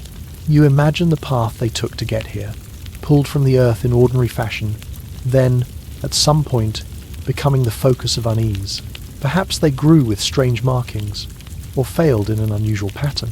Perhaps someone swore they saw them move, or glow, or simply felt an uncanny dislike for them that demanded explanation. In an anxious world, even vegetables can become suspects. Voices swell again. You catch fragments words about blight, about ill winds, about someone's angry glance the day before the leaves began to curl. The sack gets nudged forward with a foot, its contents thumping softly as they settle. One turnip rolls enough to press its rounded side against the coarse fabric, making its outline more distinct. Its surface is mottled, ridges and slight dents catching the dim light. You realize, in this moment, that this hall is where fear and inconvenience are translated into cases. Medieval courts do not restrict themselves to murder, theft, and assault. They are clearinghouses for everything that troubles people. Superstitions about hexed cabbages, complaints about echoes in a house, accusations that someone's ill will has taken on physical form. The absurd sits alongside the grave, all funneled toward the same wooden chair at the end of the room. You feel an odd comfort in that, not because you believe every claim, but because you see how this space gives them somewhere to go. Instead of rumours swirling endlessly in taverns and fields, suspicions are carried here, presented, heard, and then, however imperfectly, resolved. The court becomes a kind of pressure valve for the village's collective imagination. Your attention shifts as the tone of the room changes. There is a lull, then a new kind of noise, a hollow, resonant sound like a horn blown not quite deftly. You search for its source and see, near one wall, a simple object being held aloft, a length of horn or wood, perhaps used by someone to demonstrate their problem. A house haunted by echoes, maybe, where every sound returns multiplied. The demonstrator blows into the horn. The note that emerges is wavering, uncertain, but loud enough to make the nearest listeners flinch. It bounces around the hall, hitting the far wall and coming back thinner, delayed by a heartbeat, like an afterthought. You feel it in your ears and your ribs, a tangible reminder that even ordinary acoustics can feel uncanny if you do not expect them. You imagine the complainant's home. Low ceilings, hard surfaces, narrow spaces where a shout or a sob refuses to die immediately, instead lingering as a faint second voice. In a time when people think often about spirits, about unseen presences, such echoes can easily be reassigned from physical phenomenon to haunting, and so the case appears here, a request not just for explanation, but for some kind of judgment on whether sound itself has become unruly. You listen as the room shifts from one dispute to another. The angry rhythm of the farmer gives way to the bewildered cadence of someone troubled by their own walls, then perhaps to a shepherd, sack in hand, insisting that his vegetables have been wrongly accused. Each claim, no matter how odd, is treated with at least the form of seriousness.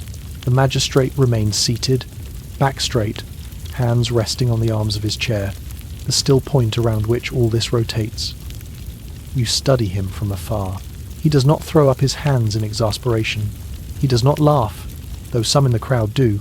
His work, in part, is to sit still while the village empties its pockets of grievances at his feet. Serious crimes mix with petty quarrels and superstitious fears.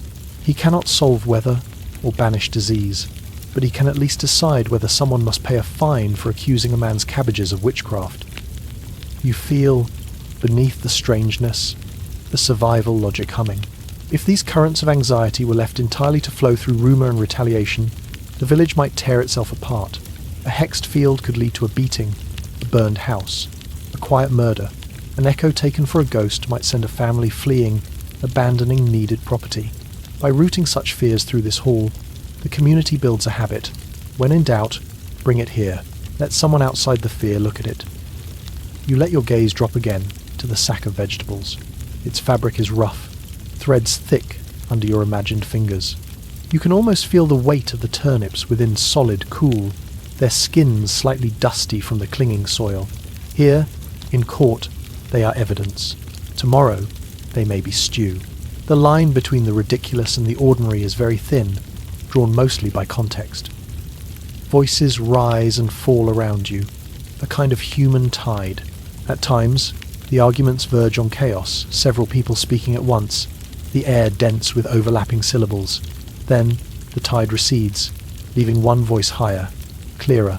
For a moment, the hall itself participates, its acoustics amplifying certain tones, swallowing others. You feel your own breathing gradually sink with this rhythm. Inhale on the swell, exhale on the drop. You sense that you are learning something useful amid the absurdity, not how to interpret haunted echoes or whether a root vegetable can be hexed, but how this society chooses to domesticate fear and annoyance. It gathers them in one place. It gives them a turn, a structure, a beginning and an end. Even if the solutions are imperfect, the process itself teaches a kind of patience. Wait, bring it to the hall, let it be seen. You press your shoulder a little more firmly into the timber behind you. The wall is solid, its grain rough under your tunic. It has held up this hall through countless sessions like this one, through winters of famine accusations, summers of boundary disputes, years of superstition flaring and fading. The magistrate will stay seated until the last petitioner has had their say, then rise, go home, and return tomorrow to do it again. You understand, quietly, that this is part of how the village survives itself, by giving every odd complaint, every petty slight, every anxiously interpreted noise or vegetable a chance to be heard in a controlled space, rather than letting them fester in corners. Medieval courts are not just about punishing clear-cut crimes. They are, in their rough way, about absorbing and diffusing the constant background hum of human worry. You let that realization settle into you like a slow exhale. The raised voices no longer grate. They become a kind of weather, expected and, in their own way, reassuring. As long as people are bringing their curiosities here to this worn hall, to this patient chair, there is a structure holding things together. When at last you step back out into the lane, the air feels wider, the sounds of the hall dull behind you, replaced by the more ordinary noises of village life. Your ears still hold a faint memory of echo and argument, but your body feels calm. You have seen that even the strangest fears can be given a place, a form, a day, in court.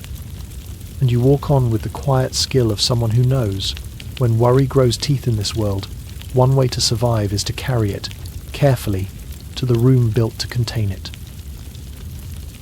You notice it slowly, not in a single moment of revelation, but in the quiet accumulation of small impressions as you walk through the square at the edge of the day.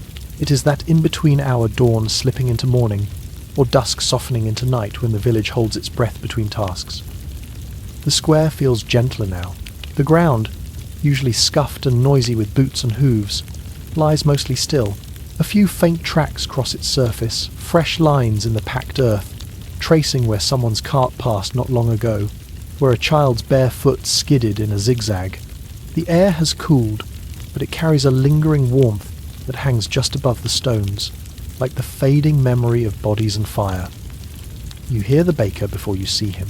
Not words, a hum, low, unself-conscious, almost tuneless, drifting out from the open slit of his doorway. It rises and falls with the rhythm of his work. Knead, turn, lift, set. It mingles with the faint, comforting smell of yeast and baked crust that spills into the square even at this hour. The sound is soft enough that you do not so much hear it with your ears as feel it as a small vibration at the edge of your awareness. Lanterns hang from a few doorposts. Their light is thin now, their oil nearly spent or their candles burned low. The glow they cast is modest small puddles of amber on the ground beneath them, delicate halos around their own glass or horn panes. Flames inside flicker, tracing faint wavering shadows along the wooden beams to which they are tied.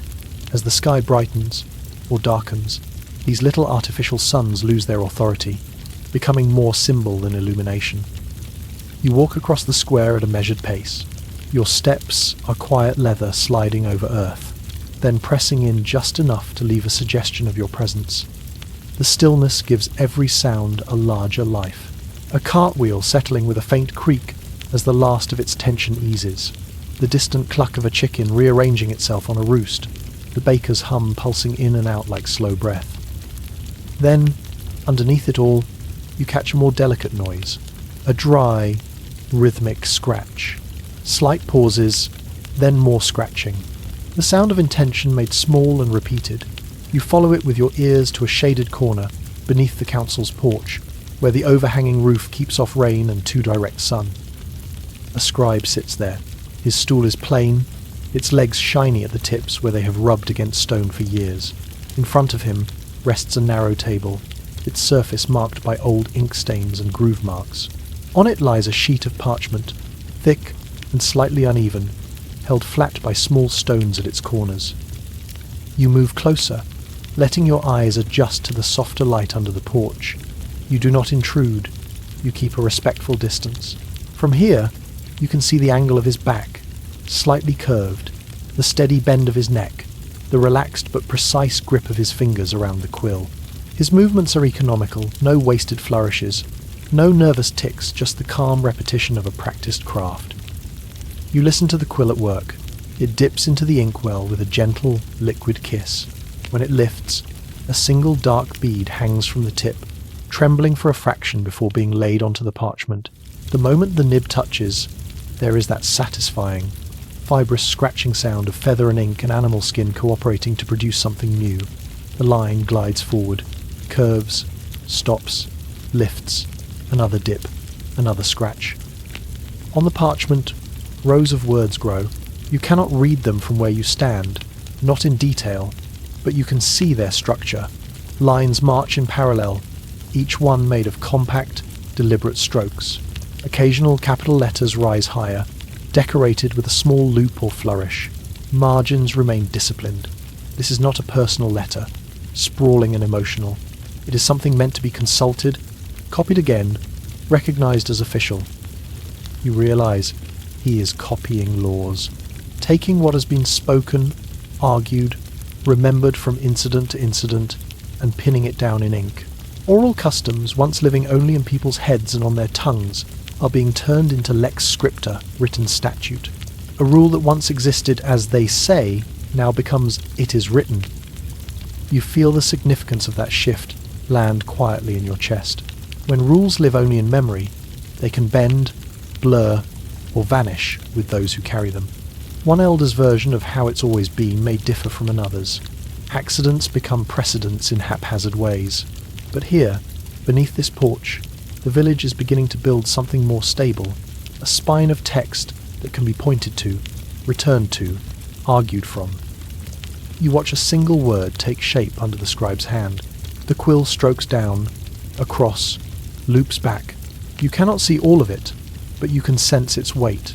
Perhaps it is fine, or measure, or witness, or perhaps something loftier, justice, fairness.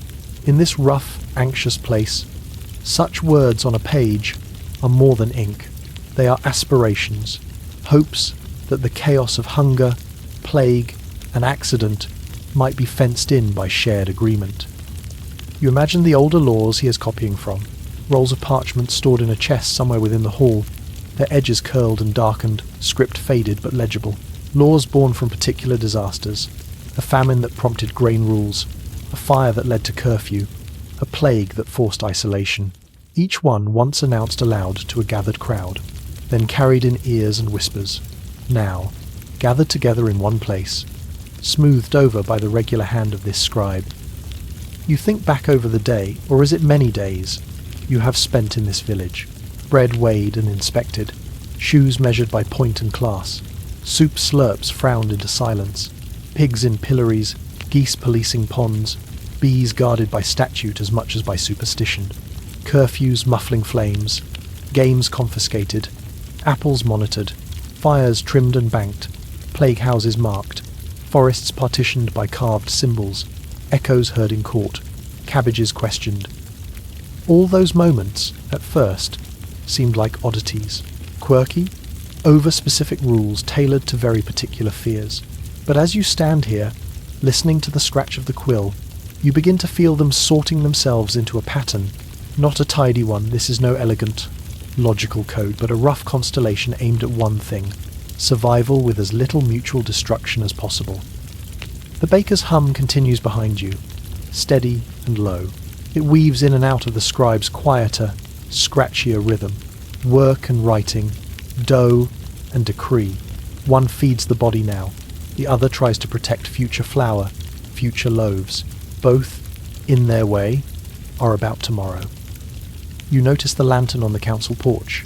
Its light has dimmed further as the natural light grows or fades. The glass is smudged with fingerprints and a faint film of soot. Inside, the wick is short now, the flame small but unwavering. It throws a soft glow over the scribe's hands, just enough to make the ink shine momentarily wet before it dries to a flatter black. When the lantern is finally extinguished, the words will continue to exist on the page, luminous in a different way. You sense a kind of quiet bravery in this scene. No one here imagines that writing a rule will stop the next storm or keep the next disease from crossing the hill, but they write anyway.